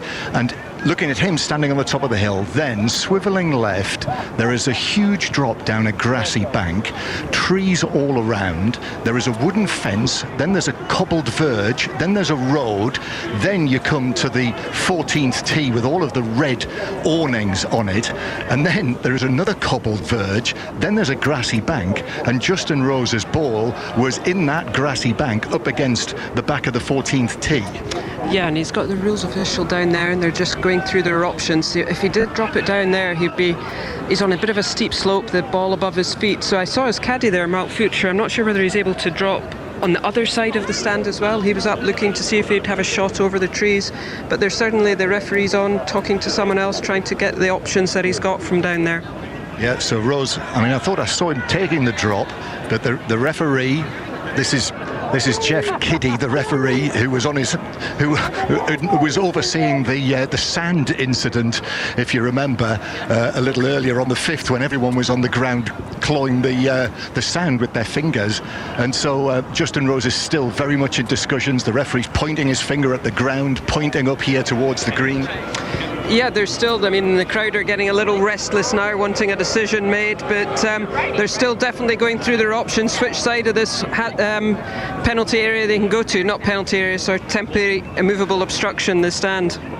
So this may go on for some time, Mark, while the caddy, and in fact he is running up here, Mark Fulcher is running up here towards the green, so nothing's going to happen immediately. So let's go to Cat Downs. On the 12th, where in the stand here, the grandstand away to the back, there is a man dressed as George Washington. He's complete with the grey wig with the plait down the back and the gold epaulettes and the blue tailcoat. He's been leading the chants of Bryson, Bryson, as the American has walked up to the green here, and he has a putt of about 25 feet from below the level of the cup, up the hill then for Bryson DeChambeau for a birdie here. Matt Fitzpatrick beyond the cup by about 20 feet, so a slightly shorter birdie opportunity to come for Matt Fitzpatrick, but it's DeChambeau to putt first, and he's ready to go. One last wiggle of those very solid looking shoes of the big Californian, and now stock still.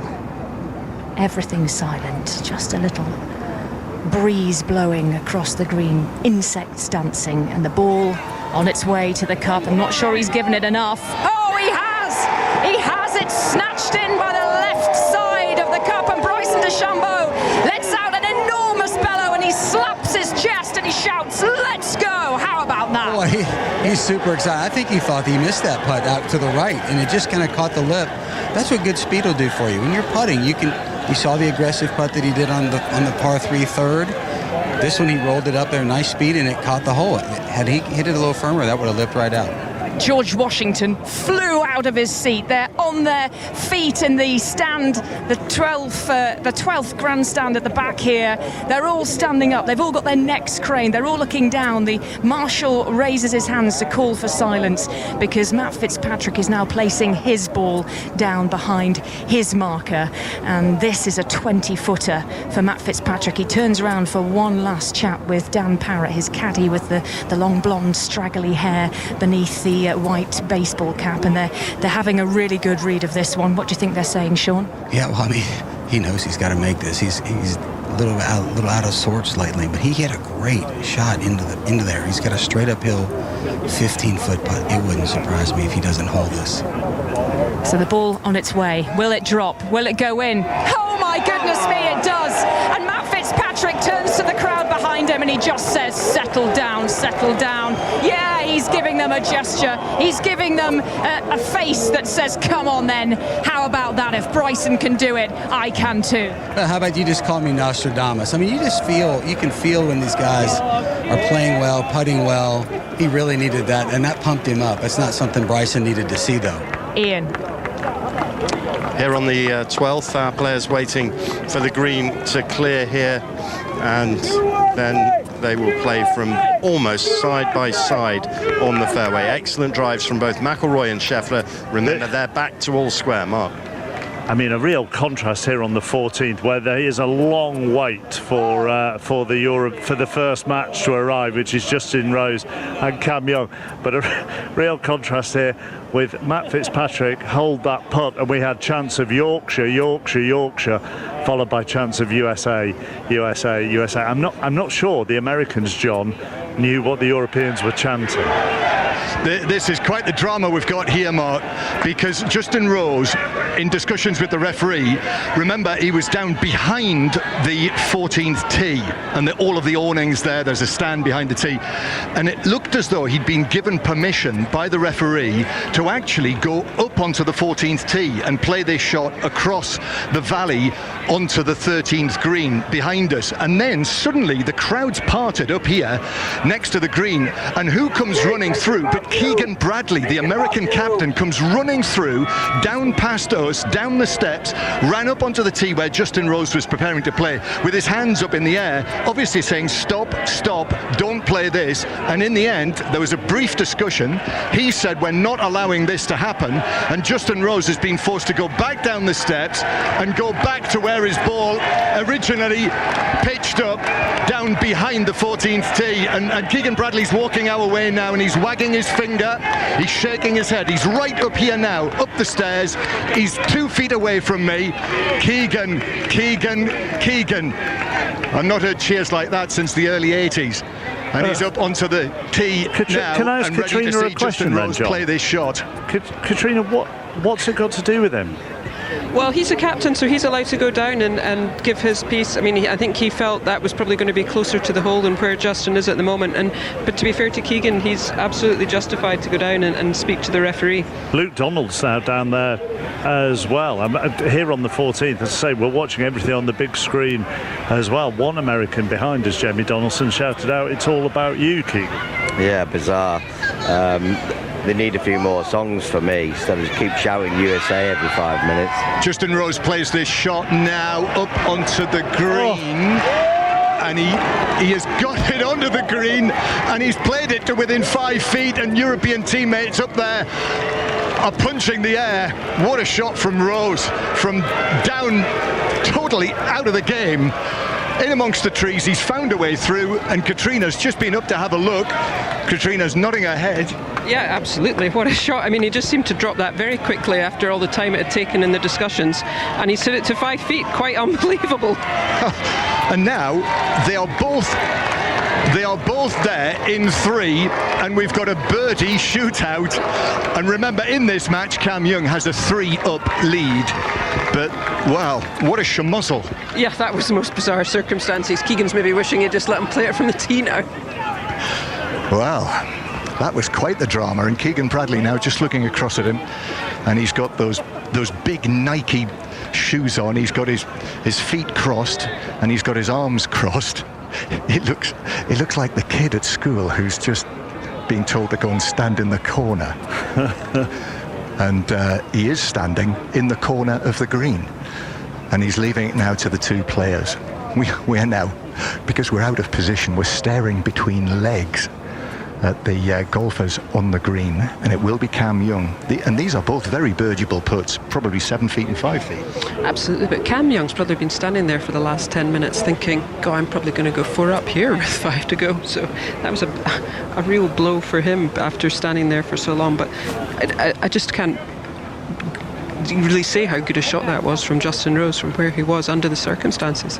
Well, at the previous hole, we thought it was going to come back to 1 up in this match. It ended up 3 up to the United States. Now we might see what you might call a complete switch about. So up on the green, Cam Young. He's got to settle himself again after all of that hullabaloo. I can just see his ball in between two people's hips. He shuffles forward. I can see the hole as well. He's got it in his sights. White glove peeping out of the back pocket of his blue trousers. Cam Young for his birdie. It's going to miss. It misses on the right. Oh, what drama.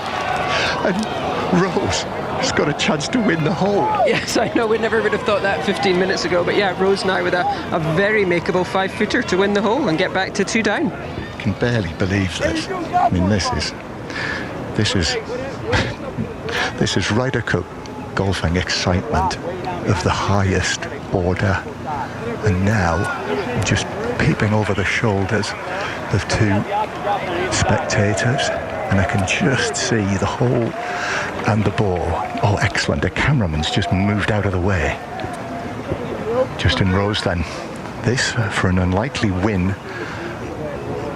of the 13th hole to bring it back to 2 up USA. On its way, and in! And in! Europe win the hole! And Justin Rose just picks it out. There's a little nod to, in the general direction of Luke Donald, as if to say, yep, I thought that would happen. Yep, there was, and you could see Tommy Fleetwood in the match behind. They had obviously played up, and he was standing at the front of the green, giving a little smile there to Justin when he rolled that one in. So Europe win the hole. In a surprising outcome, well, it is now 2 up United States after 13 in this match. If this match switches now, Katrina, I would imagine, thank you very much, Keegan Bradley will be said by some of the Europeans. Ian? We're at the 12th here, Mark, and Scotty Scheffler with a 30-footer for birdie, and Rory McIlroy fresh off that excellent birdie at the 11th. He's hit an excellent approach shot into 15 feet on this par 4. So Scheffler will feel he needs to hold this from 30 feet. All square in this match. The world number 1 knocks the ball forward. 29 years of age from Dallas. Sends it up towards the hole, but it doesn't drop. I think that'll be conceded as a par 4. And the door opens for McIlroy to turn 1 down into 1 up in 2 holes. Yeah, it's solid par for Scheffler, but that was a great shot in by McIlroy. As soon as he hit it, he gave it his trademark walk, holding his club, walking towards the target, landed 10-15 feet just short. Fantastic shot into this back flag. And that 40-footer that he held back on the green there at 11, what a moment. Great moment. I mean, it's such an amphitheatre around that green. There's 3 holes that actually come together. So many people there. It was fantastic to hear the European crowd go wild with a massive scoreboard right on the side as well. So everybody knew the situation might inject some life into him now. And he needed it after the double bogey at 6 to 4, 1 down. This to go 1 up now for McIlroy, standing in splendid isolation on this 12th green. The ball heads towards the hole. Will it drop? No. It moves just to the left, so we'll go to Ali. Justin Thomas, the par 5 13th green is cleared after all that hullabaloo, and the reason we've got an eye on this 3rd shot, Justin Thomas has won the last 3 holes against Tommy Fleetwood, 2 down at the turn. He is now 1 up, but let's not forget the sizzling iron shot he hit on the 6th green to hole out for eagle. It's that kind of shot he's facing now. Pin is cut right at the back of this par 5 green. huge grandstand behind me. Expectant eyes watching Thomas in the red, white and blue. America on the charge at the moment. Here it comes at the flag, to the right of the flag. Looks good for distance. Couple of bounces and spins.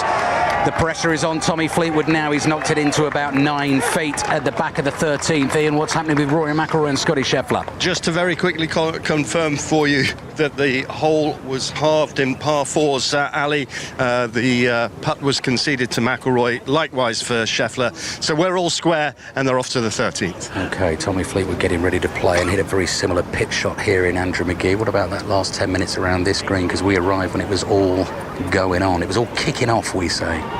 Like a kerfluffle. A kerfuffle. That's what it was. I think John said a schmozzle. I think I figured this out. It's the Mongolian reversal that just happened right in front of our eyes. Switcheroo, John Murray. We're just making our way up to the 14th green because Cam Young has just hit his tee shot. There is applause from up there. Likewise, Justin Rose too. And the flag today, the hole is way over on the right in the shadows. And there is one ball just at the front of the green. And I'm trying to see where the other one is. I think it might be in the shadows at the back. John? Yes? We're right by the 14th, myself and Jamie, so just about advantage Cam Young, yeah? Yeah, very similar. Cam just a little bit nearer. Rosie got an uphill putt, Cam downhill. Europe up in 3, Fitzpatrick, Aubert and McIntyre. The Americans are up in 5, Young, Thomas, Schauffele, Griffin and Morikawa. So Spawn and Straka, Henley and Lowry and Scheffler and McIlroy, the only 3 on the course that are all square. It is still more than enough for Europe to win the 45th Ryder Cup on foreign soil. Ali watching Fleetwood and Thomas. Well, not just a kerfuffle, not just a schmozzle. The other one we use, Andrew McGee, is a bun fight. And at the back of this 13th green, trying to get in position to commentate when you're not 6 foot 6 inches tall like John Murray, you don't have the height advantage. Trying to get a view is difficult. This Ryder Cup is bubbling up beautifully at the moment, isn't it? Oh, bubbling up. I like that. Justin Thomas on the same line as Cameron Young. He didn't see Cameron Young's putt, so he doesn't get a view of that break as he was out in the fairway 100 yards away. I would say, aim point, here we go, aim point, Tommy Fleetwood. Feeling it there, feeling it a little bit higher on his left leg than his right leg, looks lower. That means it's going to go right. From backwards, I did that. Stunning Ryder Cup drama on 5 Live and BBC Sounds live from New York. Fleetwood is going to be first to putt, and we are so close. I mean, we could almost tickle the trouser legs of the players here, so we've got to be so careful that we don't disturb them as they stand over these pressure putts. I think both with inside 10 feet. And Tommy Fleetwood is fighting hard. He's had everything pretty much his own way at this Ryder Cup. He was 2 up at the turn on Justin Thomas. He finds himself 1 down. Bends down on his haunches. 4, 5 cameras pointing in his direction just in front of me. Snappers all around, waiting to get the shots. He moves from sunshine to shade, bows his head and goes through a couple of very deliberate practice strokes beside the ball to put the pressure on to make the birdie, to force Thomas to make his. Tommy Fleetwood needs this. Here it comes on the 13th. He gets it. He gets it. There is no reaction from Tommy Fleetwood at all. Straight-faced, walks to the hole. European celebrations in the grandstand behind. Bumps the fist with Ian Finnis. Thomas's birdie putt to come, John. On the 14th green, or at least standing just off the back of it, it will be Justin Rose to play first, but there's not much in it, probably 9 feet, 8 feet, something like that. But it will be the Europeans to play first. And remember, in this match now, Cam Young for the USA 2 up. Yeah, and 2 excellent tee shots in here into this back right pin position, just 6 yards over the bunker, and Justin now over the putt. So Rose in the sunshine, but shadows in front of him on the green. Through the shadows it goes towards the hole and in! It drops again for Justin Rose. Big reaction this time. A low punch, looked up to the stands behind us. And now the pressure is piled on this Ryder Cup rookie Cam Young. Oh, hasn't it just? I mean, I think that shot on the last hole from the stands has just ignited Justin Rose. So Cam Young to play next, but Ali? Justin Thomas is not too far away. He heard it. He knows. He knows the USA need this. He needs this. He's one up. He's on the 13th green. Fleetwood in for birdie. Those shoes with the USA flag emblazoned on the back are really quite something. With the red baseball cap on his head, here's Justin Thomas to try and follow Fleetwood in. Here we go. Will it drop? No! No, no, no. Slides by on the right-hand side, and Tommy Fleetwood gets a hole back on the 13th. All square in this one. 5 to play, John. Back to Cam Young, who has to hole this to halve the hole in birdies at the 14th. This from round about 8-9 feet, something like that. This Ryder Cup rookie probably dreamt of playing in the Ryder Cup all his life, imagining what it might be like. Well, now he is finding out. The heart must be absolutely pumping. Has to make this to stay 2 up. It rolls towards the hole and it misses. It rolls by. Putt missed at the 13th, now putt missed at the 14th. Justin Rose, Katrina Matthew has won 2 holes in a row, and now the American advantage in this top match is back to 1 up. Absolutely. I think Cameron Young a little shell-shocked after those last 2 holes. I mean, it looked like he was going to win the hole in 13 and then ends up losing it, and then hit a fantastic tee shot in there to probably 6-7 feet, misses and loses the hole.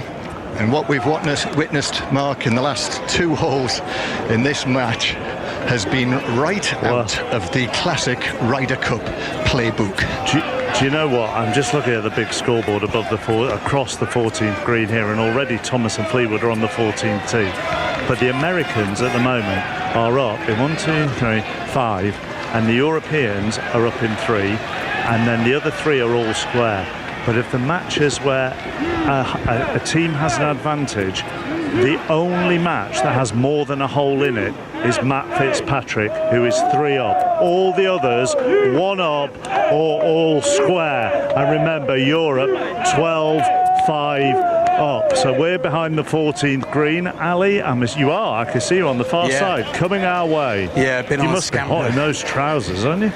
Been on the scamper, Mark, so you know what this is going to sound like for the next 20 seconds or so. Deep breaths, everyone. We've got ourselves into position. Europe up in 3, plenty of red on the board. Let's just remind you of the match situation as well. In this one, Tommy Fleetwood's birdie at the 13th has just got it back to all square. Europe 12, USA 5, 2 points for Europe to retain the Ryder Cup. 2.5 points to win the match. Brilliant hole, this par 3 14th. The pin today, cut tight right. So you've got to be brave, got to be bold if you're going to go at it over the deep bunker in front. Here comes Tommy Fleetwood's tee shot, right into the heart of the green. Didn't risk too much. Left-hand side rolls back to the front. 30-footer, maybe more to come. Kat. Matt Fitzpatrick, beautiful third shot into the 13th here. He stopped it dead 4 feet from the pin, but Bryson DeChambeau, with all that muscle and all that might, has landed his second shot on the green here, and he will have a putt of 30 feet for an eagle. Matt Fitzpatrick needs to put this birdie away. Ali. So Tommy Fleetwood, 40-foot birdie putt to come. 5 holes to go in this match. Second one out on the course. Justin Rose has won the last 2 holes in the top match. He is 1 down, going up the 15th. Andrew McGee, you've got more breath than me. How are you enjoying this right now? This is lovely. The shortest par 3 of the day coming up. They're taking dead aim to this pin that's cut way right in the shadows of the big oak tree on the right side. Taking a chance if you could have hit that pin. Just 10 foot left of it would be a brilliant shot. This reminds me, Andrew, this pin position, the way this sets up, of the 12th at Augusta on the final day. Pin on the right, over the water. The more the more you risk, the more you take on, the more danger there is. This is all square, and half points no good for the USA. They need to win matches. Justin Thomas, who's really got it going on the back nine, has just been no, I don't think he's been disturbed, actually. He was about to play, wasn't he? And then maybe the wind has got up, Andrew, or something's just put him off and he's backed off. Well, if you're not certain, if you're not decisive, back off, everybody listening. Make a good decision. You'd rather make a decision than not make one at all, which we do so often over the ball. Maybe a little bit of wind puffing up. He knows the seriousness of this shot. He needs this tight to this right-hand pin over. Is that Race Creek? No, that's Billy's bunker over there. Bethpage Black in New York. Bright blue skies above. Ultimate pressure. Stadium golf. Justin Thomas away in the distance on the raised tee. Hitting over the valley, over the cavernous valley. The ball is on its way. It's got plenty enough. It's well left of the flag. It lands safely. He wants it to spin right. It stops dead. I think he's a little bit closer than Tommy Fleetwood, but maybe 25, 30 feet to come. Birdie putts to follow. Cat. Eagle putt for Bryson DeChambeau, and he had walked back and he had taken the ball from the hand of his caddy Greg Bodine, but he's just taking another look at this one, because how big a moment would this be if this eagle putt could go in for Bryson DeChambeau on the 13th, Sean McKeel? Well, we've been here for 3 days, and Bryson's probably the only player in the field that could reach this green in 2 at 608 yards. I mean, when that ball landed on the green, the crowd went wild. This would go a long way in this match for sure. And it has to travel a fairly long way across the green. It's 30 feet through from the sunshine into the dappled shadows cast by these big pine trees to the right of the green here on the 13th. And Bryson DeChambeau is ready to take it on now. He's laid the ball down in front of the marker, and now he is lining up the putt along the shaft of his putter, one eye closed, and now he picks up the marker and he stands behind the ball perpendicular to the line along which he's going to send the ball. Thick grip of the putter in the red, white and blue colours of the US team is now in the crook of his elbow. 1, 2, 3 deliberate, slow swings of the putter, and now he slides it behind the ball. This for an eagle on the 13th, the par 5, and this to send the American crowd absolutely bananas. 30 feet on its way up and curving round. Bryson DeChambeau's looking after it. He likes it. Oh, it just burns the front edge of the cup, and he will have a tap in for a birdie, and Matt Fitzpatrick will have to make this 4-footer for a birdie to match him. As we've reached the green, it's come to my attention is you got that shadow. The shadow makes it very difficult to read the putts, and even though Matthew Fitzpatrick's only got about 4 or 5 feet, the shadow on the green is going to make it difficult to get a perfect read. Victor Hovland is here. He is standing to the left-hand side of the green alongside vice-captain Eduardo Molinari. Victor Hovland with the neck injury that has kept him out of this Sunday singles. We have just 11 matches out on the course here at Bethpage Black, and the US side need to win 10 of them. They're currently up in 5 of the matches out on the course. Europe up in 2 from where we can see the big scoreboard under the trees over to the left-hand side. And one of those matches and one of those leads belongs to this man, the 31-year-old from Sheffield, Matt Fitzpatrick. And there is real dappling of the shadow along the line of this putt. 4-5 foot. It'll come out of the shadow through some sunshine, and then the hole is also cast in shadow. And Matt Fitzpatrick is standing stock still, straight, shoulders broad, big puff of the cheeks. You can see the ribcage rise and fall as he steadies himself over this and sends it on and in. And there's the birdie for Matt Fitzpatrick. The hole is halved in birdies, and he's still 3 up with 5 holes left to play out. One of 3 European players ahead in their matches. 2 points to retain the Ryder Cup, 2.5 to win it. They lead 12-5 overall. The 14th green, a cacophonous cauldron of cheering and colour moments ago. Now it's deadly silence. 35-footer Tommy Fleetwood coming right towards us. That is just turning right. That is not going to drop, but it's perfect for pace, and it means it's a par for Tommy Fleetwood. Match is all square against Justin Thomas. I was a little unkind to the Thomas tee shot, Andrew McGee. I would say this is inside 20 feet, maybe 18 feet, something like that. Yeah, I'm going to go with like 15 feet. I was thinking 10 foot left of the hole would be a good shot. Can't go right of this hole. Pin's cut very close, maybe 4 paces to the right edge. Not much green to work with. Justin Thomas with a nice shot coming out of the sun into a little bit of the dappled shadows of this big oak tree right behind us. I'm using words like you do now. Shoot. Dappled. Taking lots of time. That was a long read for Tommy Fleetwood. You can tell everybody's feeling it. We're getting down to the nitty-gritty, the 14th green. Okay, speak American, Andrew. Let's go. Love nitty-gritty. It is the nitty-gritty of the Ryder Cup, and it's what I love about the Ryder Cup. It goes from incredible noise levels, like football stadium noise levels, and then it goes to deadly silence. The atmosphere change is incredible. We're going to get another one here because Justin Thomas, I think Andrew's right, maybe 15 feet. If this goes in, the place goes boom. All square in the match. Ball is on its way, travelling towards the hole, turning from left to right. Oh my goodness me! Justin Thomas thought he had it an inch away from the hole. It turns to the right-hand side. Tommy Fleetwood gives him the thumbs up, and it is all square with 4 to play. Mark. Back up on the 14th tee, Matt Fitzpatrick still 3 up on Bryson DeChambeau, and another European has put a little bit of water between themselves and their opponent. Who, James Gregg? Scandinavian steel of Ludvig Åberg working so beautifully well there, just letting Patrick Cantlay make the mistakes as he did up the 12th hole. The American went long, flubbed a chip, then couldn't convert the par effort.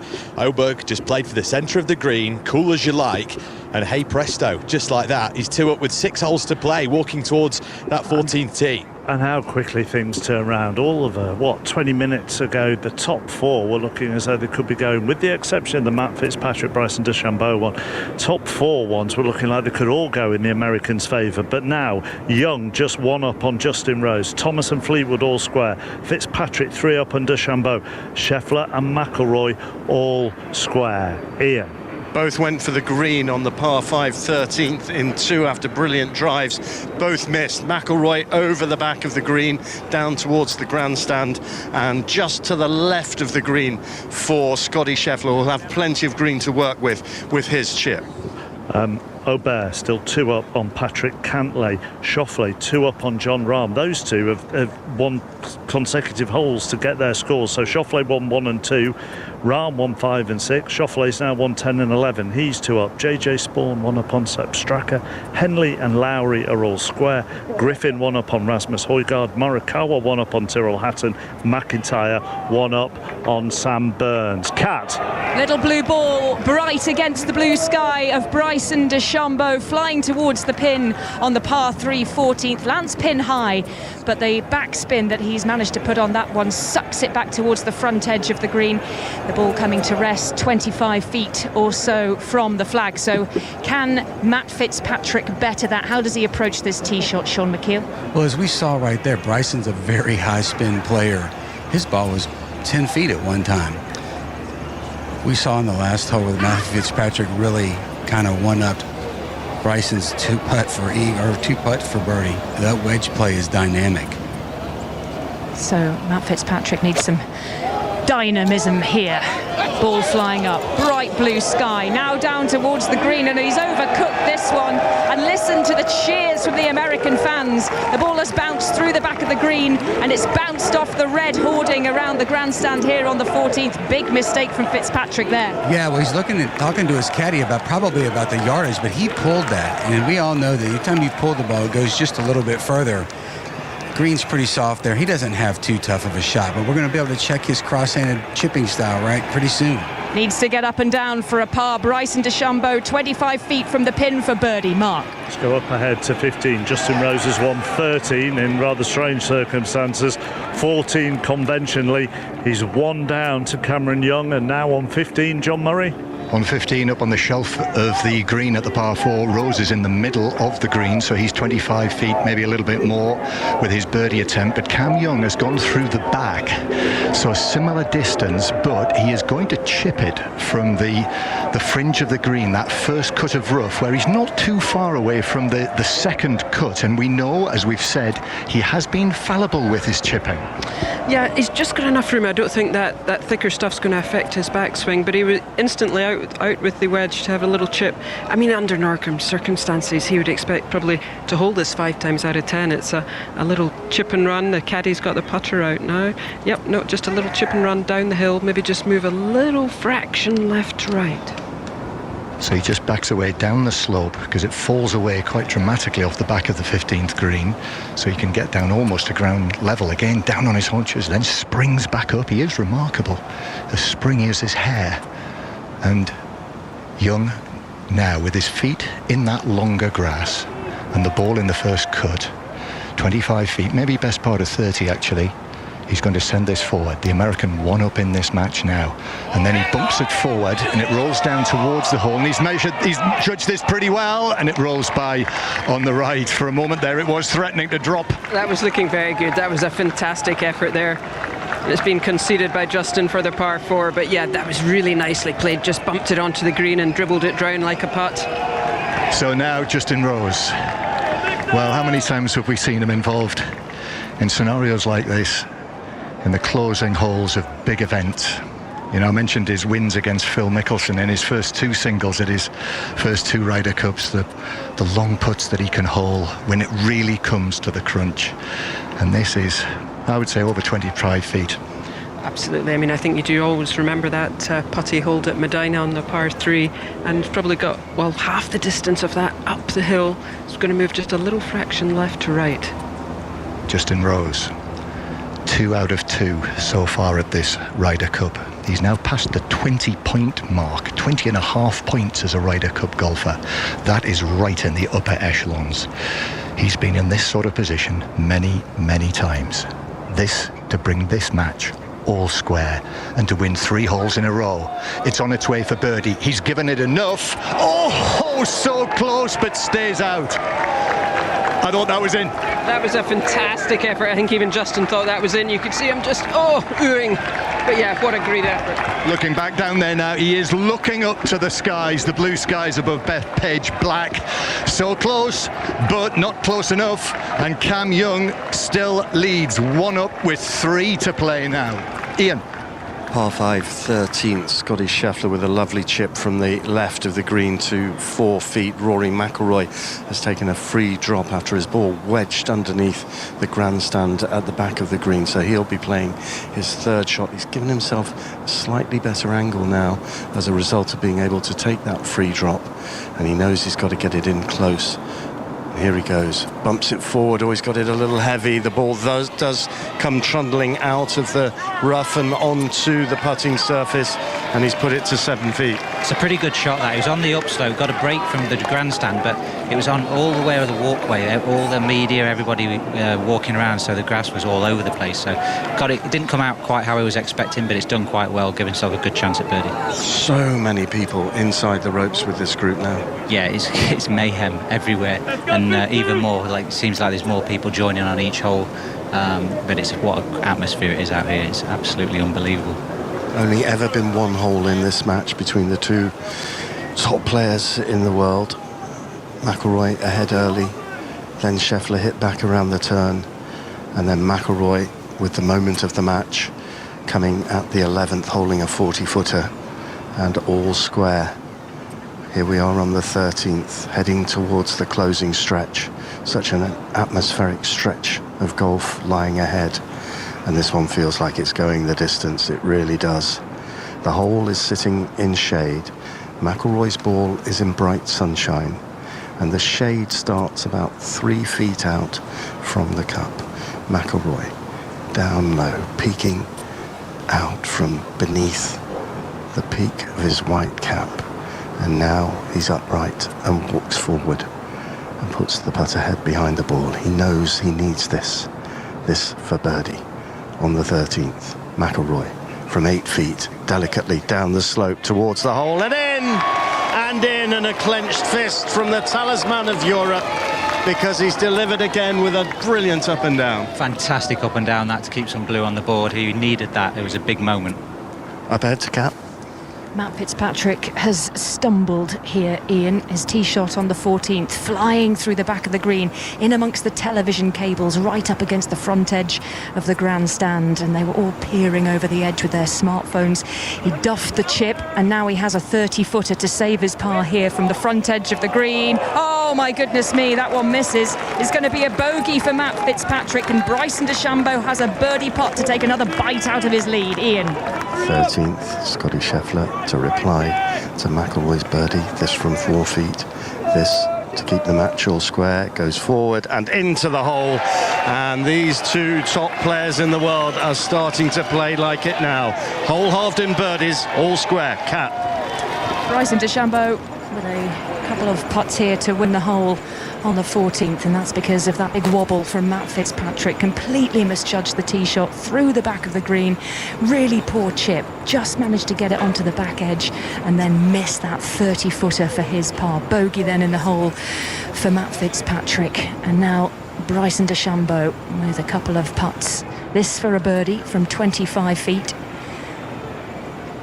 Bright sunshine, Bryson DeChambeau standing on the sun-drenched green, putting into the shadow of the trees.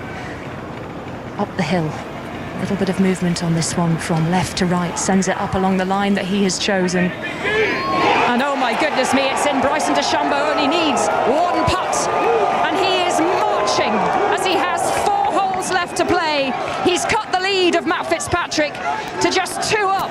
Bryson DeChambeau has really got things motoring here, and he's got these fans on their feet. He's got them baying and he's got them believing. Matt Fitzpatrick leads by 2, but with 4 holes to play. What a putt from Bryson DeChambeau, and what a box office moment here on the 14th, Sean McKeon. Well, he really got away with it. He feels a lot better about himself that Bryson made that putt. His first mistake, obviously, was hitting it over the green. And as we walked by and saw the ball, the grass is going all sorts of directions. Makes it very difficult to get a good, clean strike on the ball. And then we saw he hit it a little bit fat. Off we go for the final 4 holes. Matt Fitzpatrick has the lead, but Bryson DeChambeau has the momentum, Mark. Yeah, Fitzpatrick 2 up. Jamie Donaldson, you watched Bryson DeChambeau with that putt there. It went in, he followed it, he didn't react until he got off the green, and then he pumped his fist at the crowd. Yeah, just screaming at him, punching his fists in the air as he hit a great putt up the green. He only needed 2, but he slammed it in the middle of the hole and just literally revving the crowd as he walks off the green here.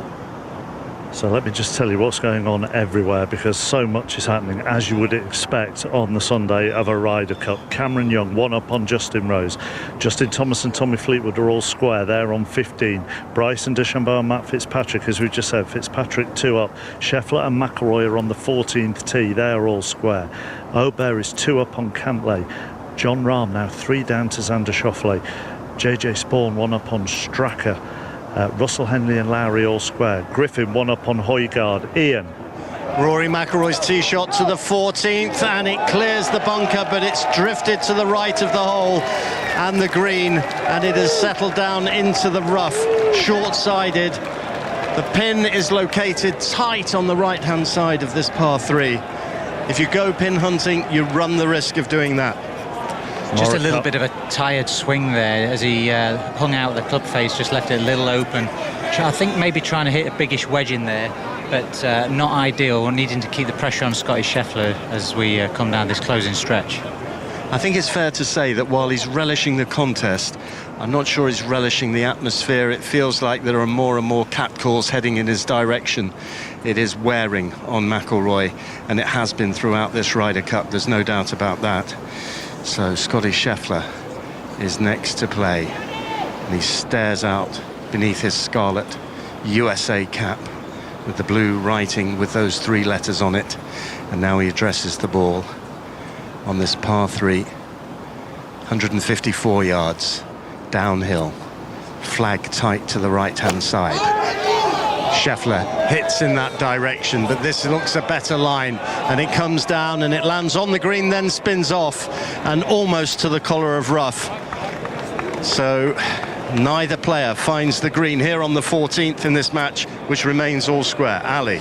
Crucial moments on the hole ahead. Second match out on the golf course. Tommy Fleetwood and Justin Thomas are all square. Thomas is sizing up, I would say, a 45 footer from the left of the 15th green. This is the one where you have to climb the huge hill to get up there. It's sort of 70, 80 feet above your head when you hit the shot from the fairway. Tommy Fleetwood is closer, Andrew McGee, but he's off the green. He's just, his approach shot was a couple of feet away from being within 6 feet. He's just toppled off the back right of the green, and he's chipping from the rough on a steep upslope. Yeah, I think he was influenced a little bit by the crowd noise, thinking that Fleetwood's ball was over the green, maybe down the bank. He's just 2 feet off the back edge, very close. Thomas lining up the putt. John, what do you got? Justin Rose, who is about to play from the middle of the 16th fairway, but he's just stepped off it, hence the reaction that you can hear. So if you need it back, Ali. It's because Justin Thomas's birdie putt is on the way. Andrew McGee says it's going to turn from left to right. The pace looks really good, and it's not quite turned enough. It has too late. It's ended up behind the hole. John. Justin Rose now steps forward again. Cam Young's ball is 5 yards in front of him, after their tee shots. They are close on the fairway and close in the match, and Justin Rose hits it close, right over the flag. It spins back to 5 feet, maybe closer. I think even just about closer, John. Fantastic shot. He's back to playing how he was playing like yesterday. The pressure is cranked right up on Cam Young. Ali. Tommy Fleetwood assessing the chip. How do you play one of these then, Andrew McGee? Because he's 2 foot, 3 foot off the green, steep upslope in the rough, and there's probably about 7-8 feet of green after that to the pin. Well, he wants to land it on the green. He's thinking chip in. He is thinking how to make this shot. Not getting too greedy, but he's taking nice big whacks at this. So he's probably got a 60-degree, his most lofted club. He's going to pop it up and hope it releases. Just on the edge, nicely. Just short, gimme, 2 gimmies, pars. 2 gimmies, Justin Thomas, thumbs up, 3 holes to play, all square, John. And Cam Young's approach shot also right at the flag. It lands 8 feet short and then spins away. So maybe 14, 15 feet, big advantage, Justin Rose. So there is, in theory, Katrina, the chance that this match could go all square, depending on what happens on the green. It's all just depending on what happens there, but that was a very good response there from Cam Young. But he's definitely under the cosh now with a charging Justin Rose. Yeah, this is boiling up, Ian, to be a real classic here as well, between Cam Young, New York Ryder Cup rookie, and Justin Rose, one of the great men of European golf over the last, quarter of a century probably. Rose never knows when he's beaten. Here's Scotty Scheffler chipping, second shot, par 3, 14th, nudges it onto the green, lets the ball release, hasn't given it enough to drop, but that should be conceded as a par 3. It finishes 18 inches shy of the hole.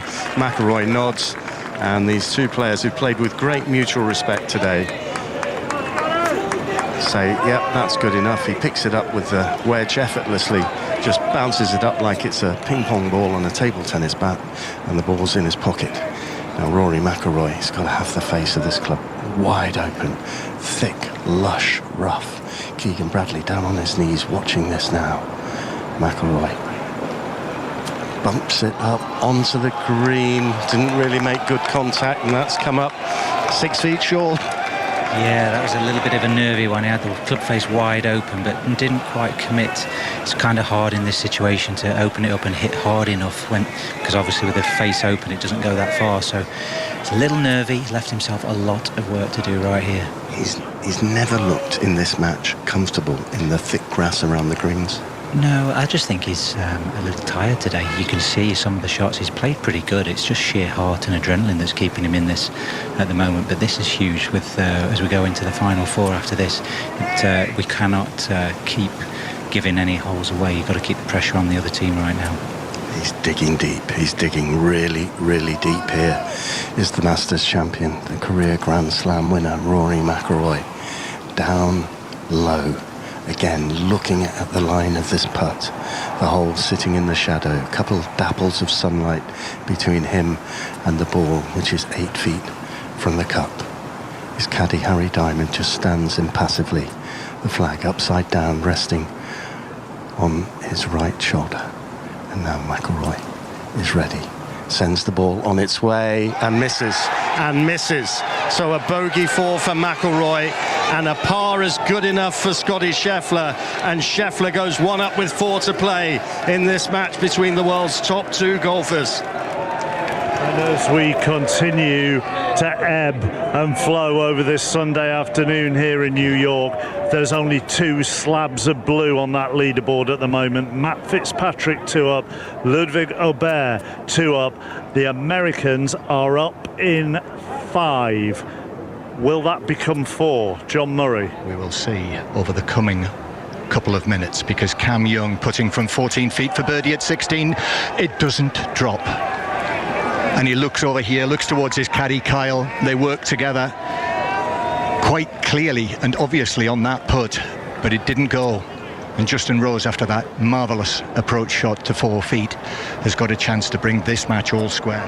Yeah, he's got a fantastic opportunity now to go back to all square, and Cam Young hit that one maybe just a little bit too hard through the break, and he actually looked over to Justin to see if it was given, and it wasn't. So there's a huge scoreboard there behind. I mean, you cannot avoid that.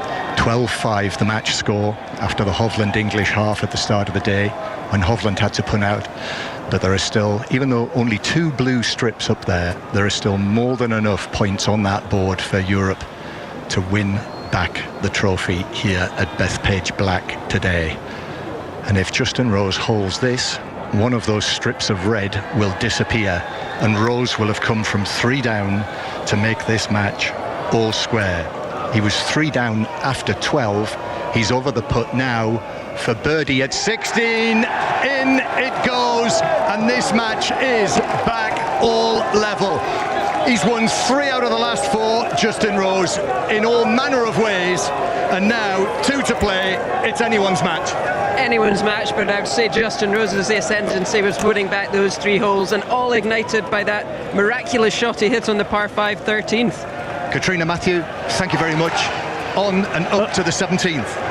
Katrina, I don't want to pile on Keegan Bradley's captaincy too early here, but the moment he created something with Justin Rose, it fired Rose up. I'm guaranteed. Yeah, I mean, I think Keegan Bradley will be now wishing he had just left it all alone. I mean, it looked like he was going to go over to the tee. It was always going to be a difficult shot, but yeah, I mean, it's always easy in hindsight to think about these things. Matt Fitzpatrick, one of 2 Europeans who are up at the moment. He has a 2-hole lead. He's 2 up on Bryson as they go up Mount Olympus. That could go to 1 up. Cat. It could. What a miraculous approach shot from Bryson DeChambeau. I can just see his head beginning to peer up the slope of Mount Olympus. We're waiting for him on the green. And listen to the warm reception. Listen to this from the crowd. Because Bryson DeChambeau's ball nearly disappeared after 1 bounce straight into the hole, dancing around the pin, sucked back, and it's come to a rest 5 feet from the flag. And Matt Fitzpatrick will need another brilliant putt from the back of the green, just like he produced on the 13th, to silence the crowd here. He has 20 feet or so down the slope. Not a bad approach shot for Matt Fitzpatrick, but he's just been outfired by DeChambeau. Well, the difficult part of that shot is the fact that the guys can only see the top, really the top part of the flag. So distance control is perfect. He hit a great shot. I didn't think Bryson could do much better. He almost holed that. Mark, back to you. We've got these birdie putts to come. Bryson DeChambeau in very close indeed. Let's go to the par 3 17th. Justin Rose has got it back to all square against Cameron Young. So while some Europeans are going one way, Justin Rose is going in the other direction. John Murray. Well, I said at the outset that he is the oldest man on either side as he stands on the tee down there in his slightly off-white European shirt, navy blue trousers, white shoes. You would not know it. He is, as Katrina Matthews says, in the ascendancy. And now it is the uphill par 3. The flag fluttering at the back. Oh, and he's landed it just beyond the hole. And it pulls up. It's another wonderful Justin Rose shot. And that is to within 8 feet. Yeah, it's a very difficult pin position there, just on the edge of the slope down to the front and the bunker at the back of the green. Fantastic shot by Justin Rose, and pressure now right on Cam Young's shoulders. Talk about putting on the pressure. This young man, Cameron Young, knows he is in a right scrap now. But to cat downs in a moment. But first, Cameron Young's tee shot here at the 17th, 28 years old. He's played in the President's Cup a couple of years ago.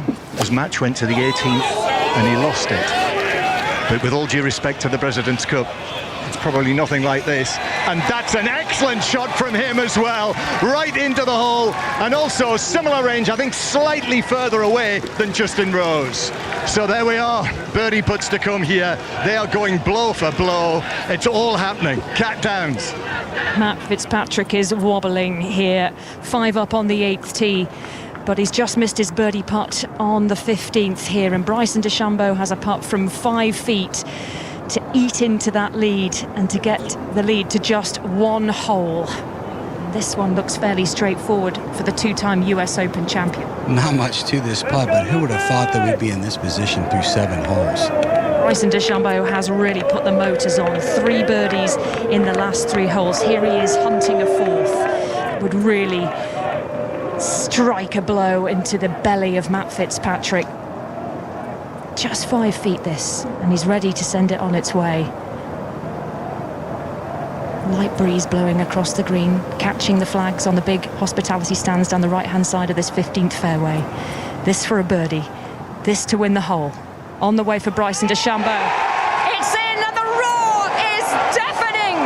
Bryson DeChambeau punches the air, and he marches in a business-like way across the green. Let's see what the celebration will be as he walks past us just yards away. Here comes Bryson DeChambeau, eyes fixed on the ground as he walks up the hill towards the 16th tee. And the lead of Matt Fitzpatrick now is just one hole from 5 up to 1 up. It's evaporating for Matt Fitzpatrick. He is reeling here. He has taken a pounding from Bryson DeChambeau over the last couple of holes. 4 birdies on the bounce for the American, and this is getting very, very tense indeed. Boy, that's as much as energy as we've seen Bryson. The longer we get into this match, the more fired up he gets. He's playing some outstanding golf now. Matt Fitzpatrick must be feeling really rather worried given the way that Bryson DeChambeau is not only playing, his body language, his whole demeanour. When you lose 1 hole, it's not a big deal. You lose 2, it's not a big deal. But now he's losing almost his entire lead. He's going to feel a little bit of stress. Yeah, he's got a look of resignment on his face as Matt Fitzpatrick. He's trying to look calm as he walks up towards the tee here on the 16th, looking as cool as he can under the pressure, Mark. So in the top 5 matches, Young and Rose all square, Thomas and Fleetwood all square, Fitzpatrick 1 up on DeChambeau, Scheffler 1 up on McIlroy, Ludwig Aubert here on 14 with the birdie putt, 2 up on Cantlay. We'll come to James Gregg after we go up to 17 and John Murray. Yes, in the shadows up the back of the 17th with people all around. There's banking here around this green. There are hospitality chalets, there is a grandstand, hospitality chalets down the other side as well, and people probably 40 deep. And on the green, slightly deceptive from our angle, so it's a little further away, these 2 birdie attempts, but maybe 15 feet Rose, 18 feet Young. Yeah, I would say so. They're both in a very similar line, just left, pin high left off the flag. It's going to be a little bit of a left to right putt. But this atmosphere, I don't think Cameron Young will have experienced anything like this. However, I would say he's due one. This from 18 feet. This match all square now. At one stage, Rose was 1 up after 5. But then Young 3 up after 12. And so we now have Cam Young looking at this from behind the line, then steps forward. He is going to put through patches of sunshine, but the hole itself is in shadows. Justin Rose's ball marker just ahead and to his left. A final shuffle in those white USA shoes. Head right over the ball, a final glance towards the cup, and then the ball rolling from left to right. It's on line, but it just curls away. Didn't quite give it enough. I suspect it was the right line, but maybe the wrong pace. Yeah, I agree with you there, John. I just don't think he hit that. He had that on the right line, but didn't quite give it enough. So Justin Rose will have a chance from 14, 15 feet to go ahead in the match with 1 to play. From the 17th to Ian Carter. And Rory McIlroy at the 15th with his opponent Scotty Scheffler in close after his approach. McIlroy hitting from the rough down the right-hand side, and he covers it over the flag, and the ball clings to the very back edge of the green. He's around about 16, 17 feet from the cup. Scheffler is 6 feet away. Justin Rose now. The usual routine, Katrina, from Justin Rose, the aim point style. Yeah, no matter what the pressure is, you want to stick to your same routine. And this a very good chance here. I would say it's just firm, maybe just outside the left edge. Millions of people will have followed Justin Rose's fortunes around the golfing world this year. That heartbreaking loss to Rory McIlroy at the Masters, and then his dramatic playoff win just a few weeks ago against JJ Spaun on the PGA Tour. And now this to edge himself back in front in this match from 14 feet, and it rolls by on the left. Neither of them able to convert after those excellent tee shots on the 17th, and they will go down the 18th all square. Ali. Just behind you, John, watching the drama in front of you on the big screen. The tension is unbearable. The weather conditions are perfect. And even though Europe lead 12-5, it still feels tight. Tommy Fleetwood all square with Justin Thomas, putting from the front of the 16th green, long range of 40 feet, rolling up towards the hole. I don't think it's quite going to get there. The line is superb, and Andrew McGee applauds because it's taken the pressure off in terms of he's in for the par. Thomas has got to try and make the birdie. Yeah, that's a big deal. Get it in there for a gimme like that. Don't leave yourself any three-footers at this time of the match. Very good putt. It's given by Justin Thomas. He can walk away and just watch the action. What you making of it? Can USA do this? I would have said no before the day, but it's nerve time. Isn't it nervy? Everybody's a little bit, can they? Should they? Will they? I don't know. I don't think so. So many ties. Yeah. A bunch of halves together make a whole good one. That's true. 2 points to retain, 2.5 points to win for Europe. USA need everything to go red. They need to win the afternoon singles 9.5, 1.5 to complete the greatest Ryder Cup comeback of all time. This feels like one of those Justin Thomas moments. This is long range. This is over 30 feet. All square with Tommy Fleetwood. Fleetwood safely in for par. Thomas looking for a birdie to make Bethpage Black explode once again. Good firm wrap, ball speeding towards the hole. Thomas looks at it, he's interested. Oh my goodness, it's another one that has burnt the edge of the hole. It's going to remain all square, I think. Ian. 15th, Rory McIlroy, 25 feet from the back of the green, with Scheffler having hit a fantastic approach into this par 4. And these golfing Galacticos are separated by 1 hole in favour of the world number 1 over the world number 2. So McIlroy needs this. Just 3 holes to go after this as he sends the ball delicately down the slope towards the hole, gathering towards the hole. Yes! Oh, yes! And he turns to the packed grandstand and he slaps the European badge on his heart, and both hands go in the air, and then he takes the ball from the hole, and then he roars. Rory McIlroy, what a man, what a birdie. That was sublime. He's right on the edge. This crowd's been getting into him, and it's getting worse and worse. Lots of comments coming at him, but he's been battering it off. He's been letting the golf do the talking, and that was phenomenal effort. Quickly to Ali. Justin Thomas over the short one, big noise around the green because they've shown the McIlroy putt just before Thomas is putting here. This is absolutely crucial as well. He's going to keep going. Oh, he pops it in, cool as you like. Ice in his veins. Justin Thomas leading from the front for the USA. All square, Fleetwood and Thomas. We're heading to the dramatic par 3 17th. Ian.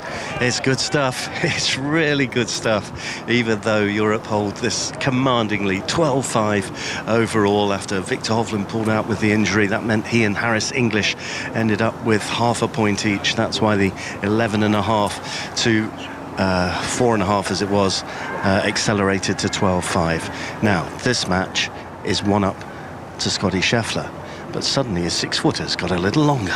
I tell you what, this is as hard a 6-footer as you can get, though. It's slightly downhill, but it's got a lot of break left to right. We're looking straight down the line of it. He's lined this up about a foot left. He's got to trickle it down, try and match the weight and the line. Putting through his shadow. The ball starts its journey, turns from left to right, turns and in.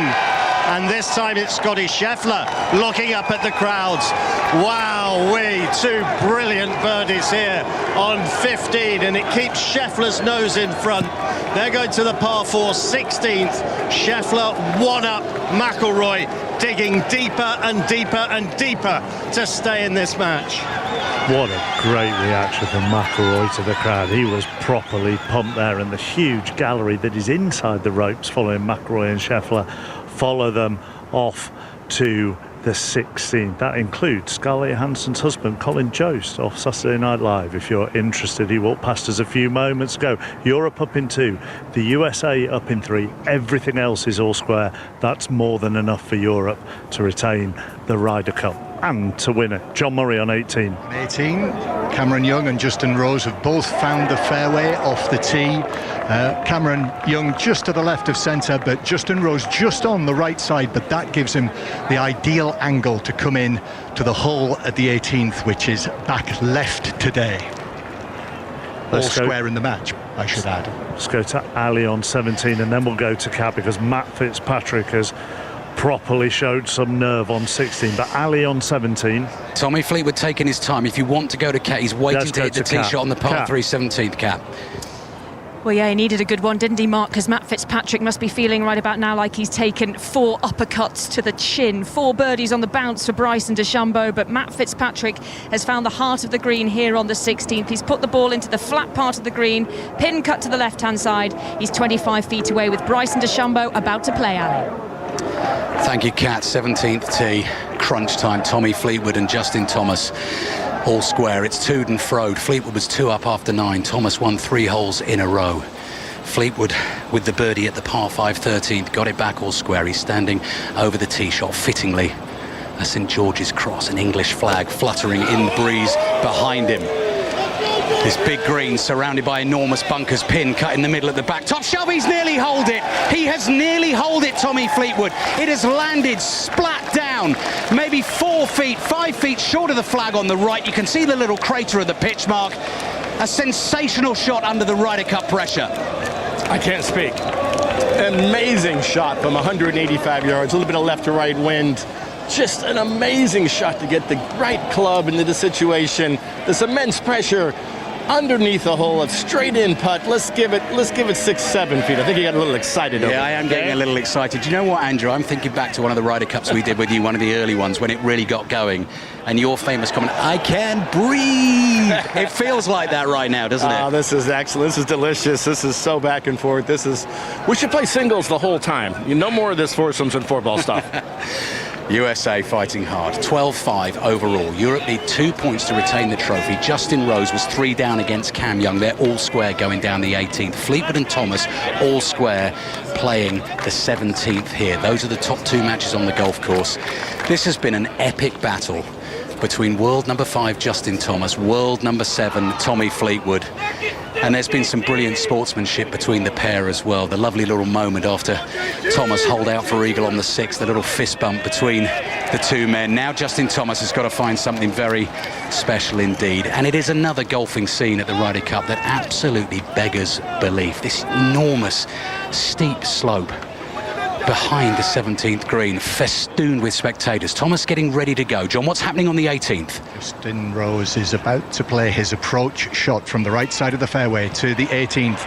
It's coming towards us, it's coming towards the hole, it bounces back left, it clings onto the green and then spins back down, and that is 18 feet from the hole for Justin Rose on the 18th, with this match all square and Cam Young to play from just to his left, further up the fairway alley. Back with you shortly, John. Justin Thomas about to pull the trigger. Tommy Fleetwood into 6-7 feet. Match all square. Everything on a knife edge. Deep breaths, everyone. Here we go. Justin Thomas.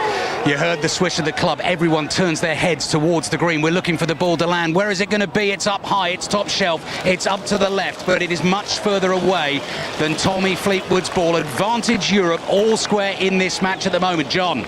Young's ball is on its way to the green as well, and it also lands back left, and they are, well, Rose is slightly further away, but they've left themselves similar putts, similar distance putts for birdie, and if one misses and the other holes, then whoever holes will win the hole and will win the match. Brilliantly set up on 18 in the sunshine here.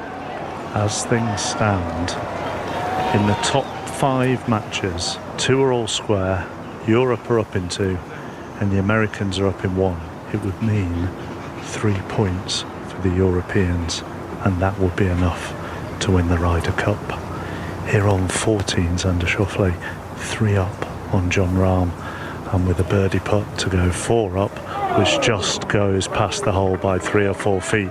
Let's go to what can only be described as the gladiatorial battle between Matt Fitzpatrick and Bryson DeChambeau on 16. Catherine Downs. Bryson DeChambeau has been like a raging bull, tearing through the last 4 holes with 4 birdies, and he's cut the arrears. He's just 1 down now against the Englishman Matt Fitzpatrick, who cuts a smaller figure than the big burly American off to the right-hand side of the green, and Fitzpatrick will putt first for birdie here on the 16th. He's just outside the ball of the Englishman, 25 feet from the flag for Bryson DeChambeau. 8 holes ago, the American was 5 down, but here he stands on the 16th green, just 1 down. And you can hear the chants and the singing from the 17th green as the players walk up over there. It's a bowl of sound, this knot of the final 4 holes of Bethpage Black, and Bryson DeChambeau is looking to add to the decibel count here, sending the ball across the green, on its way towards the hole. Dip of the knees from the big American, and he puts his hand on the back of his red cap. It's not gone in, so there's a chance now for Matt Fitzpatrick to win the hole, and it would be a much needed win for Fitzpatrick just to give himself a little bit of breathing space in this match, which has become so incredibly tight. Well, you know, he took a big sigh of relief there when Bryson didn't make that putt. Ever since Mark made the comment back on the 6th green about his coach having him be sent off, he must have heard that. Bryson, whatever he's figured out today in the last 8 or 9 holes, it seems to be working. What a great putt that he just hit there. Yeah, he's just a player for the big occasion, isn't he, Bryson DeChambeau? He loves the attention, he loves the shouting, he loves the noise. Part of the reason he's gone to play on the Live Tour, the music blaring there and the fans baying at the players. He loves it. That's the personality he likes. Matt Fitzpatrick with a birdie putt to come to win the match. But John, what's going on with you? Justin Rose and Cam Young are in position on the 18th. First, it is going to be Justin Rose to play and go for birdie here. This is 20 feet back left of the 18th green, and he's just backed away again, Kat, so I think you might have a chance to tell us what's happening with Fitzpatrick. Yeah, he's missed the birdie putt. The putt's been conceded though, so Matt Fitzpatrick in for a par, and he's making Bryson DeChambeau putt this. He's been absolutely ruthless as Matt Fitzpatrick. He's not given DeChambeau anything. Just a couple of feet to DeChambeau to tidy up for his par, and then the hole will be halved in pars, and there'll be 1 up for Matt Fitzpatrick as they go to the 17th, John. Justin Rose has just started his routine again, but he has hitched his shirt into his left sleeve, so we know that he is about to play. This for birdie for Justin Rose from 20 feet on 18. It's missed on the left-hand side, and now Cam Young from similar range. That's conceded. From similar range, Cam Young has a putt to win the match. Ali. Massive moments in the Ryder Cup on 5 Live and BBC Sounds. Thomas and Fleetwood all square on the 17th green. Back to the 18th shortly. Thomas from 20 feet for birdie. Fleetwood's in close, 6-7 feet away. Thomas senses the moment for the USA. What can he do? Can he find the magic once more? Justin Thomas, it needs to turn left to right. No, it's staying straight, it's staying straight, it's hanging out there. Fleetwood has a chance to win the hole to come, John. Back on 18, Cam Young now with this 20-footer. Katrina Matthew, what about it? Well, this is a must-make. I mean, his part must just be pounding. It's just across the slope, a little bit left to right. He's just got to get out on the left side, but keep the pace up. So this is the moment. This is the moment that Cam Young, the native New Yorker, hopes to put the first point on the board for the United States. It is a vain hope that they'll be able to come back, but this would be quite the opening win on his Ryder Cup debut, his first singles match in this great competition against the European titan that is Justin Rose.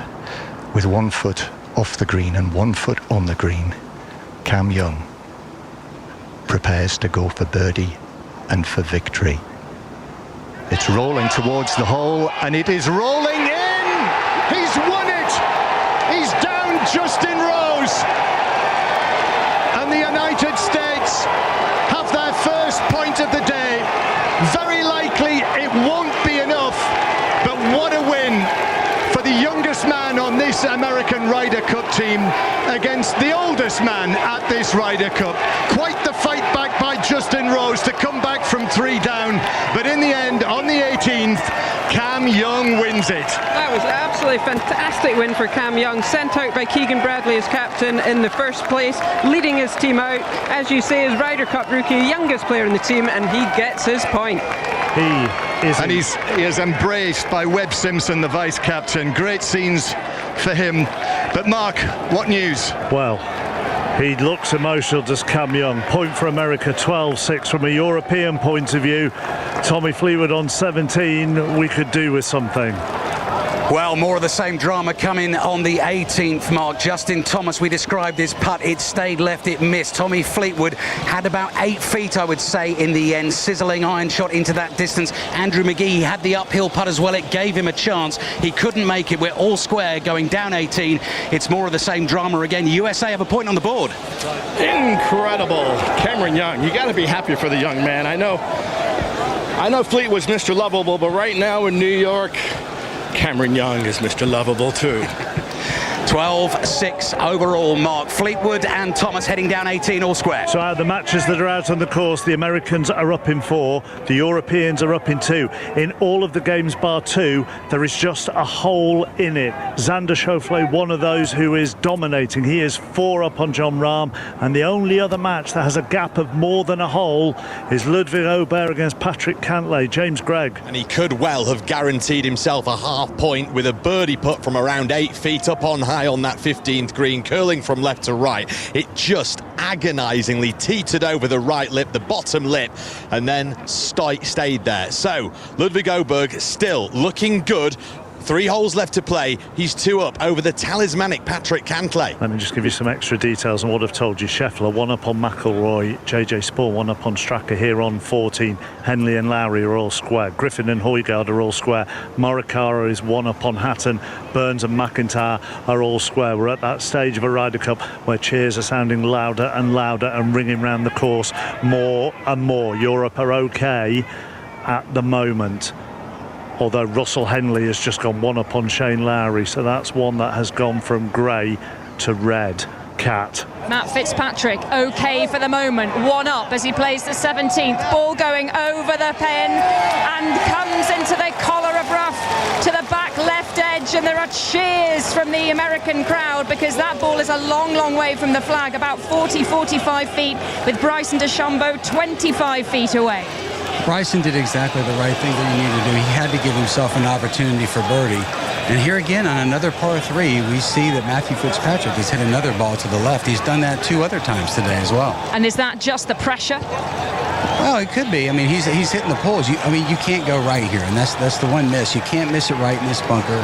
Anything a little bit right of the flag on the green goes all over the front. So he had to try to keep it up on top. But like a pull goes a lot further than just a straight shot. Matt Fitzpatrick just 1 up. Bryson DeChambeau with the advantage on the 17th, Ian. We're just behind you, Kat. We're at the 16th, where our players have both found the green, but are both a long way from the hole. Scotty Scheffler will be to play first from the front right corner, with the hole located in the back left corner. Yeah, Scotty Scheffler coming in from the fairway, kind of flailed one out, just short pin of pin high. Now left himself a bit of work to do, but both players in kind of similar positions and that similar distance. Voice of European Tour winner Oliver Wilson played the Ryder Cup of 2008 for Europe. Here is Scheffler's putt across this green, looking for an unlikely birdie. He's watching closely. The ball comes to rest, and I think that'll be conceded by McIlroy. He's looking across, and he's put his ball down, and he's a good 40 feet away. That was an excellent putt from Scheffler, conceded. He's got a par in his pocket.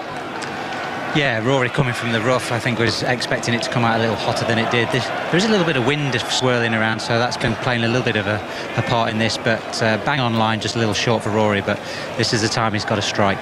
There is a fever pitch atmosphere here, and the cheers that went up when Cam Young completed his win against Justin Rose in the top match. And obviously here Scheffler has the advantage just by a single hole. I remember 2 years ago watching Scheffler against Rahm, a similarly tight contest that ended all square. If McIlroy could do that, the way it's standing at the moment, he could be the man that retains the Ryder Cup. He wants this putt. This is for birdie from the front of the green, 40 feet on its way. He's watching, but his hands are on his knees because the ball has come up just a fraction beyond the hole.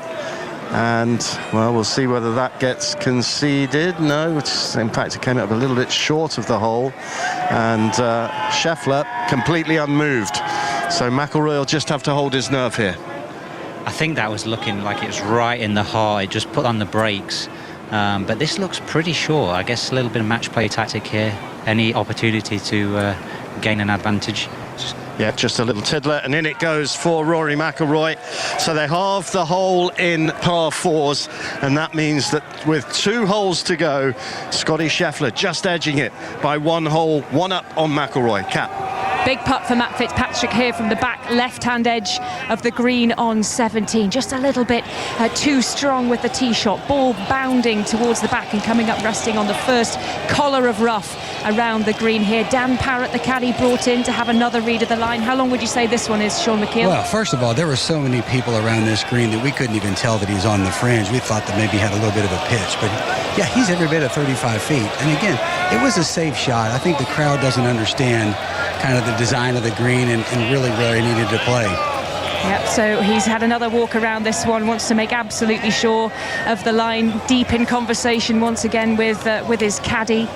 And now they are head to head, cheek by cheek, as they stare down the line of this putt. Bryson DeChambeau's ball is 25 feet away from the pin. He will have that for his birdie putt. He'll be coming up the slope towards the flag. Matt Fitzpatrick coming down and across the slope. Little bit of movement from left to right on this long 40-footer for the man from Sheffield.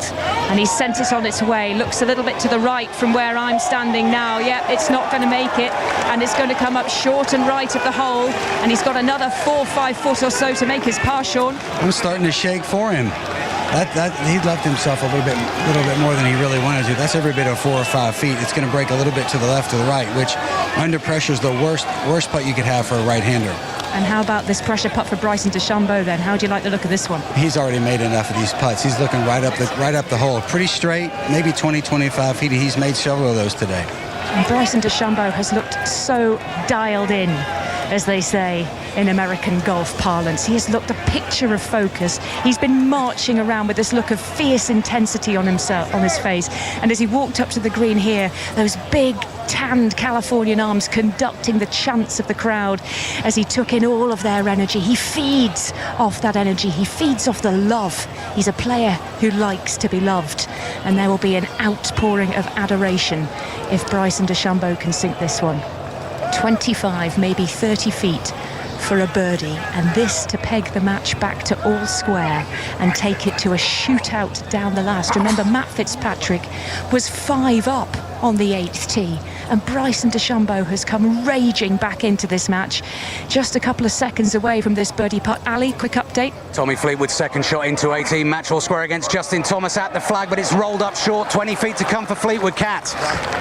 Here goes Bryson DeChambeau then, this to get the match back to all square and take it down the last. Here goes Bryson DeChambeau now, sending the ball up through the shadows. Steep slope of the green here on the 17th. Big rock of the big shoulders of the big man, and this a big putt. Is it going to get there? No, it's not. It falls just shy, and Matt Fitzpatrick is going to concede the first putt of the day. It's the first time that he's just tossed the ball back to Bryson DeChambeau, because that was just a matter of inches shy, but he's still got a few feet on this one to save his par. When you're putting in the shadow, it flattens everything. So what looked like it was pretty level putt was uphill, which is going to make Matthew Fitzpatrick, it's going to look pretty flat, but it's going to break from left to right pretty good. So he's got 4 feet or so for the par that will guarantee a half point for the European side here on the 17th in the third match. Ali, what have you got? We've got Justin Thomas's second shot on the way. Listen to the American fans, they're excited. 1 bounce, 2 bounce, and stop. It's inside Tommy Fleetwood. 12 feet for Thomas, I'd say 16 feet for Fleetwood. Match all square. Cat. Yeah, it's 6 feet. Sean has had a bit of a scamp around the green. He's had a look at it from a better angle. 6 foot then. So this is really going to test the mettle of Matt Fitzpatrick. And listen to the rings of USA rattling around this 17th green. Keegan Bradley, the US captain, is here. Bryson DeChambeau is biting down on his forefinger as he watches Matt Fitzpatrick agonising over this 6 foot putt. This to guarantee a half point in the quest to retain the Ryder Cup for Europe. Oh my goodness me! It is horseshoed out! Matt Fitzpatrick has missed that crucial putt, and we are all square going to the 18th. It's going to be a shootout between the two former USA Open champions, and we're going to the last. It's deafeningly loud here. Bryson DeChambeau is on the march up to the final tee. Matt Fitzpatrick Bryson DeChambeau, well, he can snatch a point here if he can master the 18. That's exactly what I said. He missed it out to the right. Like you said, when you look at a putt, it's flat. Ali, back to you. Tommy Fleetwood in amongst the bedlam, a picture of calm. It's gone absolutely berserk around this 18th green.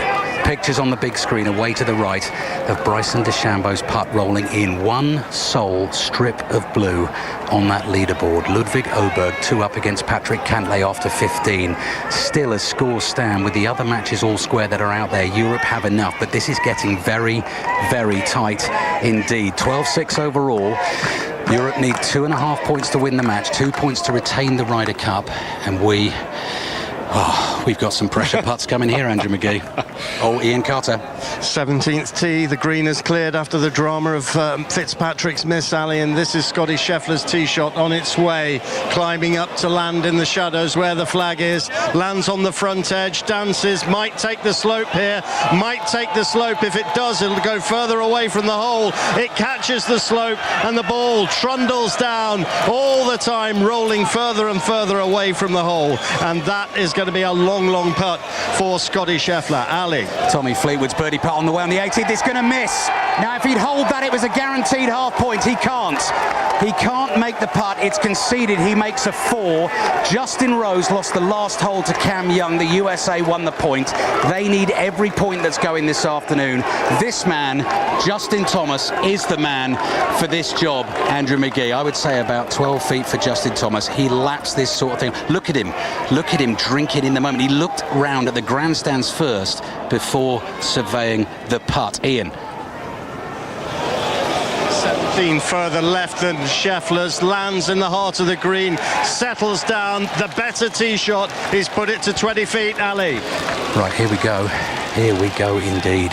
If Justin Thomas can hold this, it'll be 2 points out of 2 for the USA. Tommy Fleetwood has the baseball cap off his head. He has not been beaten this week. He's won all 4 of his points so far. He can't bear to look. He cannot bear to look, Tommy Fleetwood. He runs his right hand through his long flowing hair. He's looking at the big screen away to the left-hand side. He's checking out the match scores. Justin Thomas has eyes for the hole only.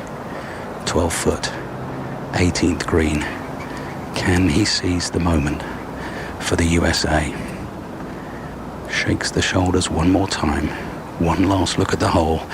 Here it comes. Get in the hole, they cry. It's in! He drops the putter. He roars with delight. The comeback is on. Thomas has beaten Fleetwood. USA have won the first 2 points on the board. James Gregg.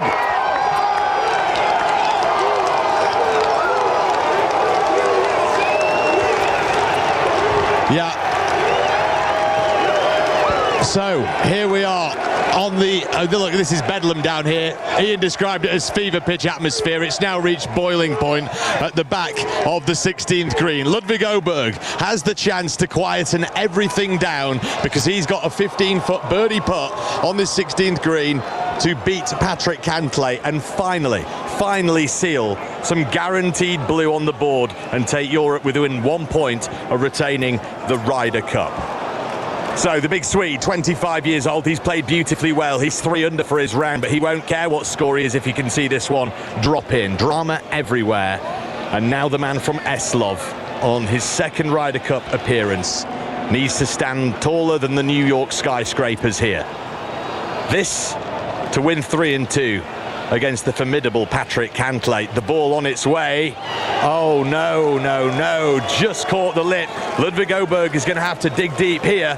Mark Chapman, I'm just going to scurry him away through to the 17th hole, the par 3. So it's rocking down here. So he stays 2 up, yeah? Yeah, that's right. 2 up. 2 up with 2 to play. So it's a guaranteed half point. Okay. It's getting a little bit nervy. John Rahm has lost 4 and 3 to Xander Schauffele.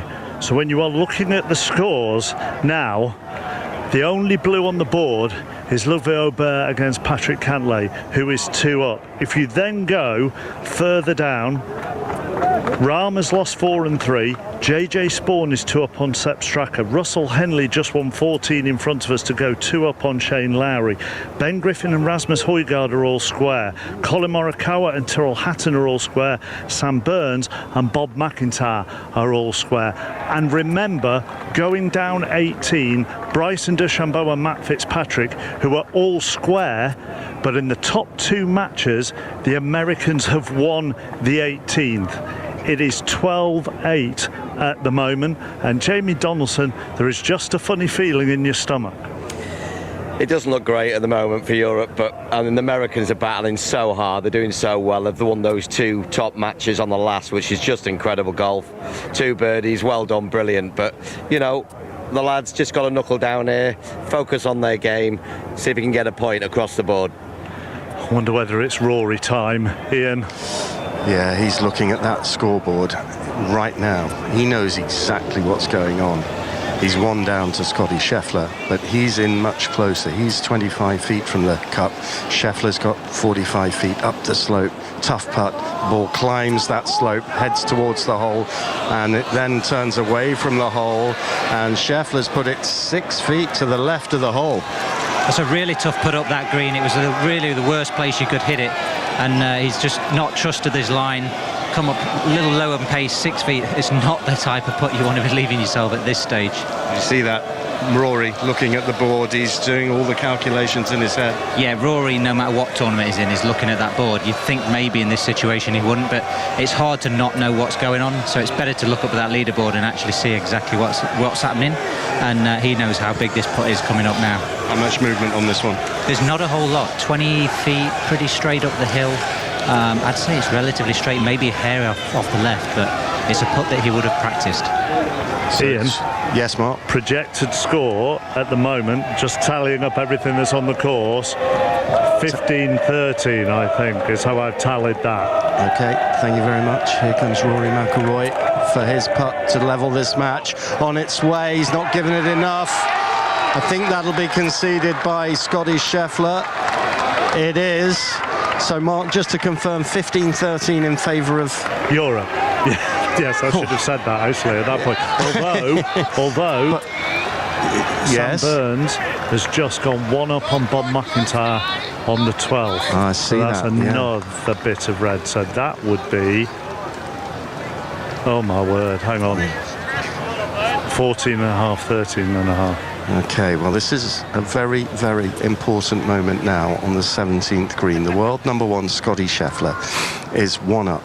If he holds this putt, he can deny any chance of Rory McIlroy winning this match. He will guarantee a half because he'll be 1 up with 1 to play. If he misses, it's all to play for on the last. It's 6 feet, and he's putting from a pale shadow cast by the huge tree behind this 17th green, and the hole is in shadow as well, and there's a patch of sunlight between his ball and the hole, and the putt ahead is behind the ball. Now it strikes it and into the darkness and into the hole, and that is what you get when you're the world number 1, because Scotty Scheffler has holed from 6 feet.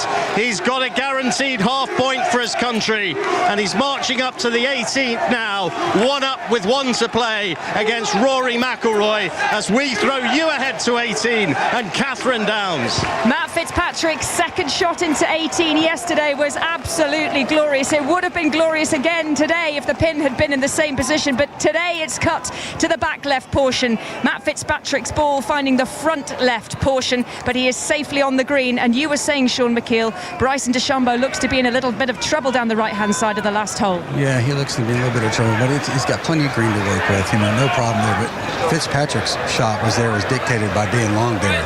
Can't afford to be long here, so he came up short. So Bryson DeChambeau with a shot from the rough down the right-hand side. We can barely see him, just the very top of his red baseball cap, and he can see the club flashing in the sunshine as he goes through his pre-shot routine. Now he's ready to pull the trigger. He's sending the ball up on the way. This one moving to the left as well. And just like Tyrrell Hatton's ball did last night, it's cozying up to Matt Fitzpatrick. Where are we going next? John? And the cheers here at the 15th. Those are American cheers because J.J. Spawn has just rolled in a putt from 6 feet, which takes him 3 up on Sepp Straka with 3 holes to play. So you can mark this down as another guaranteed half point for the United States. Spawn 3 up on the Austrian Sepp Straka. James Gregg, where are you? Nice. Very well back at the 17th green, where there has been a superb marker laid down by Ludwig Oberg towards this middle back hole location. Cantlay's ball on the way straight over the top of the banner. He's going to be on the back fringe, but actually inside Ludwig Oberg's. He's 2 up in this match. He cannot lose, and it's the only blue on the board. The Swede needs to dig deep here. If Cantlay does not win this hole, Ludwig Oberg guarantees a point and makes it 13 points to Europe. Just 1 point they would be then away from taking that Ryder Cup back on the flight across the Atlantic home with them. They need much more than that though, don't they? They want to win this whole thing outright. Ludwig Oberg though looks at the moment like he could lead the charge in terms of splashing some guaranteed blue on this leaderboard. 2 up with 2 to play. He's got 15 feet for birdie. Cantlay has 12 feet.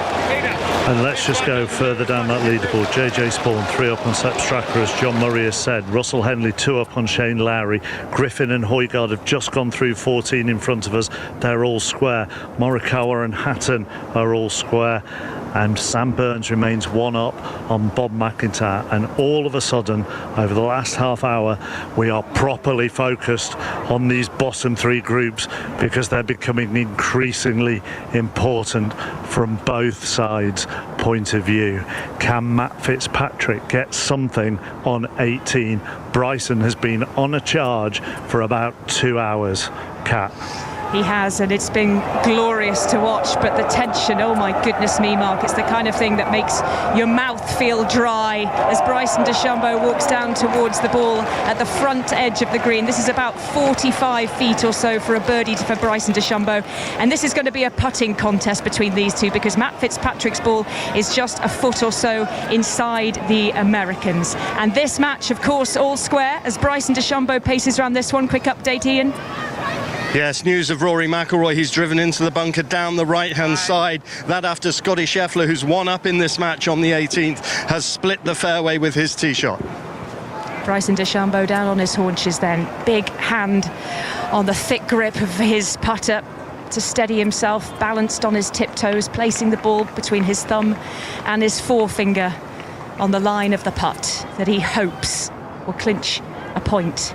An unlikely point, it seemed, a couple of hours ago when he was 5 down on the 8th tee. But here he is on the 18th green, having battled back in swashbuckling style as only Bryson DeChambeau can to all square. And now they fight for the spoils on the final green. And Bryson DeChambeau just tucks that big, thick putter handle into the crook of his elbow, swings the club once or twice as he stands perpendicular to the line.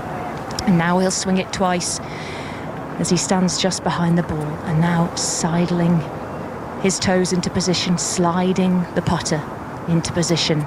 45 feet for a birdie at the last for Bryson DeChambeau. Has he got one last moment of magic in him? Ball on its way. This is borrowing slightly to the left. He's missed the birdie putt, and Matt Fitzpatrick has his to come. James Gregg. And Ludwig Oberg's birdie putt is now ready to be sent on its way, left to right down the hill to win the match and guarantee a point for Team Europe. It's tracking, it's looking very good, needs to travel, don't leave it short on line, Ludwig Oberg. He has done. It's a foot short, it'll be given, and now Patrick Cantlay has a 12-footer of his own from the back fringe to take this match up the last. Remember, Cantlay can't win. Cat Downs, back to you. But Matt Fitzpatrick can, and this is the putt that would do it. This is the putt that would win the point, and what a battle he would have had to put in for it. 40 feet for Matt Fitzpatrick. Doesn't waste time over it. Doesn't look like he's given it enough. He hasn't, and just like Bryson DeChambeau, he leaves it slightly short, and Bryson DeChambeau has given that one to Matt Fitzpatrick, but Matt Fitzpatrick is going to make Bryson DeChambeau see this one out. James Gregg. Cantlay stood over this putt now. If it misses, Ludwig Oberg has won a singles match for Europe here.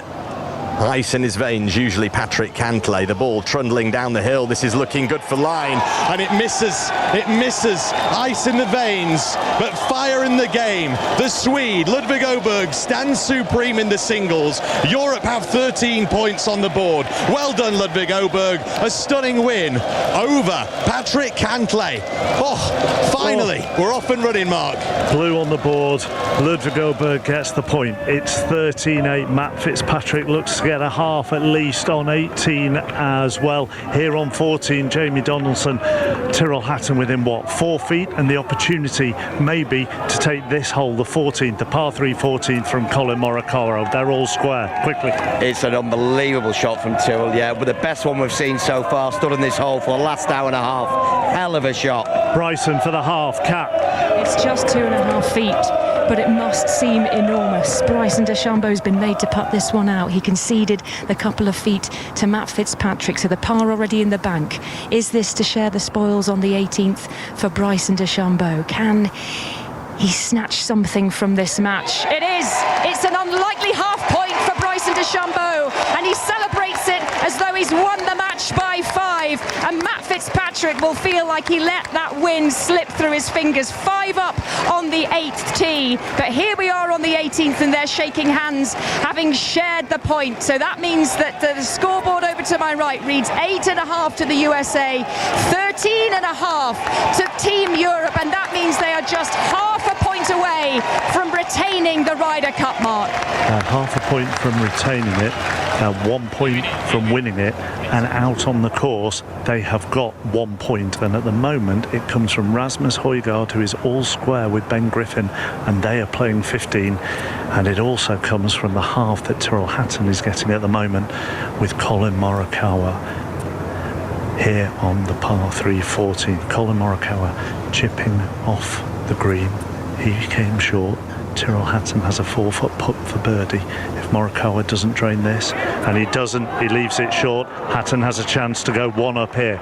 Ian. At the 18th, Rory McIlroy looking to do a Fitzpatrick from yesterday. He's in one of those bunkers down the right-hand side. He missed a long way right with his tee shot, and he's backed off this shot. I think someone's shouted yet another thing at him that really has annoyed him. He's backed away. He needs to get this up to this back left hole location on the 18th. High elevated green. Puff of sand, the ball emerges, goes into the clear blue sky, heads over towards the hole, and the ball lands on the green, spins back to the front of the green. Let's go to Cap with Matt Fitzpatrick. Yeah, Matt Fitzpatrick, who claimed a half point for Europe here. What a hard-fought match that was. 2 US Open champions going head-to-head, and Bryson, what a comeback for him. How are you feeling, Matt? Yeah, obviously disappointing, still half a point, that's important, but, obviously after where I had him after 7 holes, it would have been nice to capitalise on that a little bit more and get the job done, but obviously disappointing, but still good half. And is this Sunday singles suddenly feeling a little bit more tense than we were anticipating last night? Yeah, of course it is. Obviously, look at the scoreboard, it's not ideal where we're at right now, but, I've got every faith in the boys that they can come out and get this thing over the line. Get out there and support, Matt. Well done, half point 1. Ian, back to you. And Scotty Scheffler's second shot into the 18th, 1 up on Rory McIlroy. This is much better. It's right up to the hole, spins back and sits down 15 feet from the cup.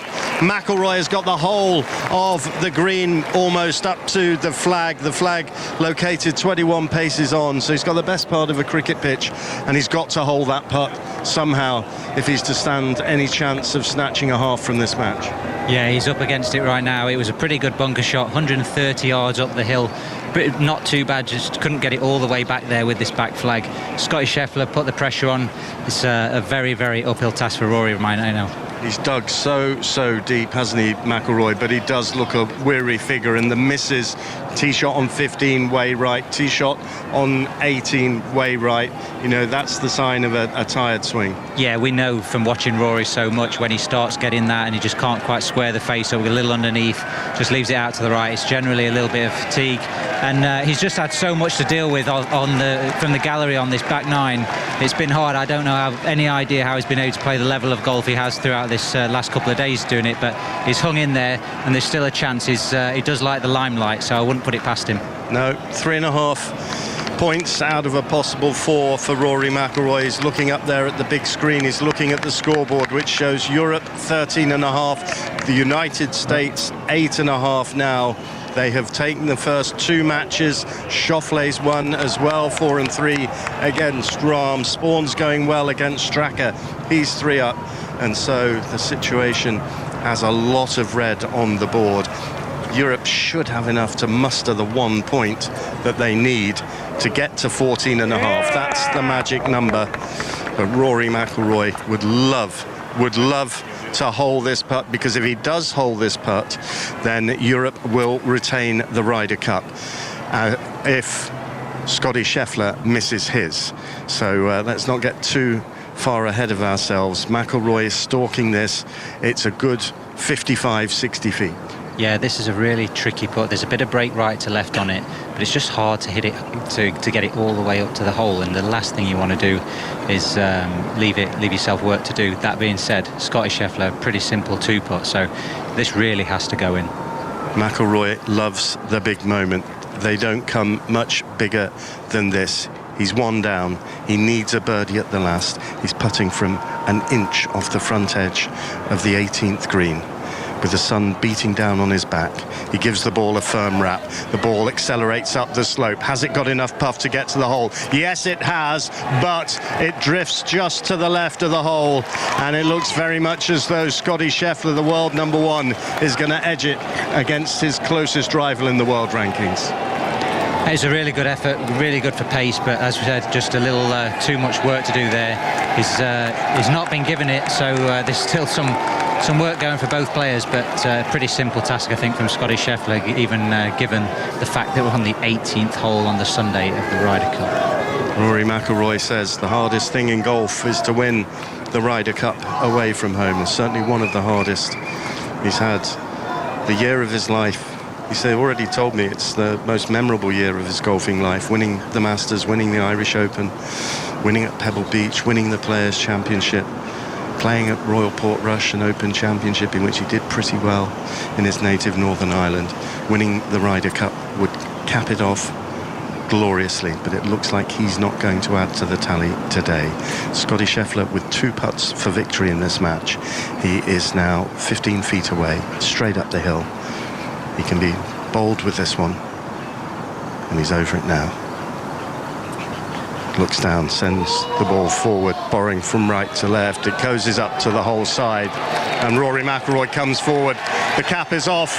There's the handshake. Scotty Scheffler has delivered at last at this Ryder Cup.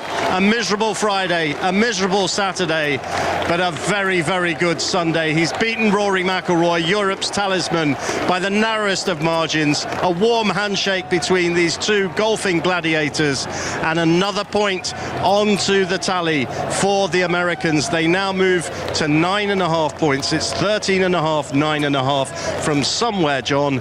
Europe have to find 1 more point to keep the trophy.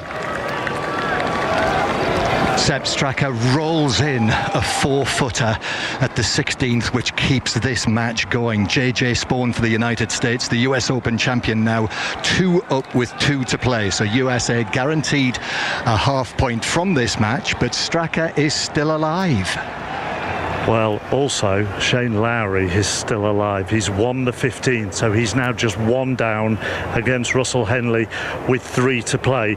Højgaard and Griffin are all square up ahead on the 15th green. We'll give you some details on that shortly. Jamie Donaldson, Ryder Cup winner in 2014, alongside me as we walk with Tyrrell Hatton, who's on the tee, having had a fantastic opportunity on the par 3 14th to go 1 up on Colin Morikawa, and he missed a 5-footer for birdie. Yeah, he did. He didn't break. He hit it just right at the hole, and it just didn't turn.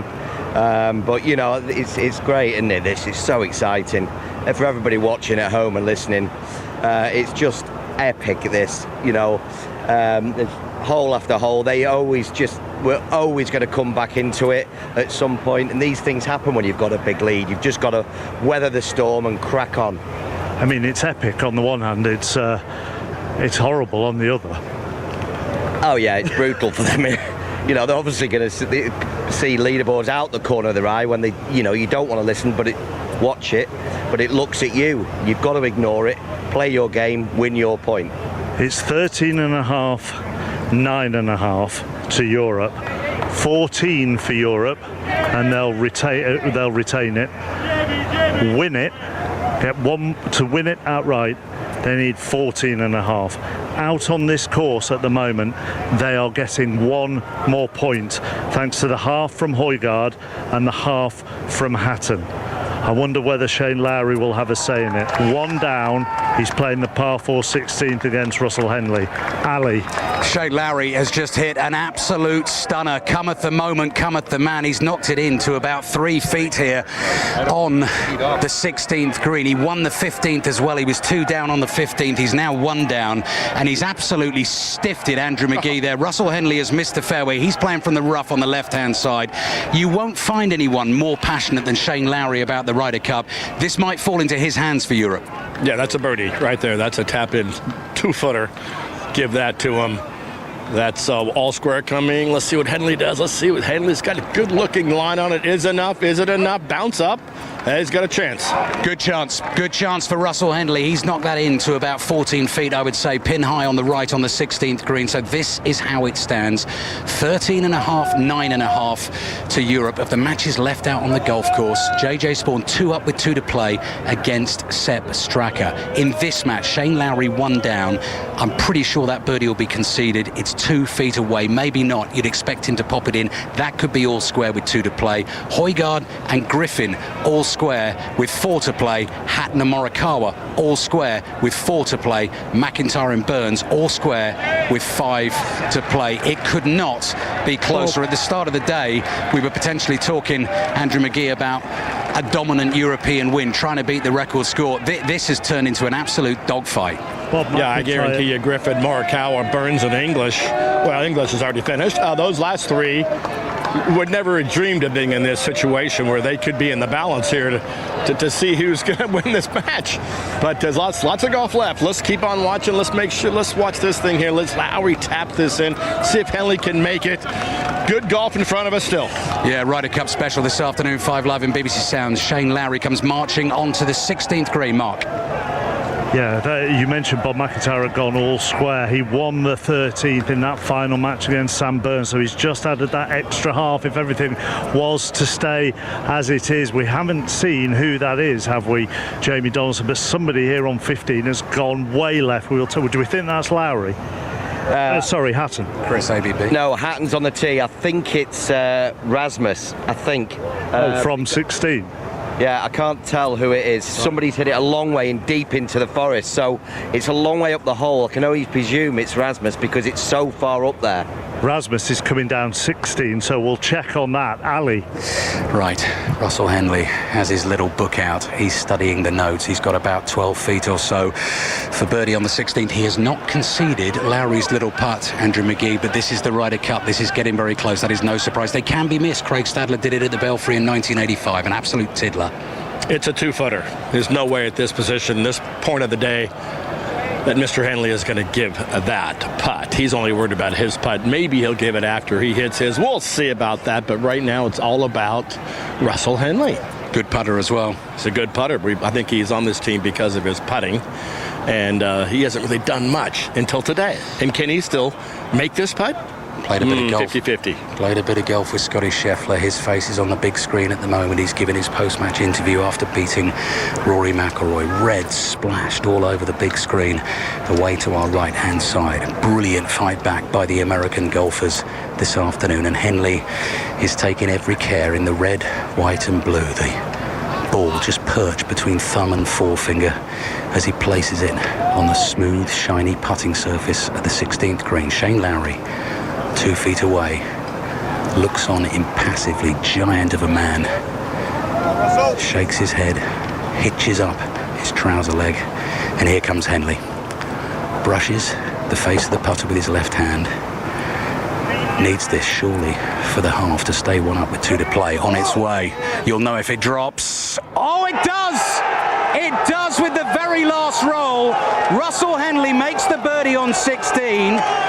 He will definitely remain one up. He will see this in from Shane Lowry. Lowry's got to knock it in from 2 feet to stay one down, and he needs everyone to just calm down a little bit. That was a brilliant display of putting. He needs to calm down. He's in a bit of shock right here, and now if he misses this, it's the match. So he didn't think of that a few minutes ago, 1 minute ago, and now. If he misses this, 2 down, 2 to play. Two down, how many holes are on this course? 18 still? Yeah. Oh, I'm used to not playing 18 this week. That's what the Ryder Cup can do to you. Right, Shane Lowry, this is serious. Good point by Andrew McGee. He's got to make this now from 2 feet. Otherwise, it's another guaranteed half point for the USA. Can he make it? Yes, he can. In it goes, and on we go to the 17th. Lowry 1 down with 2 to play. Brilliance from Russell Henley with the putter, Mark. John Murray.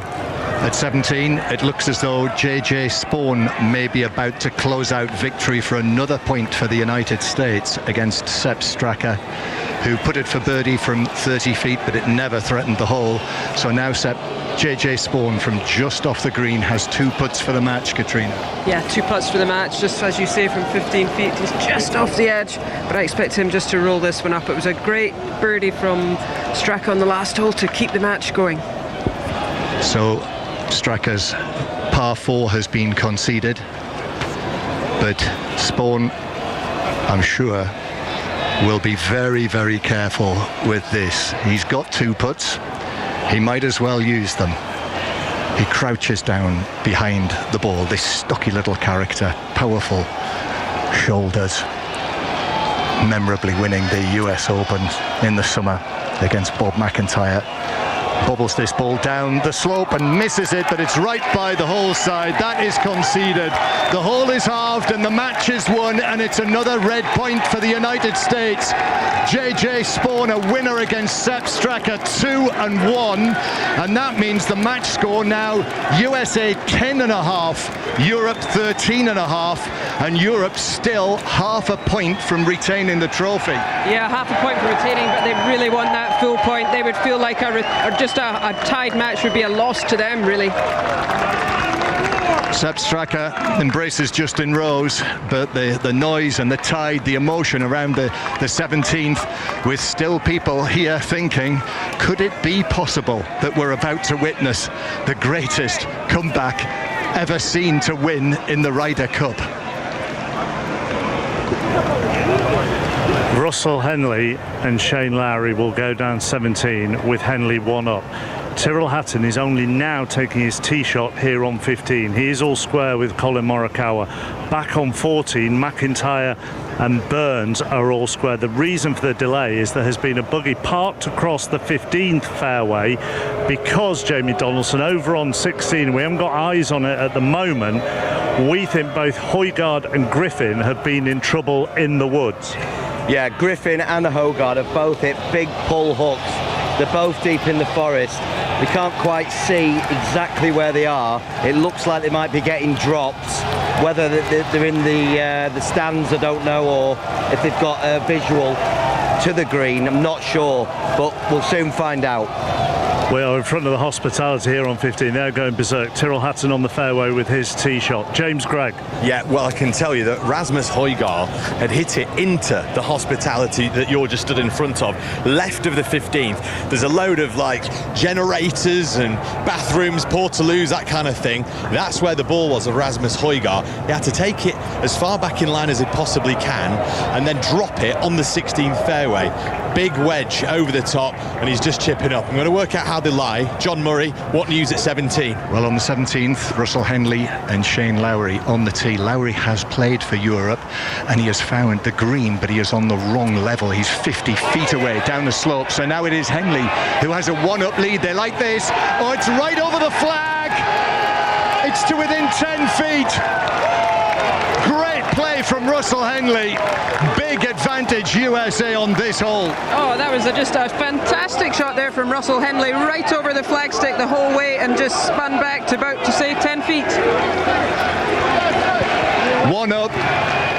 And it might well be that Russell Henley can close this match out here on the 17th. If he did, that would take it to 13.5. 11.5. James Gregg, you'll buy the 15th green, so Højgaard and Griffin are still on 15. Mount Olympus, it's called. Yeah, that's right, and I apologise for the slightly out-of-breath nature of this report. I'm going to just keep my voice down here because Ben Griffin has actually given himself a birdie putt, despite the fact he was in the woods.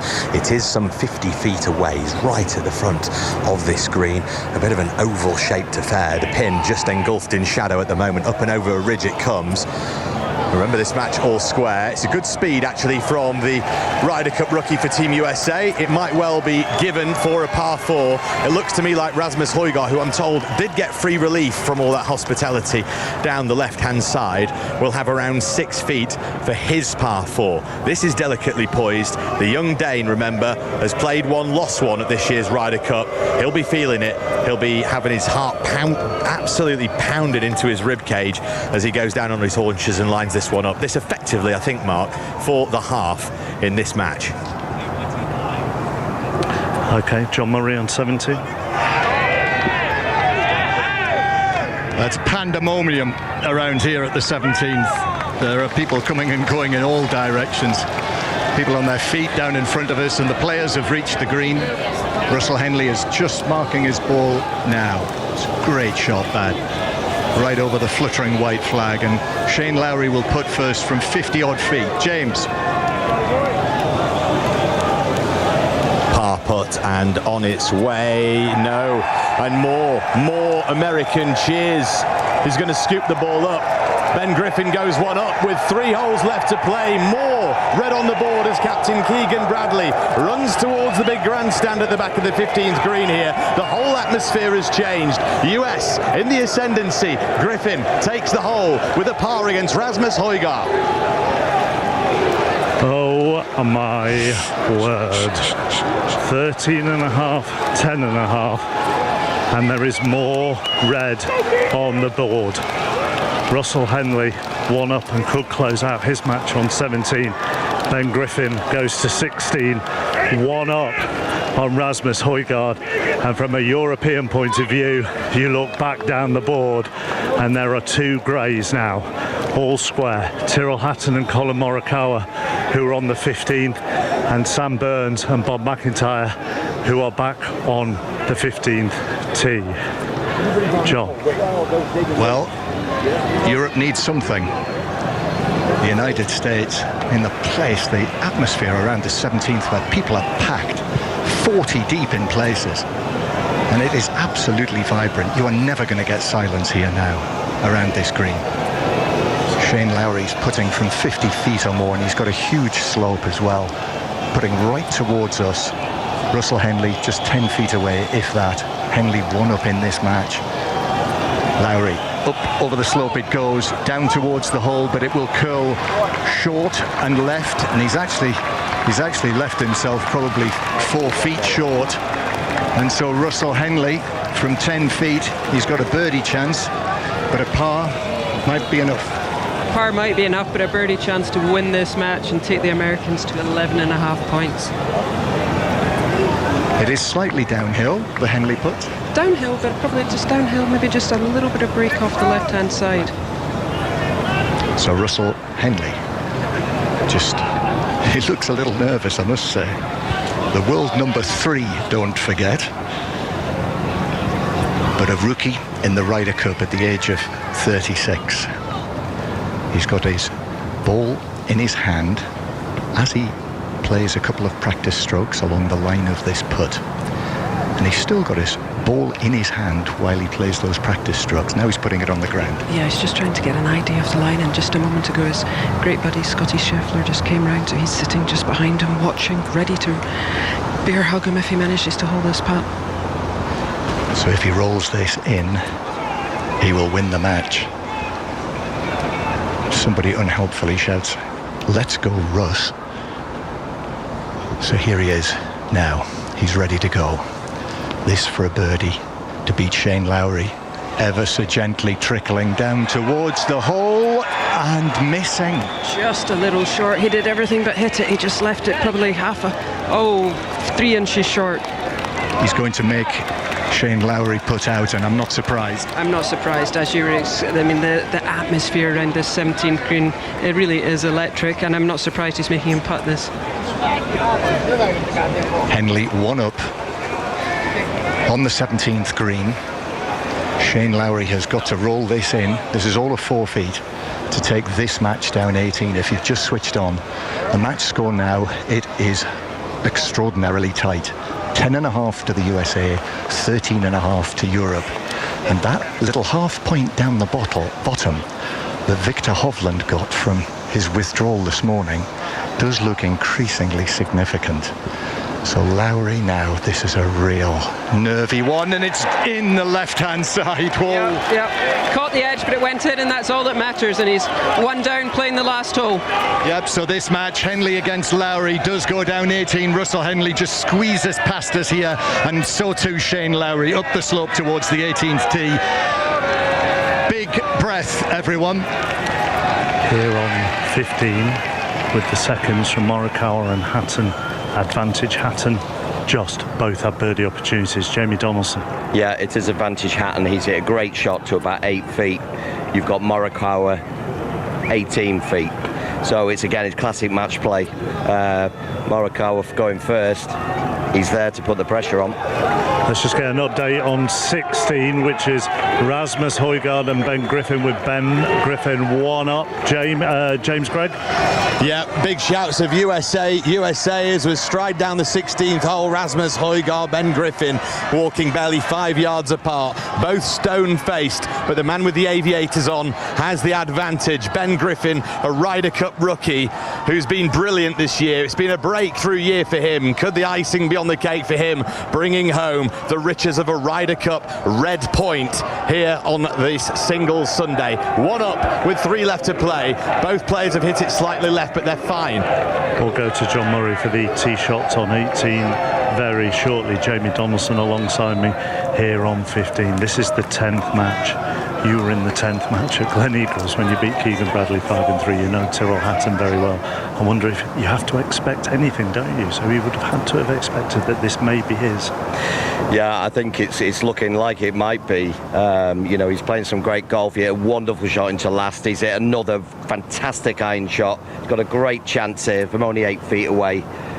It's getting very tense here. Let's go to John Murray on 18. Well, actually, Mark, our orders are to stay on 17, so we've hunkered down. Okay, let's go to Ian on 18. Here I am, and in the distance I can see Russell Henley getting ready, and Shane Lowry rather getting ready to hit his tee shot. And he swipes through that, looks pretty good, bends down, picks up the tee, and the ball makes its way down to the fairway. That's a fantastic tee shot from Shane Lowry into the right side of the fairway. Kat. Colin Morikawa has a birdie putt here from 25 feet or so on the 15th up Mount Olympus. He's put it into 25 feet. Tyrrell Hatton a little better.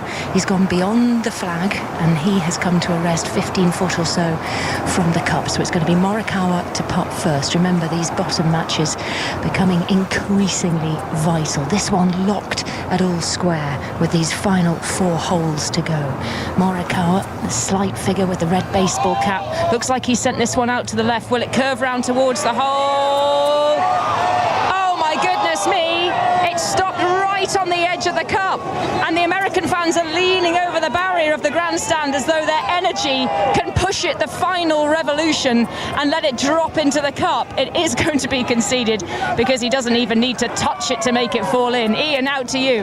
Russell Henley's tee shot has gone left and into the bunker down the left-hand side. Fantastic tee shot from Shane Lowry. Remember, he's 1 down in this match, but if he were to win this hole, then he'd get the half point, which would guarantee that Europe would retain the Ryder Cup. Kat. So Tyrrell Hatton then with a putt to go 1 up with 4 holes to play. Vital matches in the bottom half of the Sunday singles here at the 45th Ryder Cup. America on the comeback. It is getting tight. It is getting tense. Europe looking to limp over the line. They're just half a point away from retaining the Ryder Cup, but it's becoming increasingly difficult. The home side with their tails up home fans baying them to an unlikely comeback. So can Tyrrell Hatton just burst the bubble a little bit? Here he is, 15 feet or so. This to go one up on Colin Morikawa on the 15th green. Ball is on its way. And it misses to the right, and the American cheers will tell you everything you need to know. And Tyrrell Hatton lets out a barrage of expletives. The hole is halved in pars. That was a great chance for Hatton, and he knows it. And they are all square with 3 holes left to play. Jamie Donaldson, the Colin Morikawa putt, first of all, it hovered on the lip for 3, 4, 5 seconds until he went and picked it up. I honestly don't know how it didn't go in. We're directly down the line, big swing, fast left to right, swinging beautifully. Look, it's going to drop in the middle of the hole, and it stopped right on the edge. It was go get it! We're just going under a rope and we're in the middle of everything. Ali, where are you? Yeah, Griffin and Højgaard on the 16th. Rasmus Højgaard in a better shape than Ben Griffin at the moment. Both balls on the green. Højgaard about 20 feet away. Ben Griffin is a lot further than that. And Ben Griffin, of course, one up in this match with 3 holes to play. Very noticeable as well, Andrew McGee, that the European players have turned up here on the 16th to lend their support to the rookie. Tommy Fleetwood is here. Rory McIlroy is here. Matt Fitzpatrick is here. Justin Rose is here. Luke Donald is here as well. And Højgaard, that was a pretty impressive second shot under the pressure. He is gonna be really feeling this. Yeah, he had a bit of tree trouble on the left. There's one tree on this hole, and he had to mess with it a bit, but he got it around it, and he's about where Russell Henley made his birdie putt from 15, 18 feet right of the hole. Match situation then, Mark. Lowry and Henley going down 18. Henley one up. Griffin one up on the Højgaard. They're on the 16th green. Hatton and Morikawa are all square. Burns and McIntyre all square. 13.5, 10.5. Cheers from elsewhere on the course. Now, it's very difficult to tell where they're from at the moment. It could be coming from hospitality, people seeing replays or shots, or it could be coming from the 18th, Ian. Yeah, we're on the 18th now, and Ben Griffin is looking at this fairway bunker shot, having gone down the left. He's on the upslope. He's underneath a bit of a lip as well, Ollie Wilson. Yeah, we saw where it finished, and it went up the lip and rolled back down, but it looked like it stayed up on the face. So he's got about 130 yards, green way above his height. So he's got a really, really awkward shot. Ali? Ben Griffin, first to go, 40 feet, 16th green. Ryder Cup in the balance.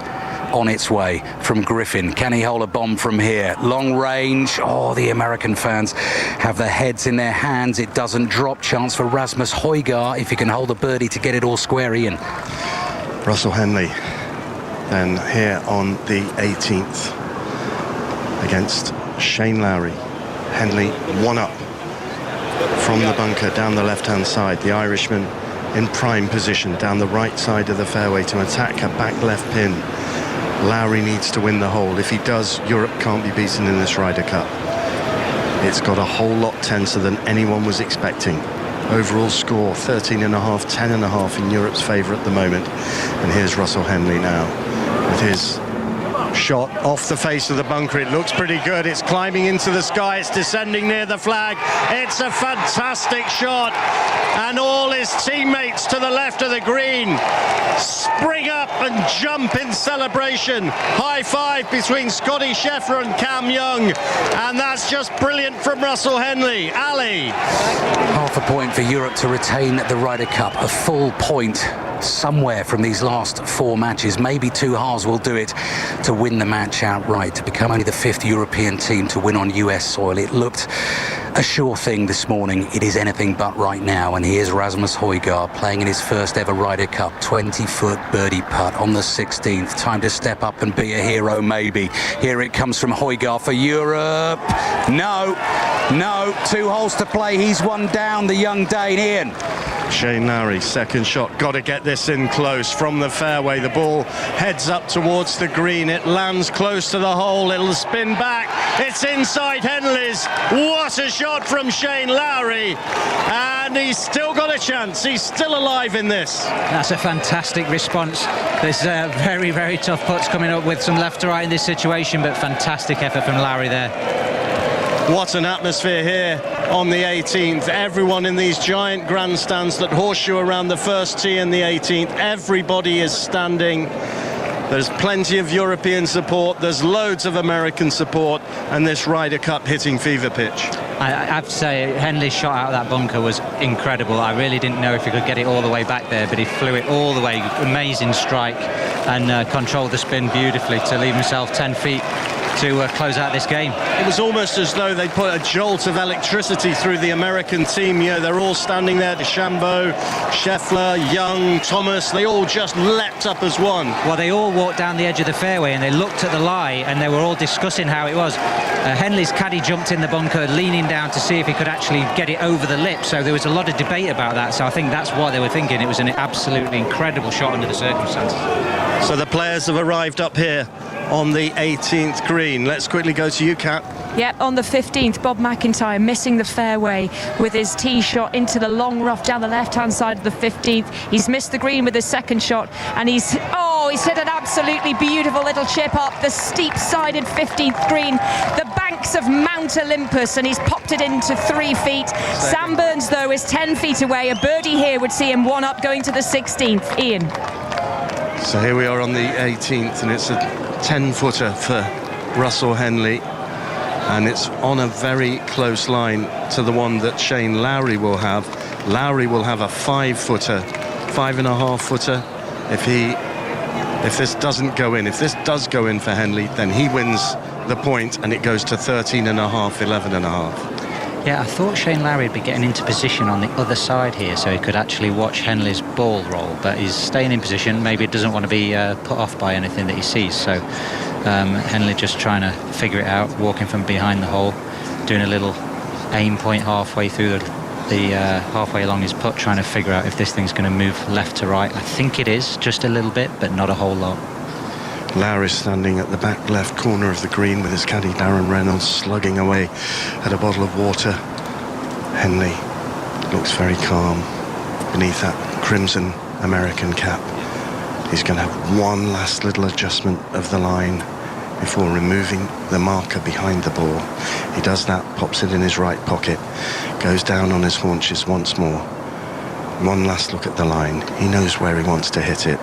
This for victory over Shane Lowry for Russell Henley of the United States. Sends the putt forward, turns from left to right, but he's left it short. He's left it short, and now Shane Lowry has this 5-footer, and if it goes in, Europe can't be beaten. Well, that was nervy, wasn't it? A little short, little jabby. You're going to be very disappointed with himself. You cannot give opportunities away like this, but this putt for Shane, he loves this situation. He's more than capable, but this is about as tough a putt as you get. You're going to be feeling every bit of nerves going through those fingertips right now. The weight of Europe on his shoulders. Behind this match, Ben Griffin is one up on Rasmus Højgaard, playing the 17th, and then the bottom 3 matches, Colin Morikawa and Tyrrell Hatton, Sam Burns and Bob McIntyre are all square. And of course, the very first points that were decided was the bottom match, which was Harris English and Victor Hovland. Hovland withdrawing with injury, so that was a half point as well. America 10.5, Europe 13.5. This for a birdie to finish for Shane Lowry, and if it goes in, Europe will retain the Ryder Cup. Lowry hits it forward, and in it goes, and he roars with delight, and he leaps into the air. Great celebrations. The European players walk onto the green. They can't be beaten. The Ryder Cup remains in European hands. At the last, Shane Lowry snatches the half. That means it's mission accomplished for Europe. The trophy will be going home on their flight. What a celebration from Shane Lowry. He's being hugged by John Rahm. He's standing in the middle of the group, and now he's roaring in delight, shaking both arms. There's Jose Maria Olazabal, tears in his eyes as he hugs him. Wow, what a finish. I can see Shane's dad there. Oh, he's as proud as punch. Oh my goodness me. And Shane is in fits of tears as he hugs his father. Great scenes here on the 18th green at Bethpage. The Americans cannot get the trophy back, and Justin Thomas walks up and congratulates Shane Lowry. He is in absolute bits. What scenes? Do you think there's some tension in there? I've never seen him jump so high. That was absolutely incredible stuff. You could just see the whole release as soon as the ball went in the hole. He's still struggling. He can't get his breath. It's absolutely incredible. What a scene that was. Amazing, amazing, amazing. John. On the 17th, Luke Donald and Keegan Bradley are here watching the Griffin-Højgaard match, and they've just shaken hands. They came together on the side of the 17th green. They've shaken hands. They've had a little word. Luke Donald has walked away, and Keegan Bradley is standing with his arms crossed in the shadows.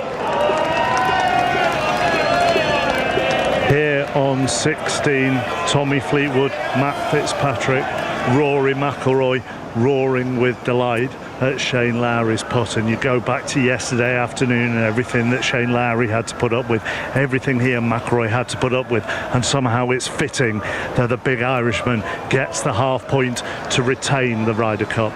Now I'm sure they want to go on and win it, and they are all watching McIlroy, Fleetwood and Fitzpatrick. Tyrrell Hatton on the 16th green up ahead. Ali.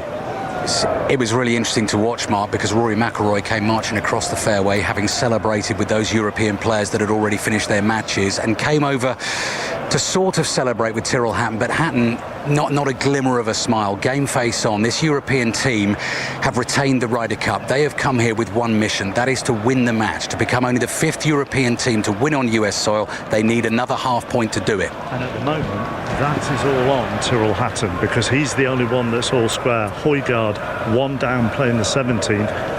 Bob McIntyre has gone one down on 15. He has. He 3-putted from 4 feet on the 15th green. Painful to watch, Mark. And that means that Sam Burns, who himself missed a 10-footer for birdie, this man who is supposed to be the best putter in the world, really feeling the nerves here as the Americans look to close out this European victory. They've retained the Ryder Cup, but Sam Burns couldn't find the bottom of the cup, and Bob McIntyre is now one down after that 3-putt, painful 3-putt for the Scotsman on the 15th. He's just about to take his tee shot on the 60. John Murray on 17. Rasmus Højgaard with a putt from 25 feet. This was to win the hole and halve the match, but he's left it short. If that had gone in, that would have guaranteed a half point for, no, I beg your pardon, no, they would have gone up the 18th all square.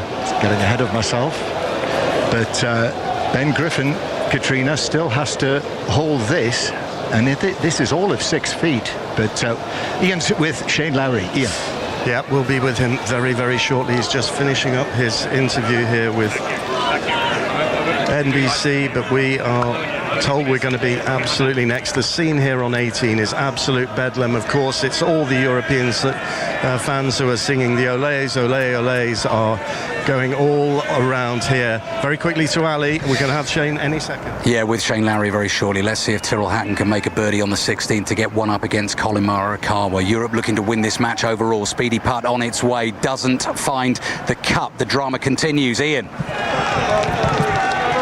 Well, here we are with Shane Lowry. He's just getting another hug of congratulations here. Shane.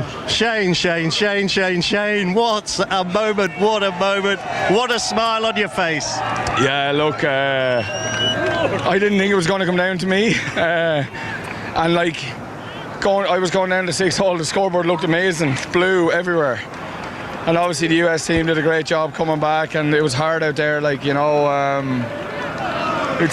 the whole week we had our teammates beside us. When you're out there on your own today, it was incredibly difficult. We knew the crowd were going to make it difficult for us, and they did, but look, I played those last 4 holes. I went 2 down, lost 13 and 14, and then I just said to Darren, I have to do something here. I saw the boys all, you know, we were struggling, and I said I have to do something, and I hit 3 of the best iron shots I've hit in my life, and obviously I hold that putt like I'm shaking. I was shaking over it, like, you know, and Yeah, the Irish in the Ryder Cup, something about it. There just is. love it, yeah. What was the feeling as that ball disappeared? I mean, it's an obvious question, but the way you If I was celebrated. being completely honest with you, I pulled it a little bit.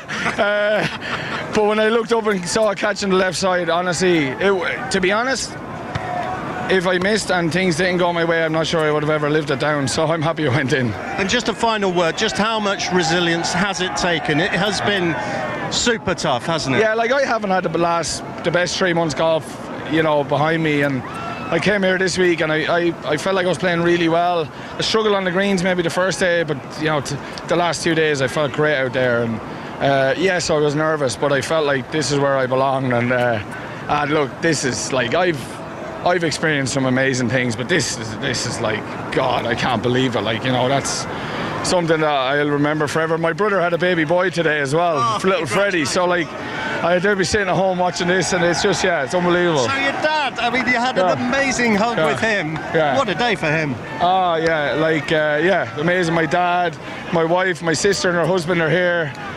My whole team, look at all these people here, they're the best people in the world. I love them all. I love them all like family. Honestly, this is the best team in the world. I don't care what anyone says. This is the best tournament in the world. This is the only thing I want to do for the rest of my life. The whole of Europe loves you too, Shane. Thank you. Beautiful, beautiful. 3 matches still out on the course. Griffin, 1 up on Højgaard as they go down 18. Hatton and Morikawa are all square as they go on to 17. Burns 1 up on McIntyre as they come down 16. If it finished now, it would be 14.5, 13.5. John Murray on 17. Yes, all a question for Europe about who is going to get the half point that means that the cup is won outright. If Rasmus Højgaard is able to squeeze something out of that match on 18, could be him. The match we're watching, just teeing off on the 17th, Colin Morikawa and Tyrrell Hatton are all square. Tyrrell Hatton's ball has landed back left of the green. That's the first time we've seen one over there, but it is still a good 50 feet from the hole, but it is on the right level. And the former Open champion Colin Morikawa about to tee off, Katrina. Yeah, he's about to tee off, and he's got to attack this pin. He's got to try and get it in close and get a 2 here and try and go 1 up on Tyrrell Hatton. He's just struck it now. Looked like a good swing, didn't it? Lovely swish, we heard. And it lands right towards the back of the green on the right level, but all of 25 feet away. Yeah, pin high and probably half the distance of Tyrrell Hatton, but it's quite unbelievable sitting around this 17th green when Europe got that half point or point to retain the trophy. It's as if a balloon just burst and the crowds are just going out. The atmosphere is all just kind of hushed, I would say. As soon as it flashed up on the screens, Mark, Europe have retained the Ryder Cup. There began a mass exodus, and now, I mean, honestly, people are streaming towards the exits. We can see them heading off in all directions. James Craig is about 5 yards away from me. Are you Hello. talking or not? Yeah, I'm talking. All right. Does Matt Fitzpatrick want to talk on the radio? Do you want to talk for a minute? No, he doesn't. No, he doesn't. He doesn't want to talk at the minute. I thought that's what you were looking at. No, that's not what I was looking over at all. No, not at all. He doesn't want to talk at the moment. I think Europe, just give me a nod if this is the case. They want to wait. Once it's all finished up and they've got the cup, then they'll all talk to us as much as we want. We're waiting for put you in an uncomfortable situation there. Sorry about that. Ian Carter, I'm assuming the 18th has now calmed down a little bit. Only a little bit. There's still celebrations with Shane Lowry going on. The camera crew's still on the back of the green. They're going to have to get out of the way because Rasmus Højgaard is coming down this 18th. 1 down against Ben Griffin. Griffin's hit an excellent tee shot down the middle. Højgaard has lost his tee shot away to the right. Not sure whether it's in the bunker or in the rough back down there on the 18th, but either way it's advantage to America as this match comes down with Griffin 1 up in that. But if Højgaard could win the hole, then Europe will win the Ryder Cup for the 2nd match running. So that's the situation here on the 18th. There's all still loads of hugs and cheers for Shane Lowry. The smile is endless for him, and what an interview that was. I mean, the outpouring of honesty and emotion was extraordinary, I thought, Mark. It absolutely was. Kat. Yep, just watched the second shots of both Bob McIntyre and Sam Burns. They're the final match, the last match out on the course here, and there are hundreds of fans streaming towards the exits, but many are sticking around just to see where all the final pieces fall in this jigsaw puzzle that's kept us so enraptured all of this Sunday afternoon here at Bethpage Black. Bob McIntyre's ball's found the front left edge of the green, and Sam Burns can't be seen at the moment, so I'm just having a quick look to see where the marshals are standing. I think it's gone through the back to the right hand side and into the rough there, but as the players walk up, I will be able to update you to tell you where it is that they go. But Bob McIntyre, awful 3-putt from 5 feet for the Scotsman on the 15th, and that means that Sam Burns, the American, is marching up to the 16th with a 1-up lead. Ian, where are you? We're on 18 here, looking at Rasmus Højgaard as he goes into the bunker down the right. Very similar position to where Rory McIlroy played his shot from when he arrived here at the 18th. And he takes one practice swing. His partner, or his opponent rather, is in the middle of the fairway, and Højgaard one down here to Ben Griffin, the American rookie. The two rookies here against each other, and now here comes Højgaard, ready to play to this left-hand hole location on the 18th, steeply uphill. And the crowd watch as the ball emerges from the bunker. Really high trajectory. This looks a really good shot. It's landing now and then spins back towards the front of the green. It was an excellent shot, but it's spinning backwards all the way, and he's probably 50 feet away. John. On the 17th, this match is all square. Colin Morikawa and Tyrrell Hatton playing for Europe. Hatton is 50 feet away. Morikawa approximately 25 feet away. It's taken quite a while. His ball is on the green, Tyrrell Hatton, but he actually has to ask people on the hill behind him to crouch down so that their shadows would not be in his way. He puts now, Hatton, from all of 50 feet, still going. This could go. Oh, just by. What a putt that was. Just by on the left to the 18th, Ian. Griffin's approach shot comes in and spins back even further back. So he's got the best part of 60 feet, probably 50 feet for Højgaard, and on almost exactly the same line. So that could help the Dane. He needs to win this, as I can see Shane Lowry taking a huge slug of cider from a bottle. His work is done, but the next half point will decide it in Europe's favour. If they can just get to 14.5, they'll have won, not just retained the Ryder Cup. John.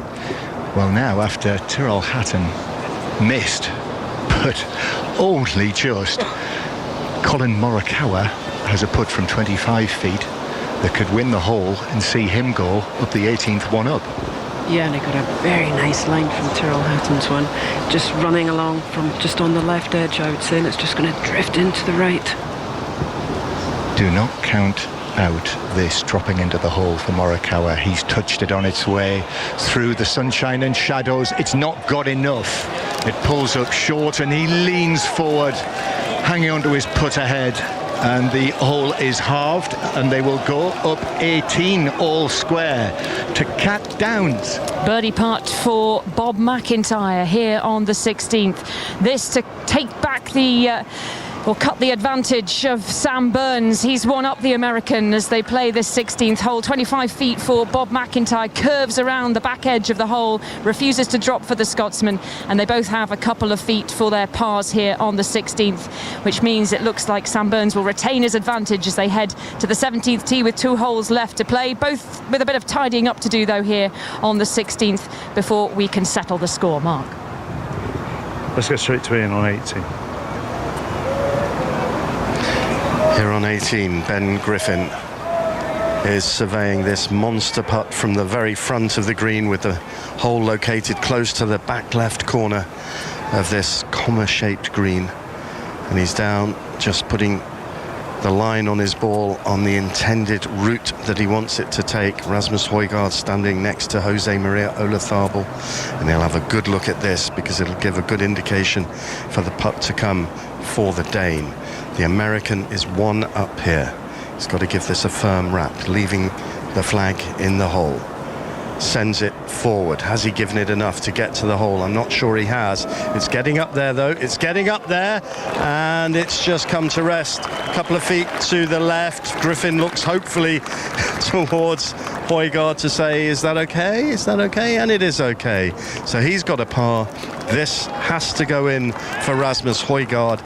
If it does, he snatches half a point, and for the second match running, Europe will have won the Ryder Cup, and they'll have won away from home for the first time in 13 years. Rasmus Højgaard has this 50-footer. 50 feet, nothing to think about other than getting it on the right line and getting the pace. It's pretty slow up there, but he's had a great read off of Ben Griffin here. So really, he's walking around, he's giving it a long look, trying to gather his thoughts. He knows the stage is set.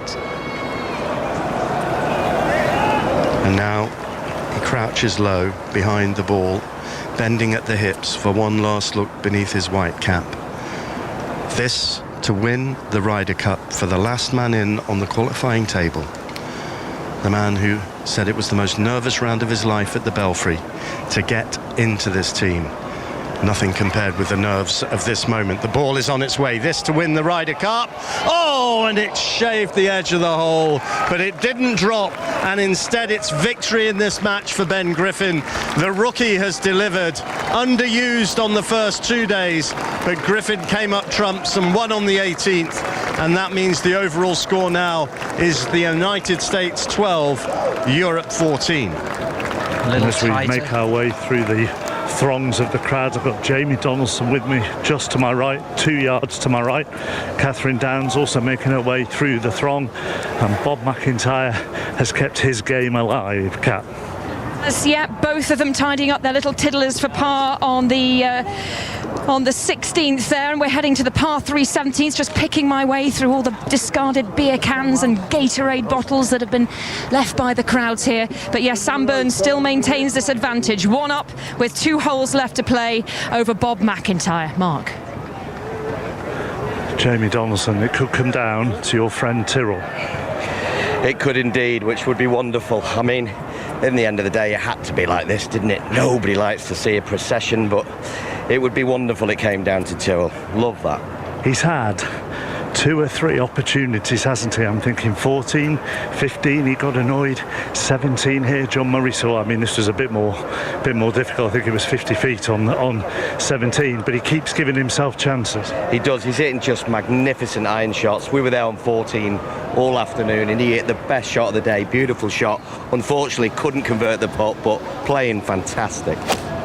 And Hatton and Morikawa are on 17. And Sam Burns' tee shot is towards us and lands on the left portion of the green. It hasn't threatened the hole. It's probably 35, 40 feet away. But the American one up in this final match out on the course against Scotland's Bob McIntyre. Scotland's Katrina Matthew. Yeah, this is probably quite a nice pin for the left-hander Bob McIntyre. He can maybe just bring it in a little bit from, well, what's that, his left to right, and keep it away from this bunker. But he's got to attack this pin. He's got to try and get it in close and give himself a chance of birdie. Bob McIntyre, 2 years ago when he made his debut, Justin Rose really carried him through. But he carried him through and he remained unbeaten there. And now, 2 years later, a real world player now, Bob McIntyre, right in the thick of this Ryder Cup. And on the tee at the 17th, in a shard of sunshine down there, framed by the trees behind, the ball now heading towards the green and towards the hole, lands on the back portion, the right level, and he is 25 feet away, maybe closer. Yeah, fantastic shot there from Bob, just pin high. I would say probably about 18 feet, 18 to 20 feet, and a very good chance. So one down, but it is advantage McIntyre on the 17th. Self-frazzled there with saying it was Hatton and Morikawa on 17. It's good to know I'm not playing. I'm all over the place at the moment. Let's go down 18 then. This is where Hatton and Morikawa are. Ian. Yes, and they have hit their tee shots. They're just arriving at them. They're both in pretty decent shape. Morikawa in the fairway.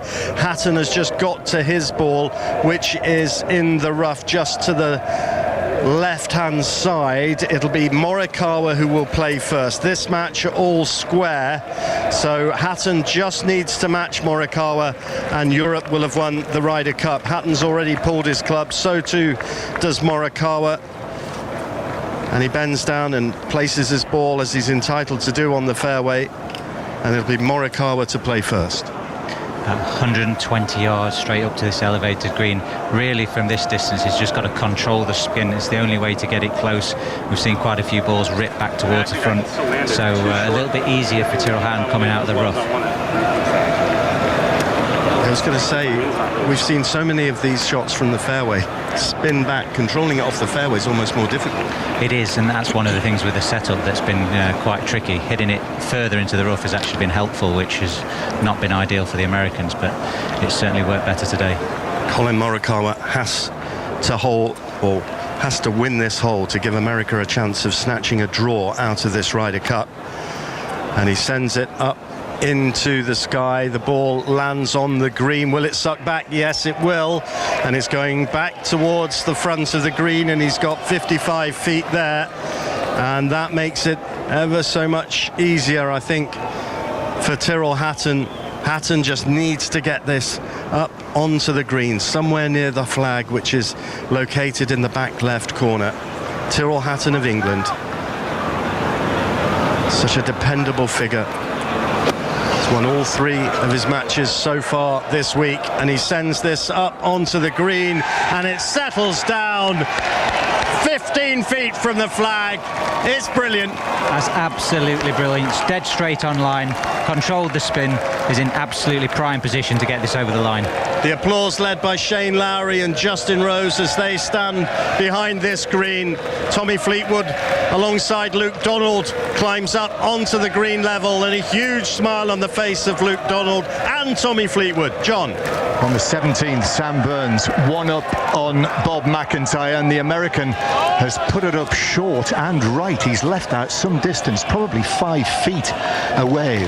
So the United States one up in this match, but McIntyre from round about 18-20 feet has the chance here, perhaps, to bring this match all square. Back to 18-0 first, Ian. Yeah, they're just great scenes here, John. Huge hug for Shane Lowry from Tommy Fleetwood, and now Matt Fitzpatrick. They know the job is basically done. They know that this Ryder Cup match is going to be won. It has been way more stressful than anyone could have imagined, but they're all here now. I can see John Rahm striding over to the back of the green as well. Europe brothers in arms are all together. They're high-fiving, because unless Collin Morikawa holds this monster putt, then it's all over. Europe will have won the Ryder Cup. They'll have managed to do what they set out to do, which is win away from home, do what Rory McIlroy called the hardest thing in golf, and my goodness me, it's been really hard. John. McIntyre over this 20-footer. This for a birdie to win the 17th and bring this last match out on the course back all square. Rolling towards the hole, and it misses on the right. But Burns still has to finish off here, Ian. Okay, well, keep us posted.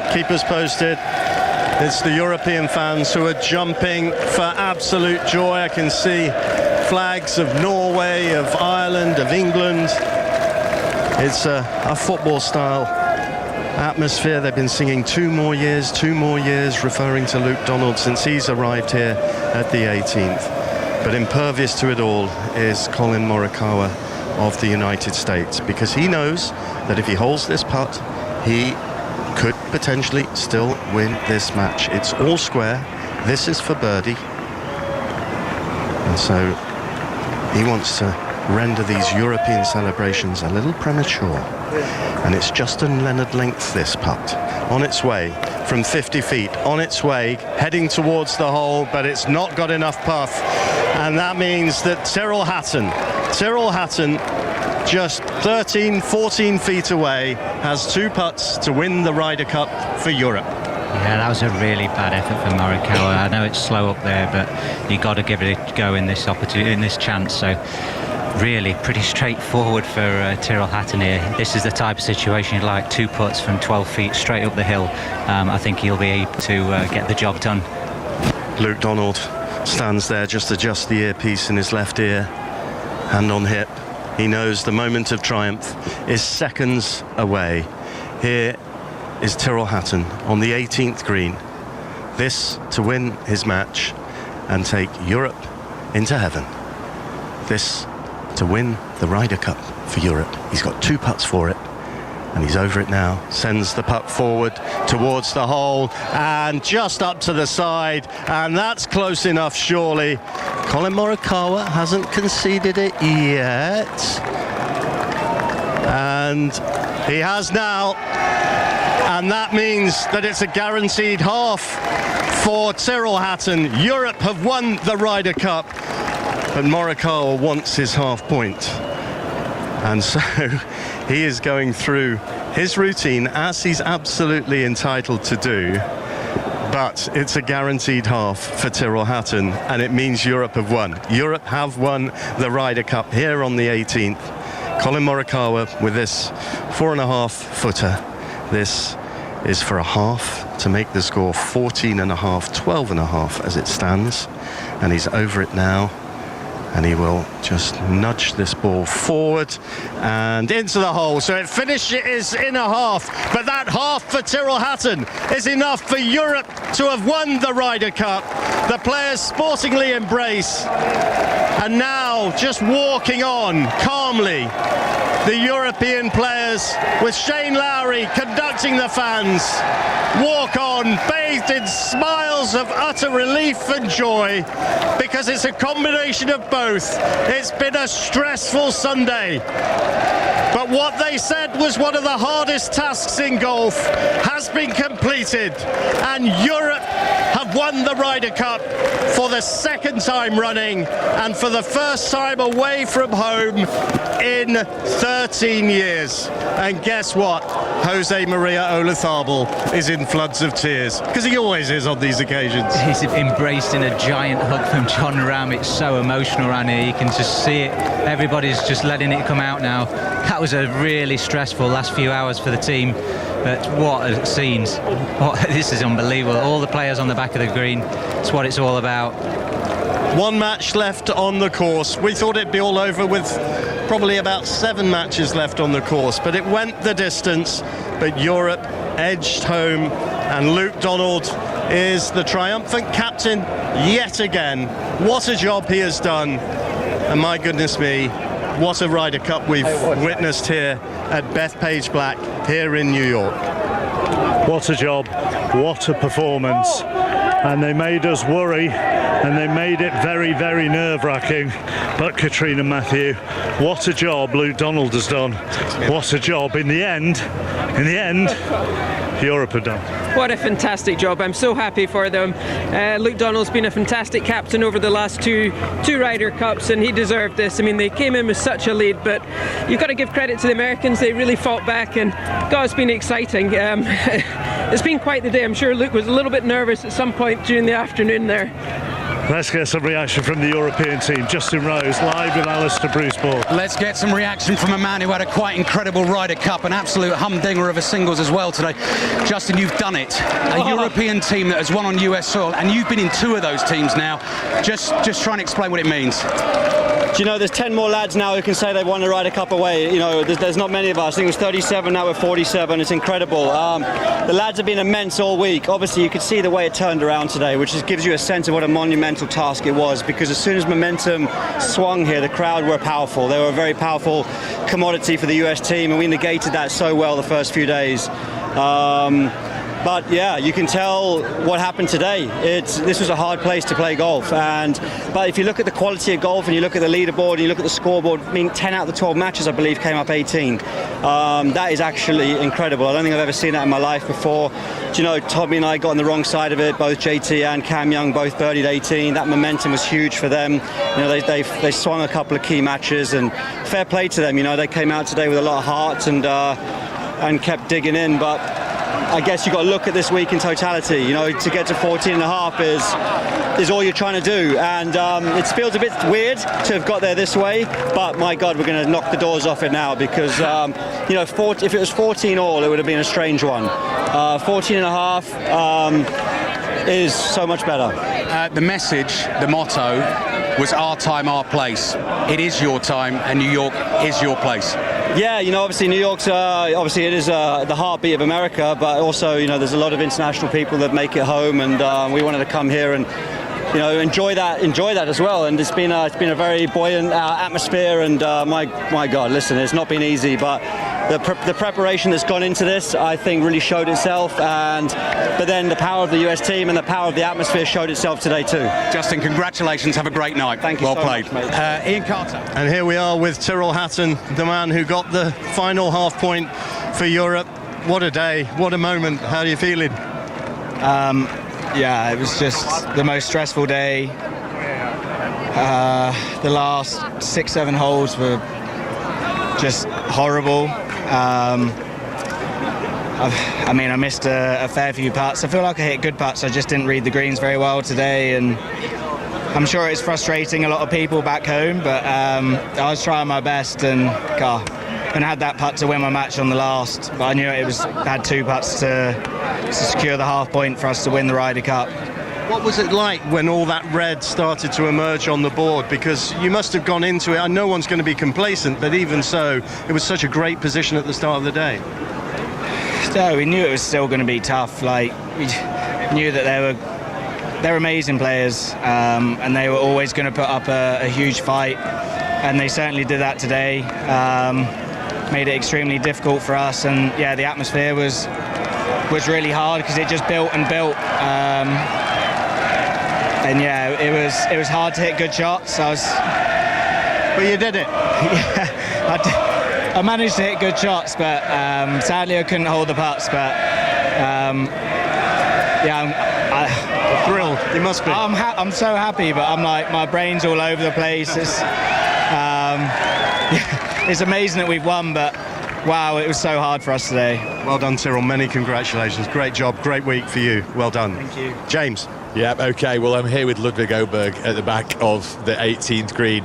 First and foremost, you were the only blue on the board today. That was quite something, wasn't it? Well played. Yeah, it was good. It was quite stressful coming down the last couple of holes, knowing what the scoreline looked like, and it sounded like someone turned the volume up a little bit last couple of holes. So it was nice to keep hitting nice shots and get the point. So satisfying. And how satisfying is looking to your right? Have you ever seen anything quite like this? So good. It feels like the home crowd, doesn't it? It's so good. All the support from the Europeans all week's been amazing. So we'll enjoy this one. You had to dig so deep today, the whole team, but all the way throughout the week. How much of a party are you going to have tonight? Because it must be such a release after everything you've gone through this week in the build-up, being asked questions by people like me. You are going to enjoy it, aren't you? I can see the smile on your face. 100%. It's been a long week. It's been a long build-up for this whole event, and rightly so, right? It's the best event we have in golf, and I'm so proud to be part of this team and to be able to contribute the way that I've been, and yeah, it'll be a good one tonight. I know how humble you are, but you are the only man on the team to win in the singles today. Were you aware of that when you were looking at the leaderboards, what was happening? Were you looking? Yeah, we were definitely looking. We're definitely looking at the scores all the time, and coming down 15, I could sort of see a trend of it switching around a little bit, but I'm glad I was able to keep hitting greens and keep hitting fairways, and I'll remember that for a while. You'll remember this for a long time. Ludwig, thanks so much, mate. Thanks a lot,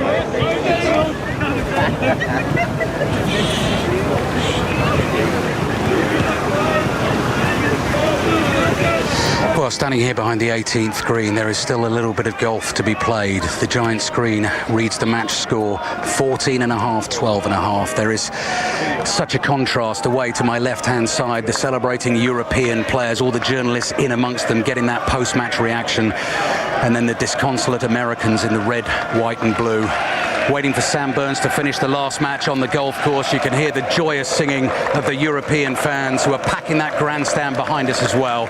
Sam Burns is one up on Robert McIntyre, and Robert McIntyre actually hasn't cracked a smile since coming on the green. He's concentrating on the golf, wants to try and win this hole to get another half point for Europe to make it 15-13 overall. Sam Burns sends the putt on its way. Everything falls silent. That is going to go a wee way by. That is going to roll 7-8 feet by to the back of the green.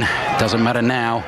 Europe have the Ryder Cup in their hands. They have won on US soil for only the 5th time. McIntyre slightly distracted for a second.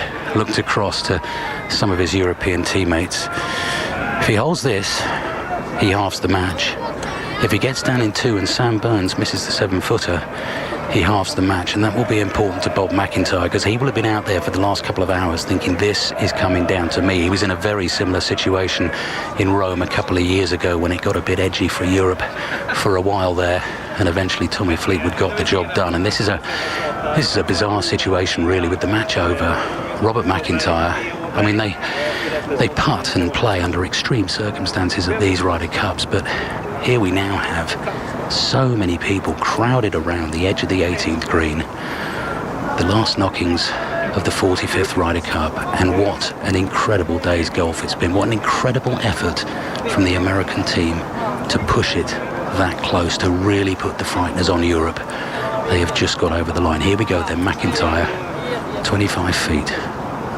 Lots of conversation bubbling around me as McIntyre, the left-hander, settles over the putt. If he holds it, he halves the match. It's another half point. Here it comes on its way. Think that's going to miss to the left-hand side of the hole. It's very good for pace, so that will be a 4 for McIntyre.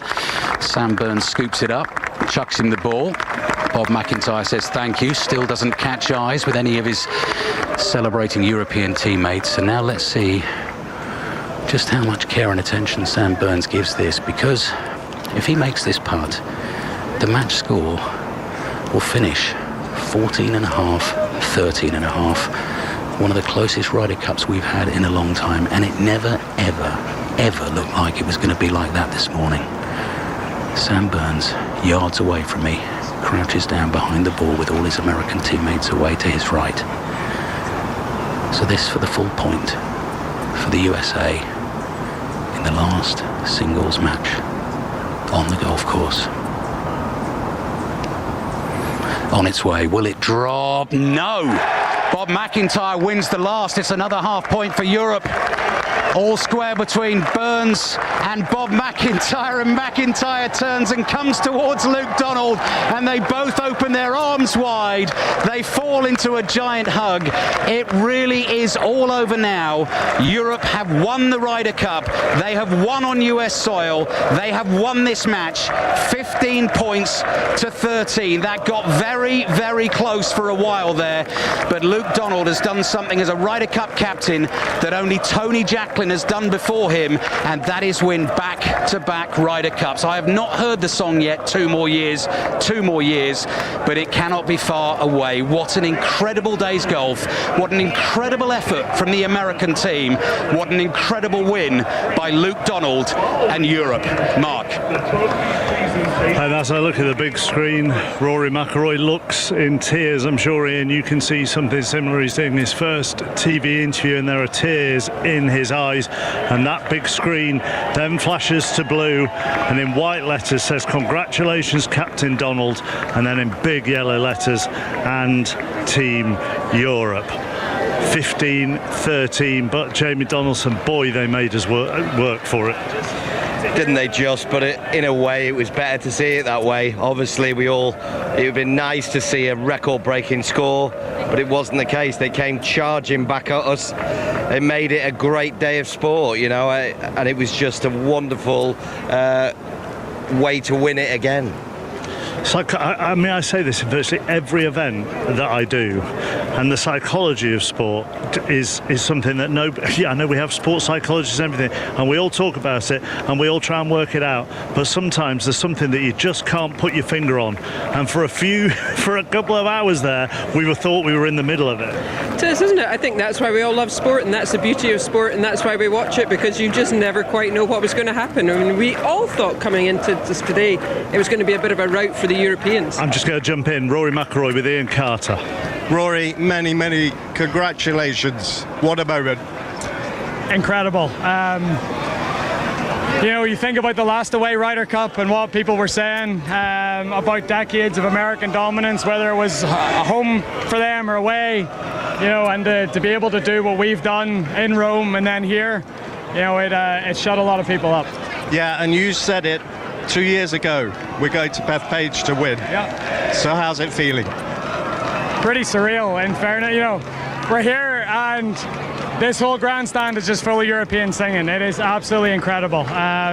So proud to be a part of this team. So proud to look the VCs, all the players. It's obviously the backroom team. It's been one massive collective effort over, once we won in Rome, we turned our attention to this because we knew, okay, we have the blueprint for a home Ryder Cup. What do we need to do differently to try to manage an away one? And we did the right things. We have the right collection of people, and just so proud to be a part of it.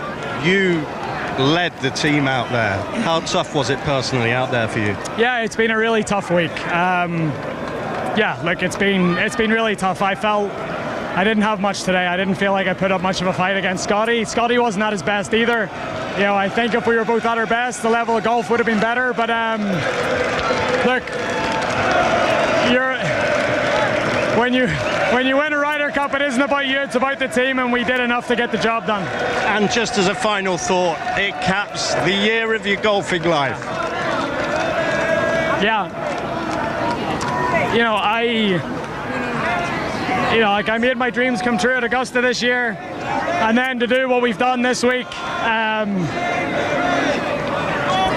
there's not going to be, unless I maybe repeat at some point, but I don't think there's going to be a better year in my golfing career. Well done, Rory. Thank you. Thank you.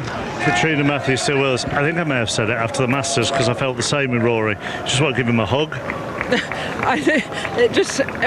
The emotion there, you can hear the emotion in his voice. It just shows how much it means to them, doesn't it? I mean, it's just a fantastic scene. You can see them all down there. Just saw Shane Lowry and Bob McIntyre trying to do a jig down there in the 18th green. But, they're going to have a fantastic evening tonight. And what a competition today. Thank you for being with us. I know you have to rush. You're very, very busy. You've got other things to go and do, other golf to watch and be part of. Thank you, Katrina. Thank you very much, Mark. Really enjoyed it. Thank you. We've enjoyed your company. Katrina Matthews, Solheim Cup winning captain. Jamie Donaldson is still alongside me up here. I mean, he put it on himself 2 years ago, Rory. He said, what we've got to do is go and win in Bethpage, and he carried the abuse of the crowd, he carried everything else that comes with it. He's got the green jacket, and there may have been times this afternoon when he might have looked at the board and thought, oh dear, and he's done it. He's won the Masters, and he's been part of a Ryder Cup team for Europe that have won away. Yeah, in a way I don't know how he does it. He's been abused all week, constantly, every shot, every hole. It's so difficult to face that animosity, and he just keeps hitting great shot after great shot. He looked physically exhausted today, but through all that, he comes out on top, and they've retained the Ryder Cup.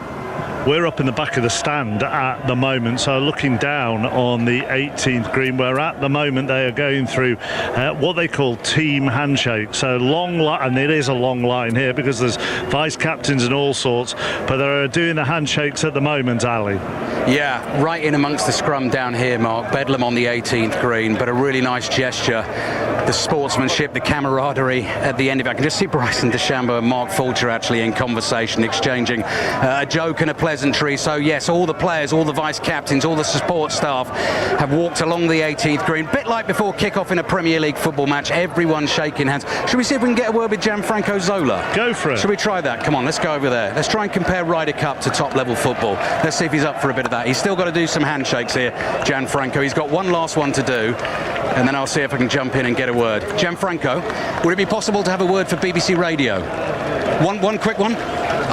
No, not right now. Up the blues. The question I wanted to ask was comparing trying to hole a winning putt in a Ryder Cup to scoring a winning goal in a European final for Chelsea. What do you reckon? What's the feeling like? The feeling is that a golf ball is much smaller than and the hole is smaller.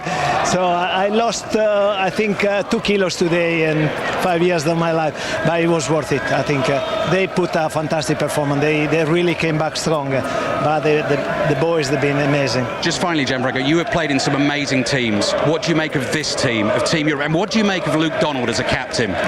No, they've been amazing. They were cool. They performed fantastically well. Today was expecting them to come back a little bit strong, but they held on, and it was important. Luke has been amazing. He's a gentleman, clever, and he's got everything. Gianfranco, you're a star. Thank you very much for talking to us.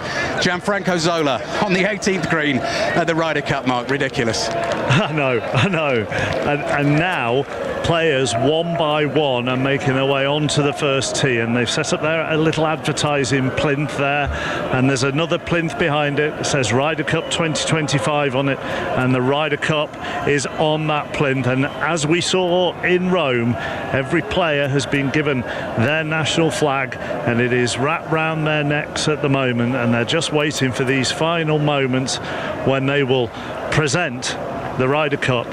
Europe, in the end, not only retaining it, but winning it by 15 points to 13. What moment, Ian Carter, as we stand here, and brilliant with Rory and Lowry, but I mean, just emotions dripping off them, and no coincidence that they were the two yesterday afternoon who bore the brunt. But when were you most worried this afternoon? I think when Matt Fitzpatrick's putt horseshoed out on 17, I've never heard a din like that on a golf course. I genuinely haven't.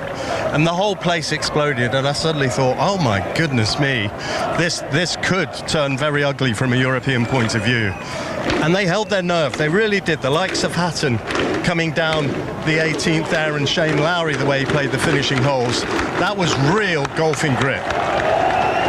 The Europeans leading the thunderclap, and they're waiting for the presentation to start down there. Massive European fan base now behind them, and to their left, and to their right, and in front of them as well. We're waiting for Carol Banks to do the honours and do the presentation, which we should hopefully be able to bring you on 5 Live at just after 11 o'clock. Here's Cara. For the 45th Ryder Cup here at Bethpage Black in New York. The European team have won their first Ryder Cup in the United States since 2012, and they have done so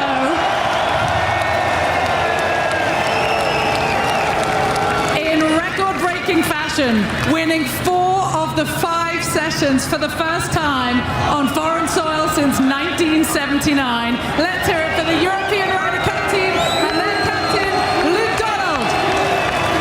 And scenes of great jubilation.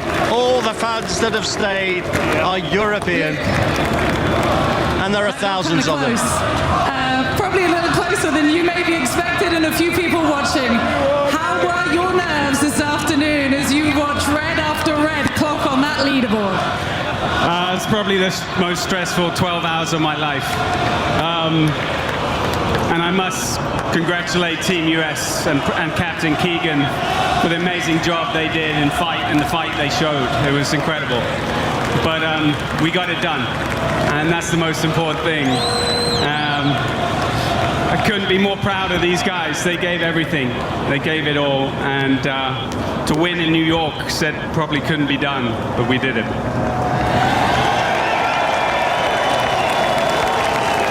You did, and you're a big part of that, and so is every single one of these 12 men.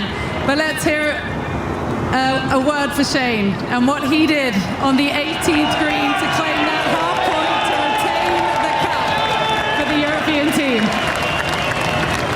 Shane is a legend.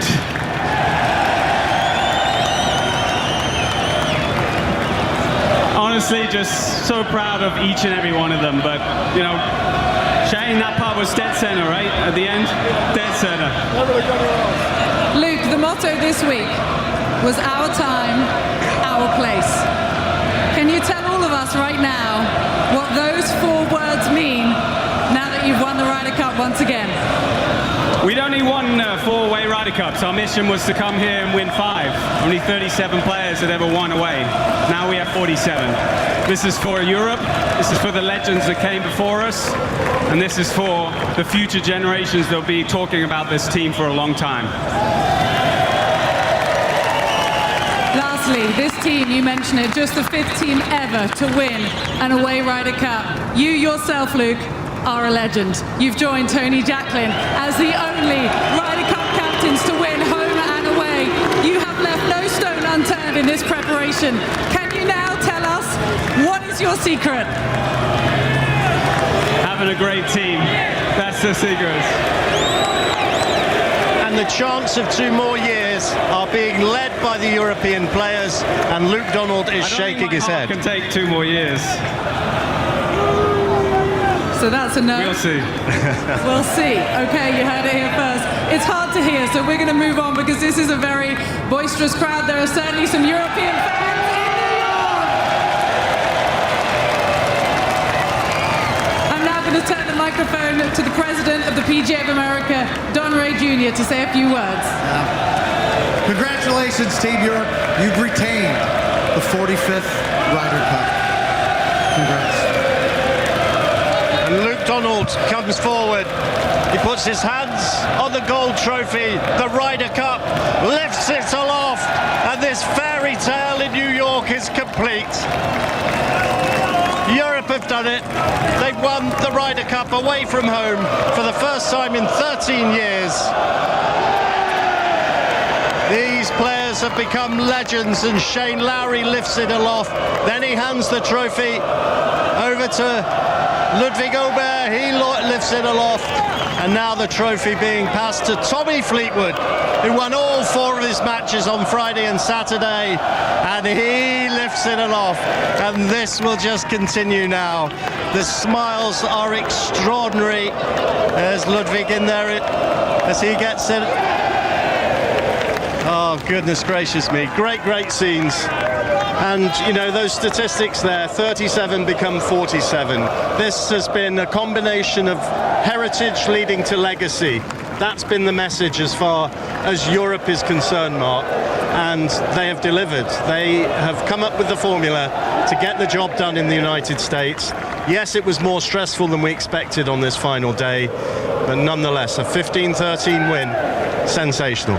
Well, Jamie Donaldson is here. Hopefully Ollie Wilson is somewhere. No, Ollie, we don't have Ollie now, right? So we've got Jamie Donaldson, Ryder Cup winner in 2014. The legacy point, in some ways, that you're passing through. You're standing in the footsteps of those who have gone before you, and you're going to leave it for those that come after you. And in fact, you're standing here watching the ones that have come after you. Yeah, I have, and haven't they just done so well?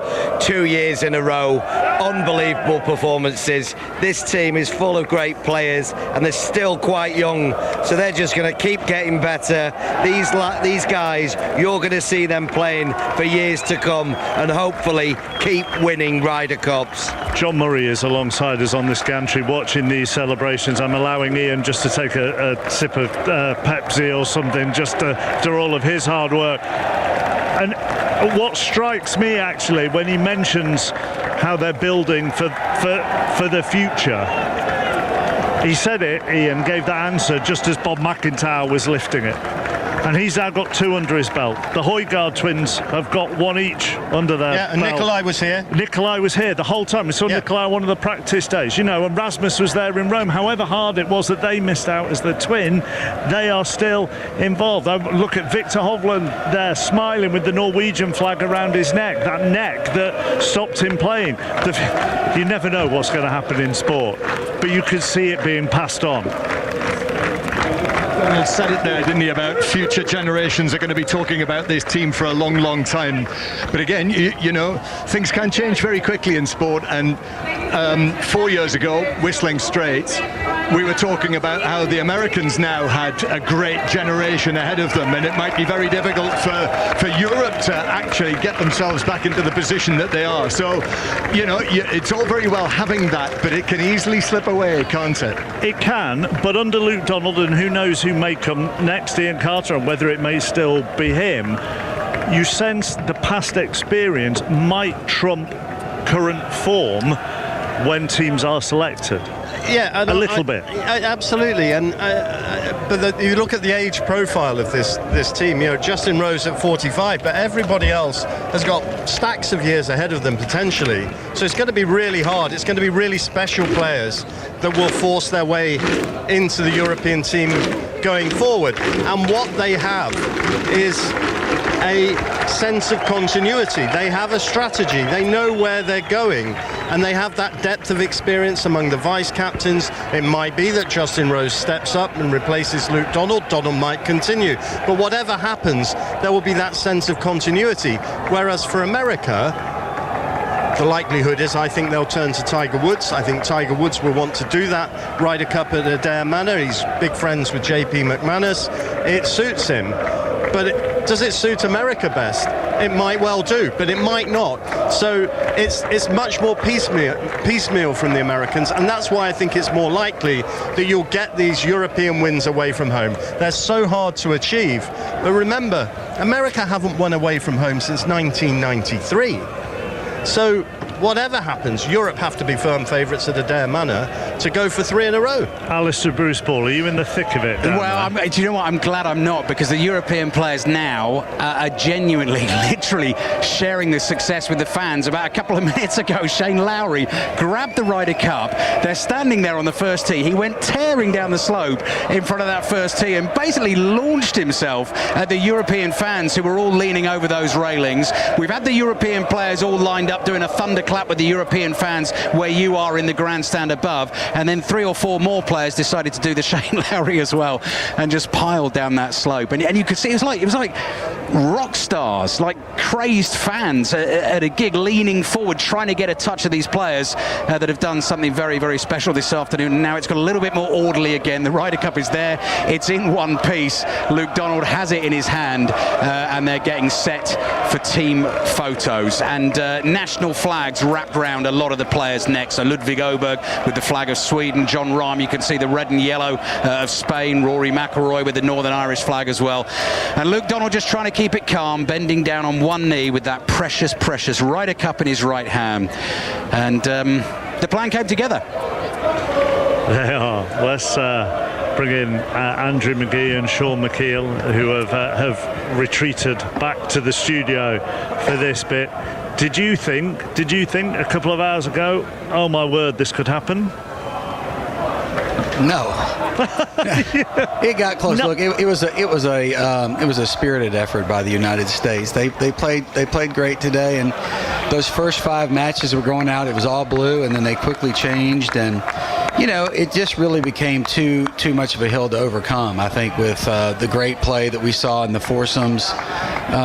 You know, it just was too much of an overcome. But hats off to the European golfers, because Chris ABB. I watched a lot of the shots this week, and they just played so well. I mean, a few mistakes today. You just didn't see the first 2 days, but it's just too far. It was just there were just too many points to overcome. I'll get Andrew's thoughts shortly. Back to Ali.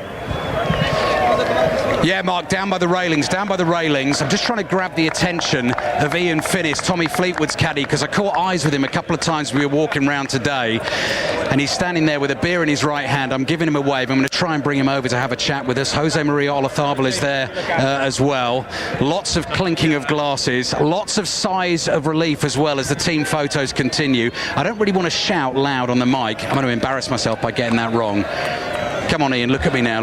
No, not at the moment. Come back to me, Mark. I'll try and get him. Okay, Andrew McGee, how are you feeling?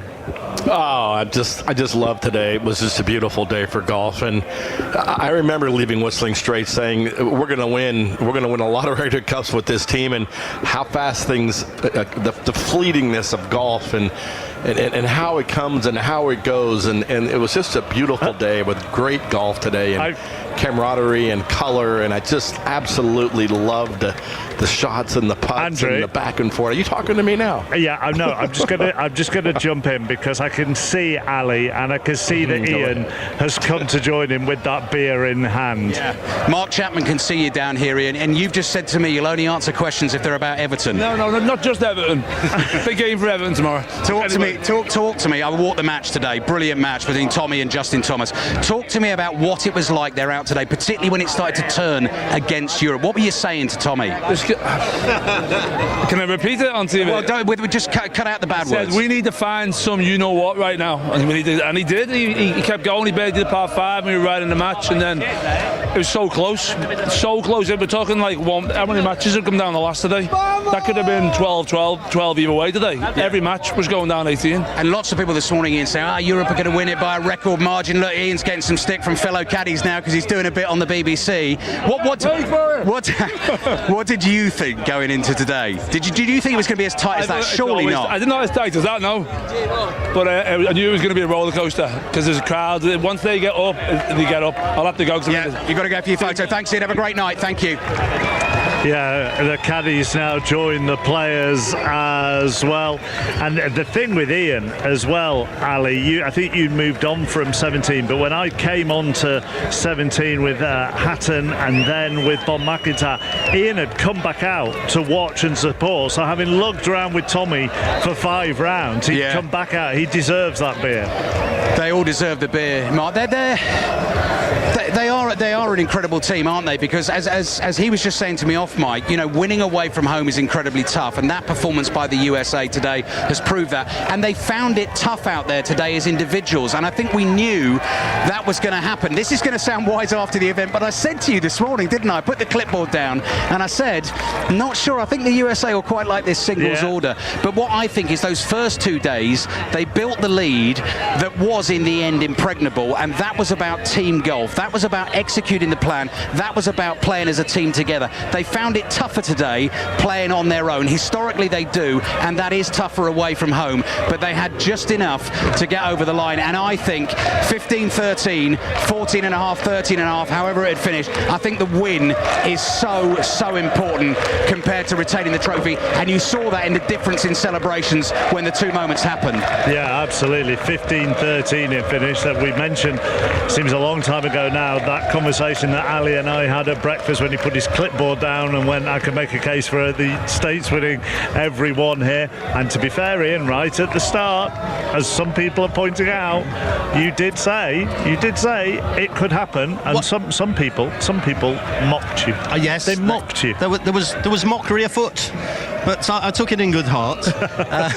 But no, that's where America are traditionally very strong in the singles. They win more singles than Europe do, but Europe know how to fashion a team, forge partnerships, and really set the tone on the Friday and the Saturday, and that's how they win Ryder Cups. There are a couple of things that stand out as well, and they just keep flashing into your mind as you think about what's happened over the course of the afternoon, Jamie Donaldson, which is, as Ian Finnis pointed out, so many matches went up 18. I'd be fascinated to know if more matches went up 18 today than in previous Ryder Cups, which is probably not one that we've got time to check at the moment. It felt like a lot did. Absolutely, and what I would say is Medina was the same. Medina, so many matches finished on the 18th green. And the other one, well done Ludwig Oberg, because he was the only one in the end who put blue on the board.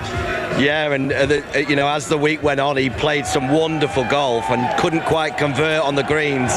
Today he did, got the vital point, which helped on the cause for winning back the Ryder Cup.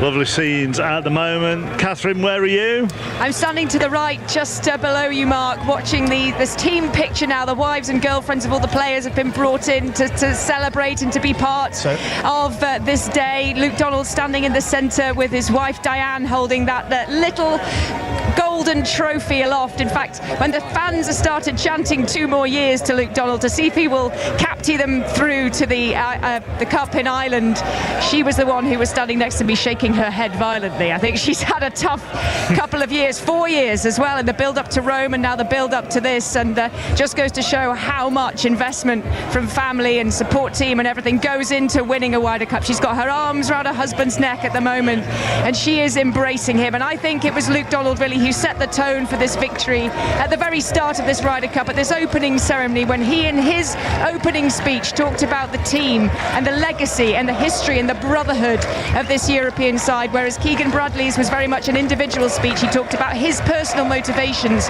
to be the Ryder Cup captain and how it had been his dream to captain the side and be part of the Ryder Cup, and now here we've seen it played out. It was the Europeans who won the team element of this Ryder Cup, but what a talented and gutsy group of individuals the Americans are, and they're the ones who've made this such a compelling spectacle on this final day.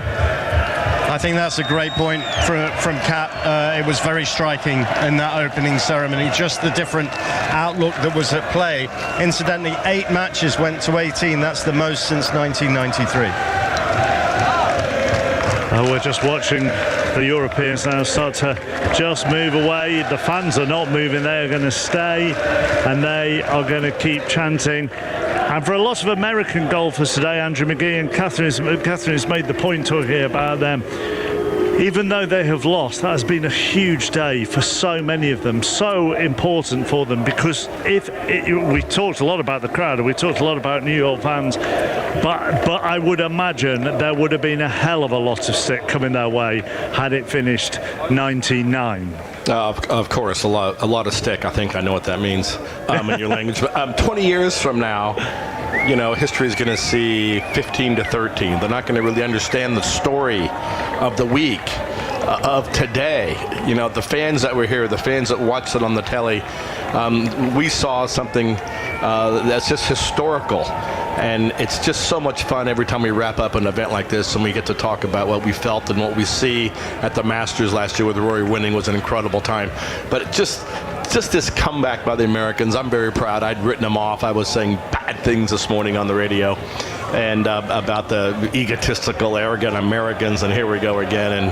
But no, the fight proved a lot, and I'm a proud American today to say they made this a good fight to the end. But Sean McKeel, that comes down to the individuals on the American side today, doesn't it? It doesn't really come down to Bradley's captaincy today, does it? No, I mean, we talked about it yesterday that Team USA was going to play for a lot of pride.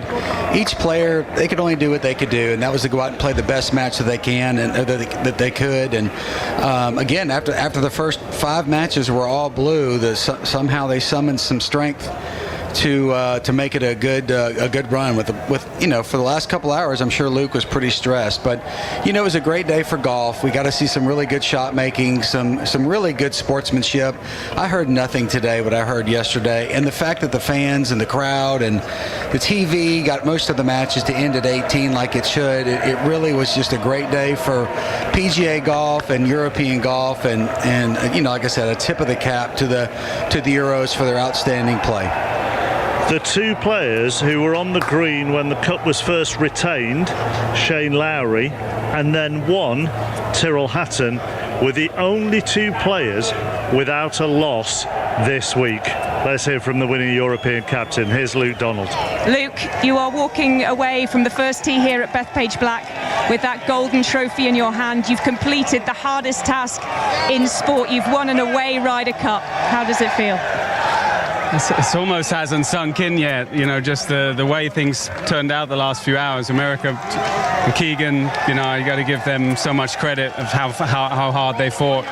They had a lot of support behind them and they made it very difficult, but I'm glad we got it over the line. Just how nervous were you watching all that red appear on the board on this singles Sunday? It was so nerve-wracking, the most nerve-wracking I've ever been on a golf course, and I wasn't hitting a shot. I can't imagine what these guys felt, but they got it done. What a team. How have you created this? A lot of trust. I gained their trust, through really doing what I said I would do, and that was be as prepared as I could for this challenge, and just so happy that we were able to create some history today. 2 more years, how about it? I'm going to enjoy today first. You're going to enjoy it, Luke. Congratulations. Well done. Thank you. Luke Donald with Catherine Downs live on 5 Live. That trophy is still in his hands. It's just been lovely to see how friends and family have reacted as well, because sometimes you have felt for them going round this week. I've watched Bob McIntyre's dad several times, and it's lovely to see him down there just grinning. I watched him watch his son dancing a jig with Shane Lowry, and I thought you must be, what a feeling that must be for him as a father. Ian. Absolutely, and Shane Lowry's dad down there as well. He was the one that was just hugging Luke Donald, and it'll sound very trite to say it, but that whole Ryder Cup, European Ryder Cup setup is one big family, and it's a transatlantic family, because most of those players live in America, and I think that's one of the great triumphs that doesn't actually get much recognition, to be able to keep the whole spirit together on a global tour where most of the players play in America. They find a way, and they do it very, very impressively. Where have you scurried off to, Ali? Oh, there you are, I can see you. Yeah, I'm down to the right of the 18th green mark. I've just witnessed an incredible moment, incredibly emotional moment, actually. We always talk so much, don't we, about the inspiration that Seve Ballesteros continues to provide for this team. Jose Maria Olazabal came past me. I asked him whether he'd have a quick word for BBC Radio, and he said he couldn't talk right now. He then took himself away from all the celebrations, and he walked out onto the 18th green entirely on his own to take it in, to take in the moment, to take in what it means. Playing alongside Seve for so many years, playing in that team in 1987 at Muirfield Village that won away from home for the very first time. He got down on his haunches, he looked down on the 18th fairway, and he was in floods and floods of tears. And he was there for quite a while, and eventually he's turned and wiped the tears from his eyes and disappeared down the players' tunnel. But that's what it means. That is what it means. Luke Donald talk about, playing for the legends that have gone before and the legends that are still to come. That is exactly what it means to the European team. John Murray, where have you headed to? Yeah, I'm just behind the grandstand now, and there's quite a scene here to describe, because there is a bridge that takes the players from the 18th green over the top of the concourse where all of the public walk and down into the clubhouse, and the European team are on that bridge now, and they are enjoying the scenes of celebration with the European supporters down below. It's a brilliant scene. The clubhouse to the left with a red tiled roof, a lovely New York sunset beyond the trees in the distance, and Europe celebrating this famous victory with their supporters. Jamie Donaldson, thank you very much for being with us all week. Thank you for being with us all afternoon. You won it in 2014. Will you try and get into the celebrations later? No, I'll leave them to it. It's not my show. I've had my show. But you must be very proud of them.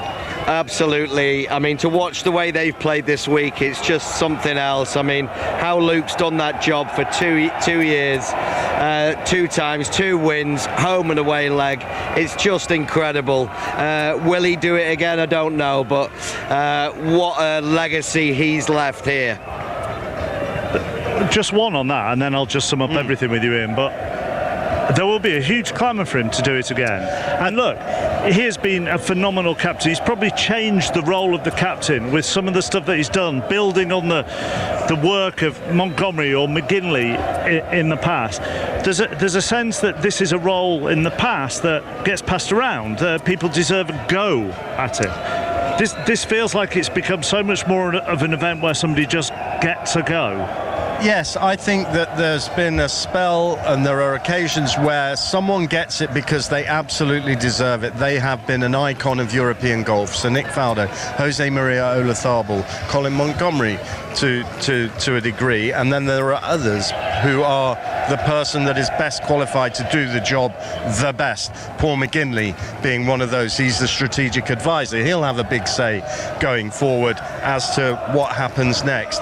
You know, Luke Donald, he can walk away now having joined Tony Jacklin in the pantheon of the greatest European Ryder Cup captains. I thought Rory McIlroy made a very astute point in our interview where he said we got so lucky that Luke Donald fell into our lap. Remember, he was overlooked initially for the match 2 years ago. Then Liv happened. Henrik Stenson left the role effectively as captain. He went to Liv. Luke Donald stepped in, and suddenly, given that opportunity, he showed us how great he could be. I personally would be surprised if he goes for a third term. I think this is the moment to bow out. He'll bow out a legend. Hard though, isn't it? We arrived here to a sea of red when the practices got underway. Scoreboards built in red, hospitality in red, and now as the sun sets over Bethpage black, all the screens are shining blue with congratulations Team Europe. And that sums it up. 23 miles of red banners on this golf course. Been waiting to get that statistic in all week long, and I finally managed to do it. Well done. And now there's quite a lot of blue around here. And do you know what? 8 of the previous 10 Ryder Cups had been won by a margin of 5 or more points, and the last 5 had all been won by the home side. So you could argue that golf needs it, that sport needed it, and at the end of it, if you wanted to go really cliched, you could say, well, thanks to the performance of the Americans today, golf is the winner. But then you'd be wrong, wouldn't you? Because Europe's the winner for the first time in America since 2012. Good night. We've been talking about this for a very, very long time, but now the talking is about to stop. Feel it coming in the air. Hear the screams from everywhere. I'm addicted to the thrill. I'm ready. It's a dangerous love affair. It's the Spaniard who is going to hit the first tee shot of the 45th Ryder Cup.